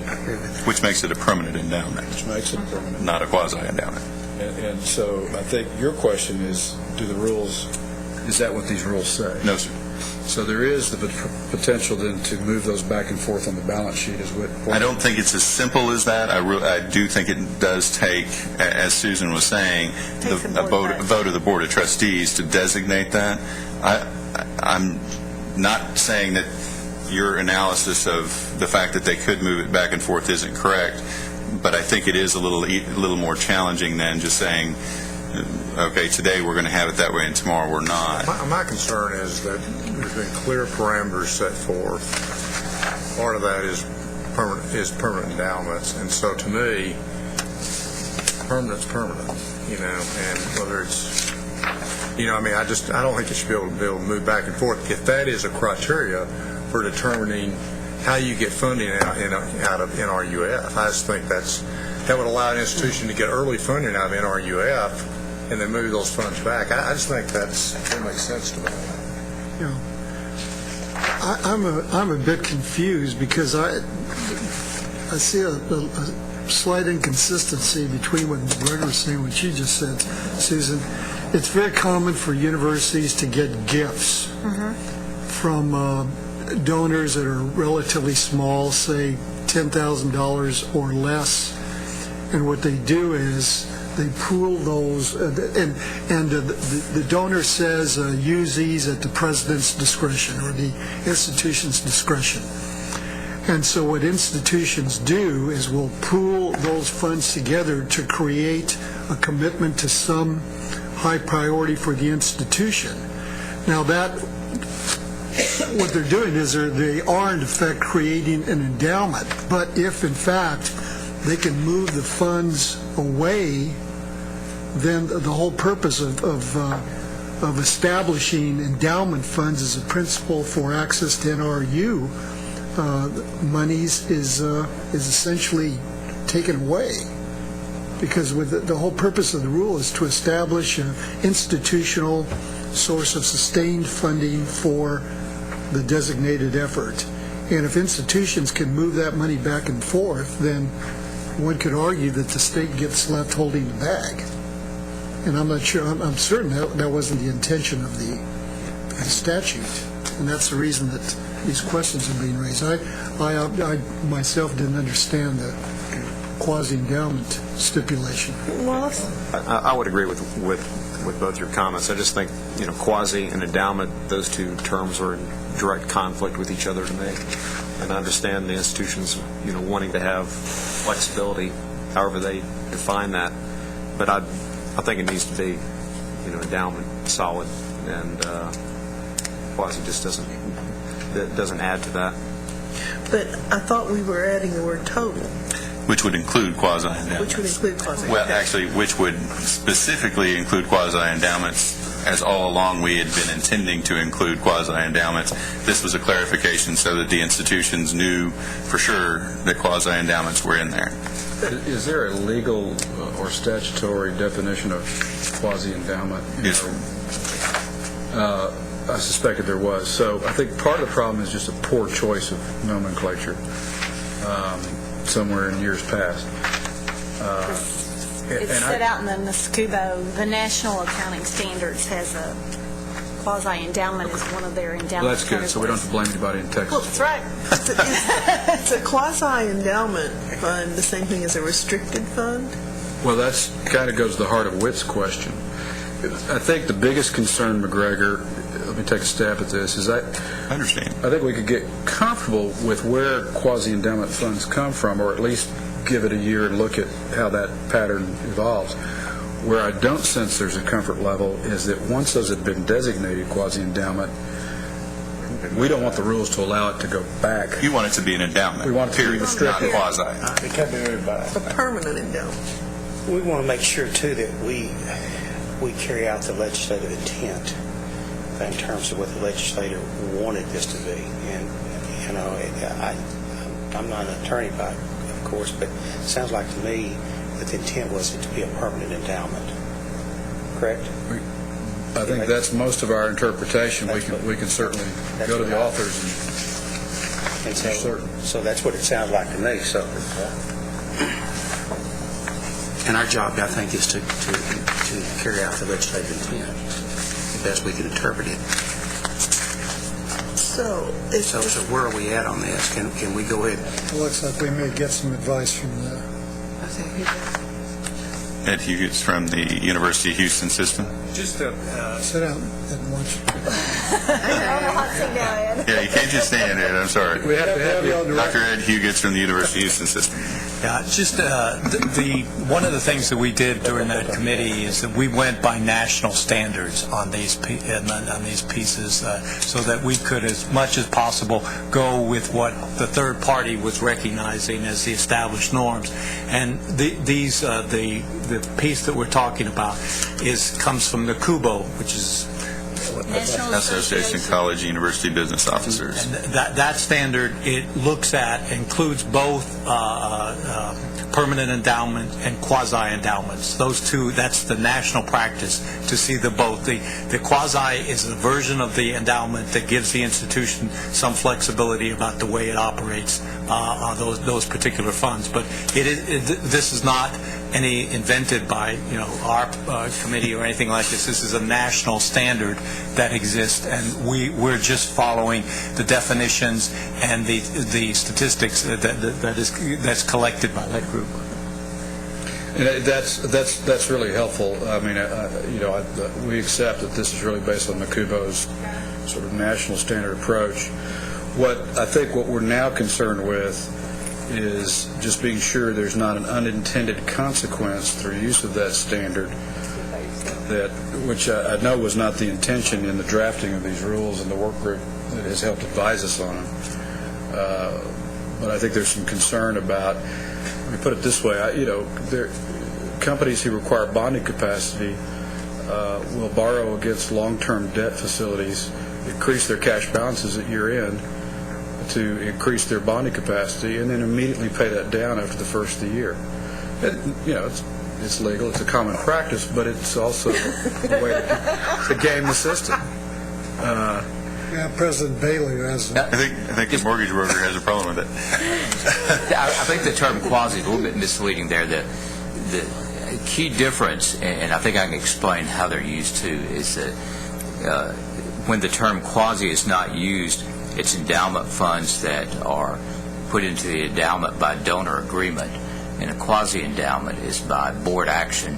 And usually the quasi-endowment funds are used to match donor funds. And so, for example, if we have a donor who will give us $1 million, if we'll match it with $1 million, the quasi-endowment money then may come from unrestricted gifts from other donors that the board has agreed to use as matching funds. So we couldn't take it out anyway. So almost all of that is matching funds for to ensure the donor agreement is fulfilled. And that's basically my primary. In virtually every quasi-endowment dollar we have is tied to another gift, and so we couldn't take it out if we wanted to. Yeah, in my previous university life, that's exactly the way I understood the term quasi-endowment. But when McGregor said that you could move the money away, that well, they could technically by board action. That's my one remaining question. But you'd lose. I mean, technically, you could also go back to your donors. I mean, either way. Yeah. But permanent endowment. Here's the other point I should make.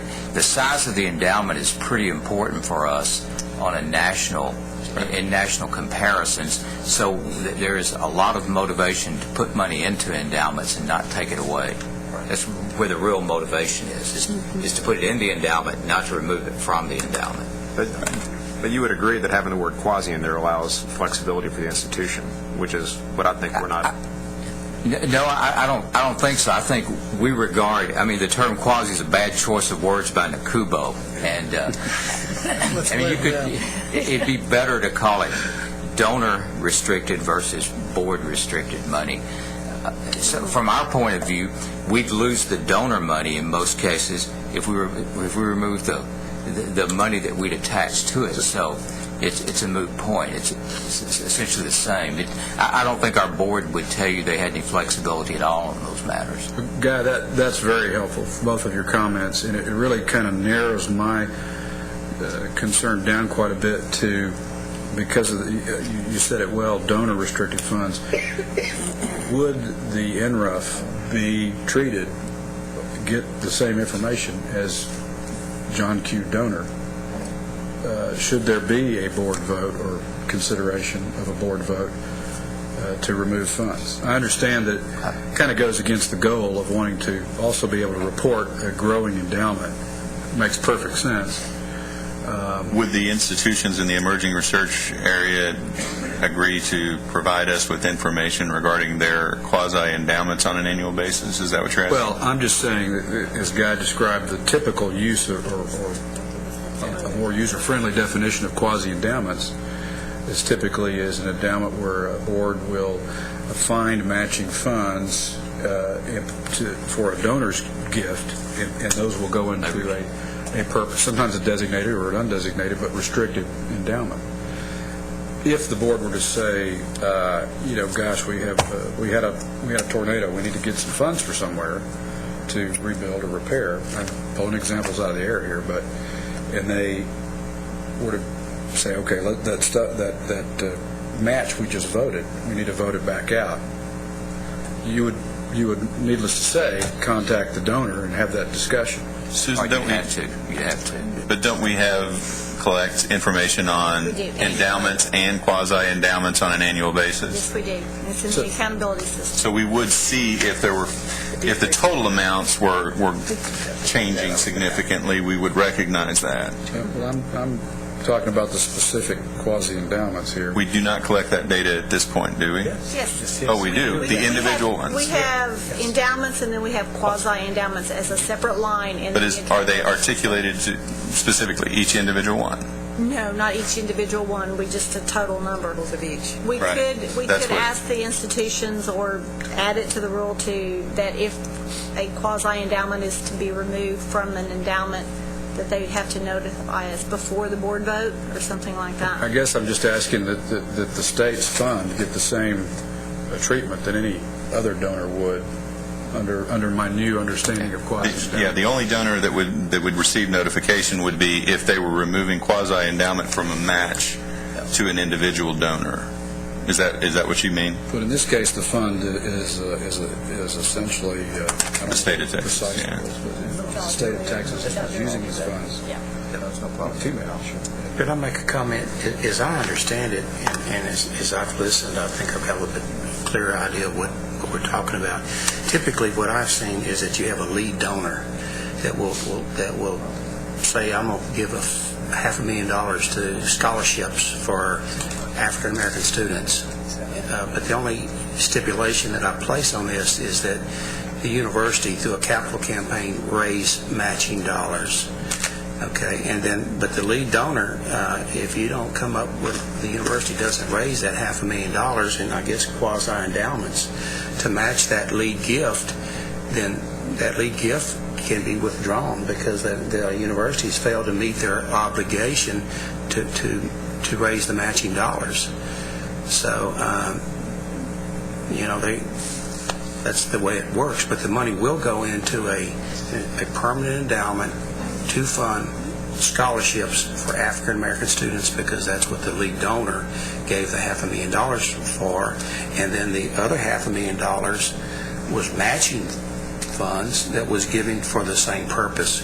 And those smaller donors knew that their dollars were going to be matched dollar for dollar. For instance, if they gave $50,000, then the $50,000 would come from the lead donor, and they'd have a $100,000 student scholarship. That's right. Is that what y'all leverage. But and then typically the principal would stay constant. It would be a part of the permanent endowment, and the interest that's generated off of that permanent endowment would then go to the scholarship fund. Is that what you guys are saying? Okay, that's how I understand it. And I've actually seen that in action, and I've actually participated in that type of scholarship matching myself on a personal level. In regard to the whether it's state funds exactly, whose money it is, but the part that gets me is there is the opportunity for a differential process for treatment of the donor who provides the money and then the matching funds, because typically, I may be wrong, but when there's a need to go in to invade the endowment, you're either going to invade the endowment equally across all the line items, and it's very difficult to go in and say, well, actually, we're going to go in and take this $1 million out of this endowment that was given by these people for this program. But if you have quasi-endowment, you can, as a board, go in there and selectively pull that $1 million out and treat that differently. And I just think that's not... But you could do it with the donor, too. I didn't say you couldn't. You can do it, but you generally talk to the donor and say this is the circumstances, and exactly. The problem is that the quasi endowments are usually tied to endowments that are donor restricted. That's right. So you'd violate. You create a problem there. I mean, you're usually the only thing that's usually available to you are the payout or the interest. And I've never had a situation where anything else was available, or ever had a board that would have considered doing anything. But the interest itself would be... That's right. Would have to go for the purpose in which the... That's right. It's all restricted. It's all restricted. Exactly. If I contributed a certain amount of money for a scholarship, then the principal that was rolled off, or the interest that was rolled off that principal has to go specifically. I signed a contract with the university that says my money is going into this scholarship fund, and the interest that's generated from that endowment will go for the sole purpose of funding African American scholarships. And I have a contract with the university that stipulates that, and the only way they can do that is to break my contract. Is that correct? That's what I thought. Just let me ask a sort of a process question, McGregor. What really, at the end of the day, I think we're just concerned with ensuring that these rules truly reflect legislative intent, and that the state is assured of the same kind of communication that these gentlemen are describing they would give to a donor in the case of a quasi-endowment situation. Do we, I don't want to change the original intent as we understand it today of the rules regarding total endowment. Maybe that this, I don't even know if we're taught what this is a loophole or not a loophole, but, and I hate to use that word, but it's the only thing that occurs to me, but what would be the impact of postponing adopting this rule? Is that going to affect some things between now and April? We were supposed to have submitted the first biannual report on the status of institutions toward NRUF in 2010, and because we delayed consideration from the September board meeting, we notified the legislature and leadership. We'd be doubling up on being behind the eight ball. Well, yes, sir. We've postponed this vote, as I understand it, twice already, haven't we? Yes. Okay. We I'm also very have- concerned about us not moving forward Yes, at and this point because of what the legislature expects us to do. And let me make one other statement. I personally serve as chairman of the endowment committee at the University of Houston for nearly 3 years, and I'm very confident, and of course I do have a concern to make sure that that same level of confidence is conveyed to the legislature. I'm very concerned about that, but I'm very confident that the way this is proposed and the way it's being done matches what the legislature is intended for it to be. There may be some poor choices of words, and there may be some concern on the part of some legislators as to whether or not whether they understand this quasi-endowment. But from a personal standpoint, I have no doubt that what is being done at the University of Houston and the rest of these 7 institutions, I don't have any personal experience with the other institutions, but I know at UH, as chaired the endowment committee for nearly 3 years, that's exactly what it's being done. Madam Chairman, I'll stake my reputation on that. I think that's helpful context. So, Madam Chairman, what I would, the Commissioner can weigh in here. If we approve this rule, I would just simply ask that we go back and verify legislative intent on this issue and consider whether the rule might then need further tweaking, so to speak. Susan has brought the definition up here for us. We can stop calling it quasi-endowment and just say functioning as endowments. And there is a letter from Senator Duncan saying that he wants to use national defined standards. And so the national standard for THECB does include that, and that's the definition that comes from. And the original draft that you all put out there for comment, you all were thinking total endowment equals quasi. Correct. So this was just a clarification, Yeah, we were really to include that. I have a feeling right now whoever made the comment about adding total to clarify that is probably regretting it. Well, frankly, if THECB had called it something different like donor, Donor restricted. board approved, the question would have never arisen. But I have a feeling it's totally semantic. I don't think there's anything to worry about. Mr. Chairman, I have a tremendous amount of respect, Madam Chairman, for the fact that this agency and this board is being careful and very cautious about proceeding because our reputation and our credibility, I think, is on the line if we don't act in good faith to make sure that we carry out the legislative intent. So I have no problem at all with us stopping and debating this and looking at it very, very carefully to make sure that we're doing what the legislature intended us to do, and not only on this issue, but every issue that we deal with, which since I've been on this board for a year and a half, that's what I've consistently seen.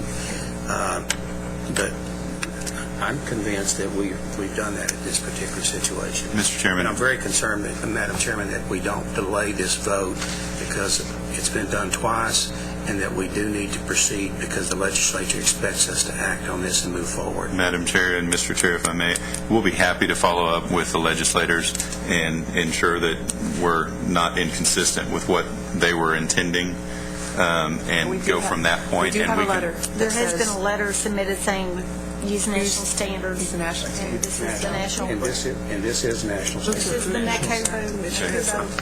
well, I appreciate y'all's input because these gentlemen have helped really narrow that window to a very thin so to speak, concern. Could I make a fast Commissioner. I'd like. Yes. I'm sorry. I just appreciate the fact that we've taken the time to really look at this, and I want to thank Ed and President Brown, Bailey, I'm sorry, and Susan for really putting this all together for us. This board, I think, every one of us really want to feel comfortable and have reach a certain comfort level in terms of how our decisions are made and reached. Thank you. Madam Chairman, move to approve. Second. Go ahead, Commissioner. Further discussion. I just wanted to say that the definition of quasi-endowment conforms to my understanding of the term. And as presented in that definition, it has the safeguards that I was concerned about. And I think that McGregor's recommendation, we follow up and look at how institutions use their quasi-endowments after a year to make certain that they're conforming to this, to the definition. I think that provides the safeguards we need. I think we should adopt the rule. Any more discussion? Just, I seconded it because we have the monitoring tools in place. Good. So coming before the board, reporting that's great. Ever since I heard somebody named Nabucco made the rules, I felt great. Nakubo or whatever. Sounds like a large vicious dog. Thank you, Dr. Hughes and Dr. Bailey. All in favor? Aye. All opposed? Motion carries. Ooh, that was fun. Okay. That was Such a simple question. Quasi-fun. Agenda item 8U5. Your question to me earlier about whether this would go fast or not. All right.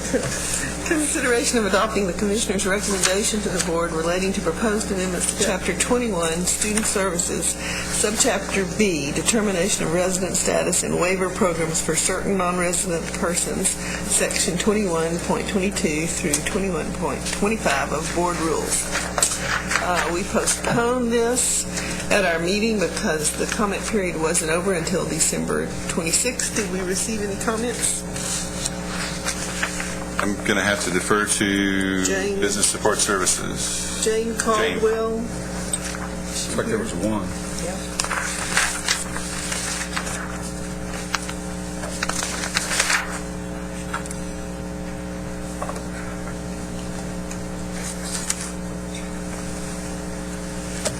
Good afternoon.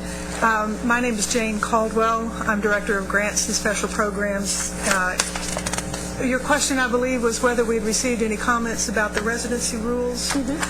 We received one comment that had to do with the core questions, which are used to gather information for assessing a student's eligibility for classification as a resident. But the core questions have been moved out of the rules and are just posted on our website, and therefore that comment was not relevant to the current rules that are under recommendation. Any questions or discussion? When we say re-lettered, I'm just kidding.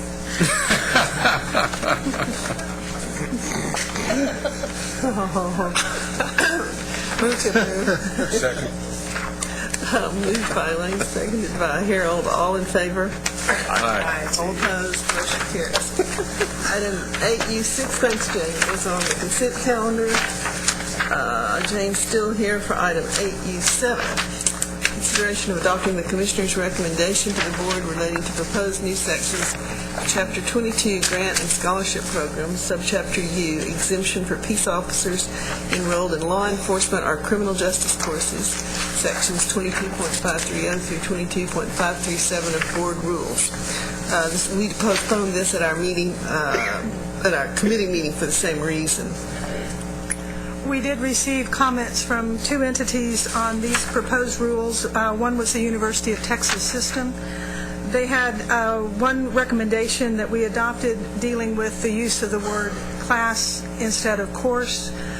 They felt that in our reference to the number of, or the limitation of the number of students who could receive the award, that it would be more clear if we use class. A course may have several different sections which would be referred to as classes, and we thought that restriction appropriately should be referred to as class. They also commented and asked for additional guidance regarding the 20% limit. What we're talking about is there is an indication in the statute that the number of students in a given class who could receive this exemption at one time is limited to 20%. And they asked that we would give some guidance on how institutions would carry that out. We chose not to act on that recommendation in that we had talked to a number of different institutions. They all approach this kind of thing differently, and we didn't feel that a centrally mandated approach to it would be in the best interest for most of the institutions. So we left that in their hands. They also suggested that lack of guidance about the 20% limit was difficult in dealing with online courses, which typically don't have set enrollment amounts. And our response was that if indeed the class does not have an enrollment cap of any sort, then the 20% cap would be a moot point for that situation. We also heard from a Pasadena Police Department regarding the list of courses or degrees that we have put on our website or will put on our website relevant to this exemption. They were unhappy with our conclusion to not include courses that have to do with just general education, but rather to limit the exemption to those courses that are specifically involved in law enforcement or criminal justice. We felt our interpretation was directly in line with the statute, which indicated that it would apply to tuition and laboratory fees charged by the institution for a criminal justice or law enforcement course. So we also chose not to make a change to our rules in that effect. Thank you. Are there any questions or discussions? If there are none, may I have a motion to adopt the proposed new sections as amended? So moved. Second. By Harold, second by Wallace. All in favor? Aye. Motion carries. Agenda item 8B, consideration of adopting the staff request to authorize the Commissioner of Higher Education to submit the 2010 report on the National Research University Fund to the legislature. Gregor? Thank you. Now that we have a National Research University Fund methodology to evaluate the institutions, we have to report to the legislature on the status of each of the institutions with respect to those measures. In order to do so in a timely fashion, we would like to ask that you give the Commissioner authorization to submit the report to the legislature as soon as we get done with it. And by we, I mean Kevin Lemoyne. But in any case, that would be what we would request. Is that authorization or quasi-authorization? As long as we can send it, I'm not going to worry about it. So moved. Moved by Harold. Semi-second. Quasi-third. Quasi. Seconded by Elaine. All in favor? Aye. Motion carries. Well, I'm Demi. Appreciate it. Could I ask a question? When that report's available, could that be made available to the board? Oh, sure. Absolutely. Yes, sir. We do as a matter of course. Item 8W, report on proposals approved by the Commissioner or Assistant Commissioner since the previous board meeting. This is an information item. There's no action required. Any comments? Mr. Chairman, that concludes the business of this committee. Thank you, Chairman Phillips. Appreciate your patience and diligence waiting through all. We are now on item 9, matters relating to the Committee on Agency Operations. This committee is chaired by Wallace Hall. Wallace? Thank you.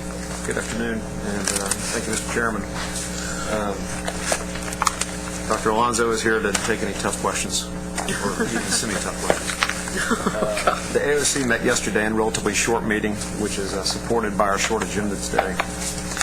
During the Deputy Commissioner's report, the Committee on Agency Operations was provided with the following reports.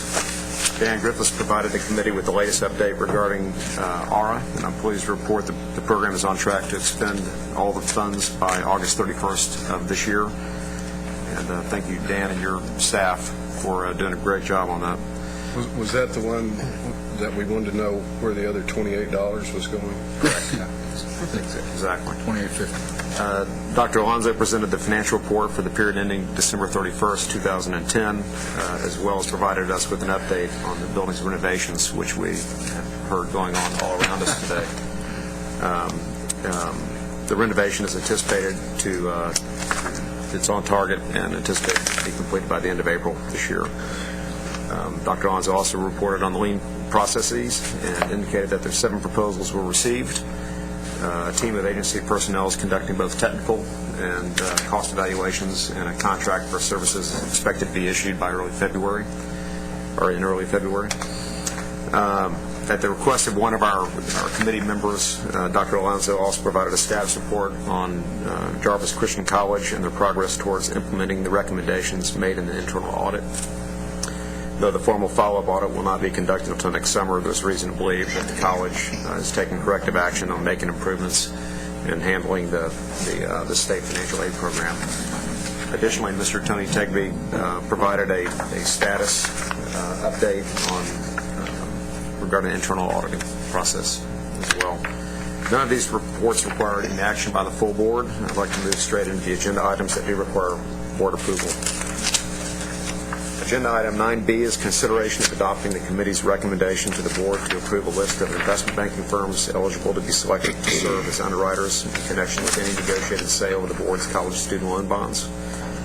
We approved this in the AOC meeting. I don't know if there's any questions or discussion about that. If not, may I have a motion to adopt the recommendation of the committee to approve the list of investment banking firms or their successors in interest as reflected in the committee recommended underwriting pool that is set forth in agenda item 9B of the Committee on Agency Operations agenda January 27, 2011 to serve as underwriters in connection with any negotiated purchase and sale of the board's college student loan bonds with final approval by the commissioner of the underwriting syndicate of any such sale. So moved. Second. All in favor? Aye. All opposed? Motion carries. Thank you. Agenda item 9C is consideration of adopting the committee's recommendation to the board regarding a resolution authorizing the issuance of State of Texas college student loan or refunding bonds in an aggregate principal amount not to exceed $190 million in one or more series, authorizing the commissioner to approve all final terms of the bonds, approving the forms of an official statement, paying agent registrar agreement, and escrow agreement, and resolving other matters related to the subject. Our committee voted favorably on this resolution as well. Are there any further discussions or question? If not, may I have a motion to approve the committee's recommendation? So moved. Second? Second. All in favor? Aye. Agenda item 9D, as noted earlier, was placed on the consent calendar, but we withdrew because the not-to-exceed amount is now under the threshold for committee approval. Mr. Chairman, that concludes my update. Well done, Wallace. This concludes our meeting. Do I have a motion to adjourn? So moved. Second. Motion from Dr. Golden, second from Harold. All in favor, say aye. Stand up and depart. Thank you, Chairman. Job well done. You got it stuck right out here on time. Right.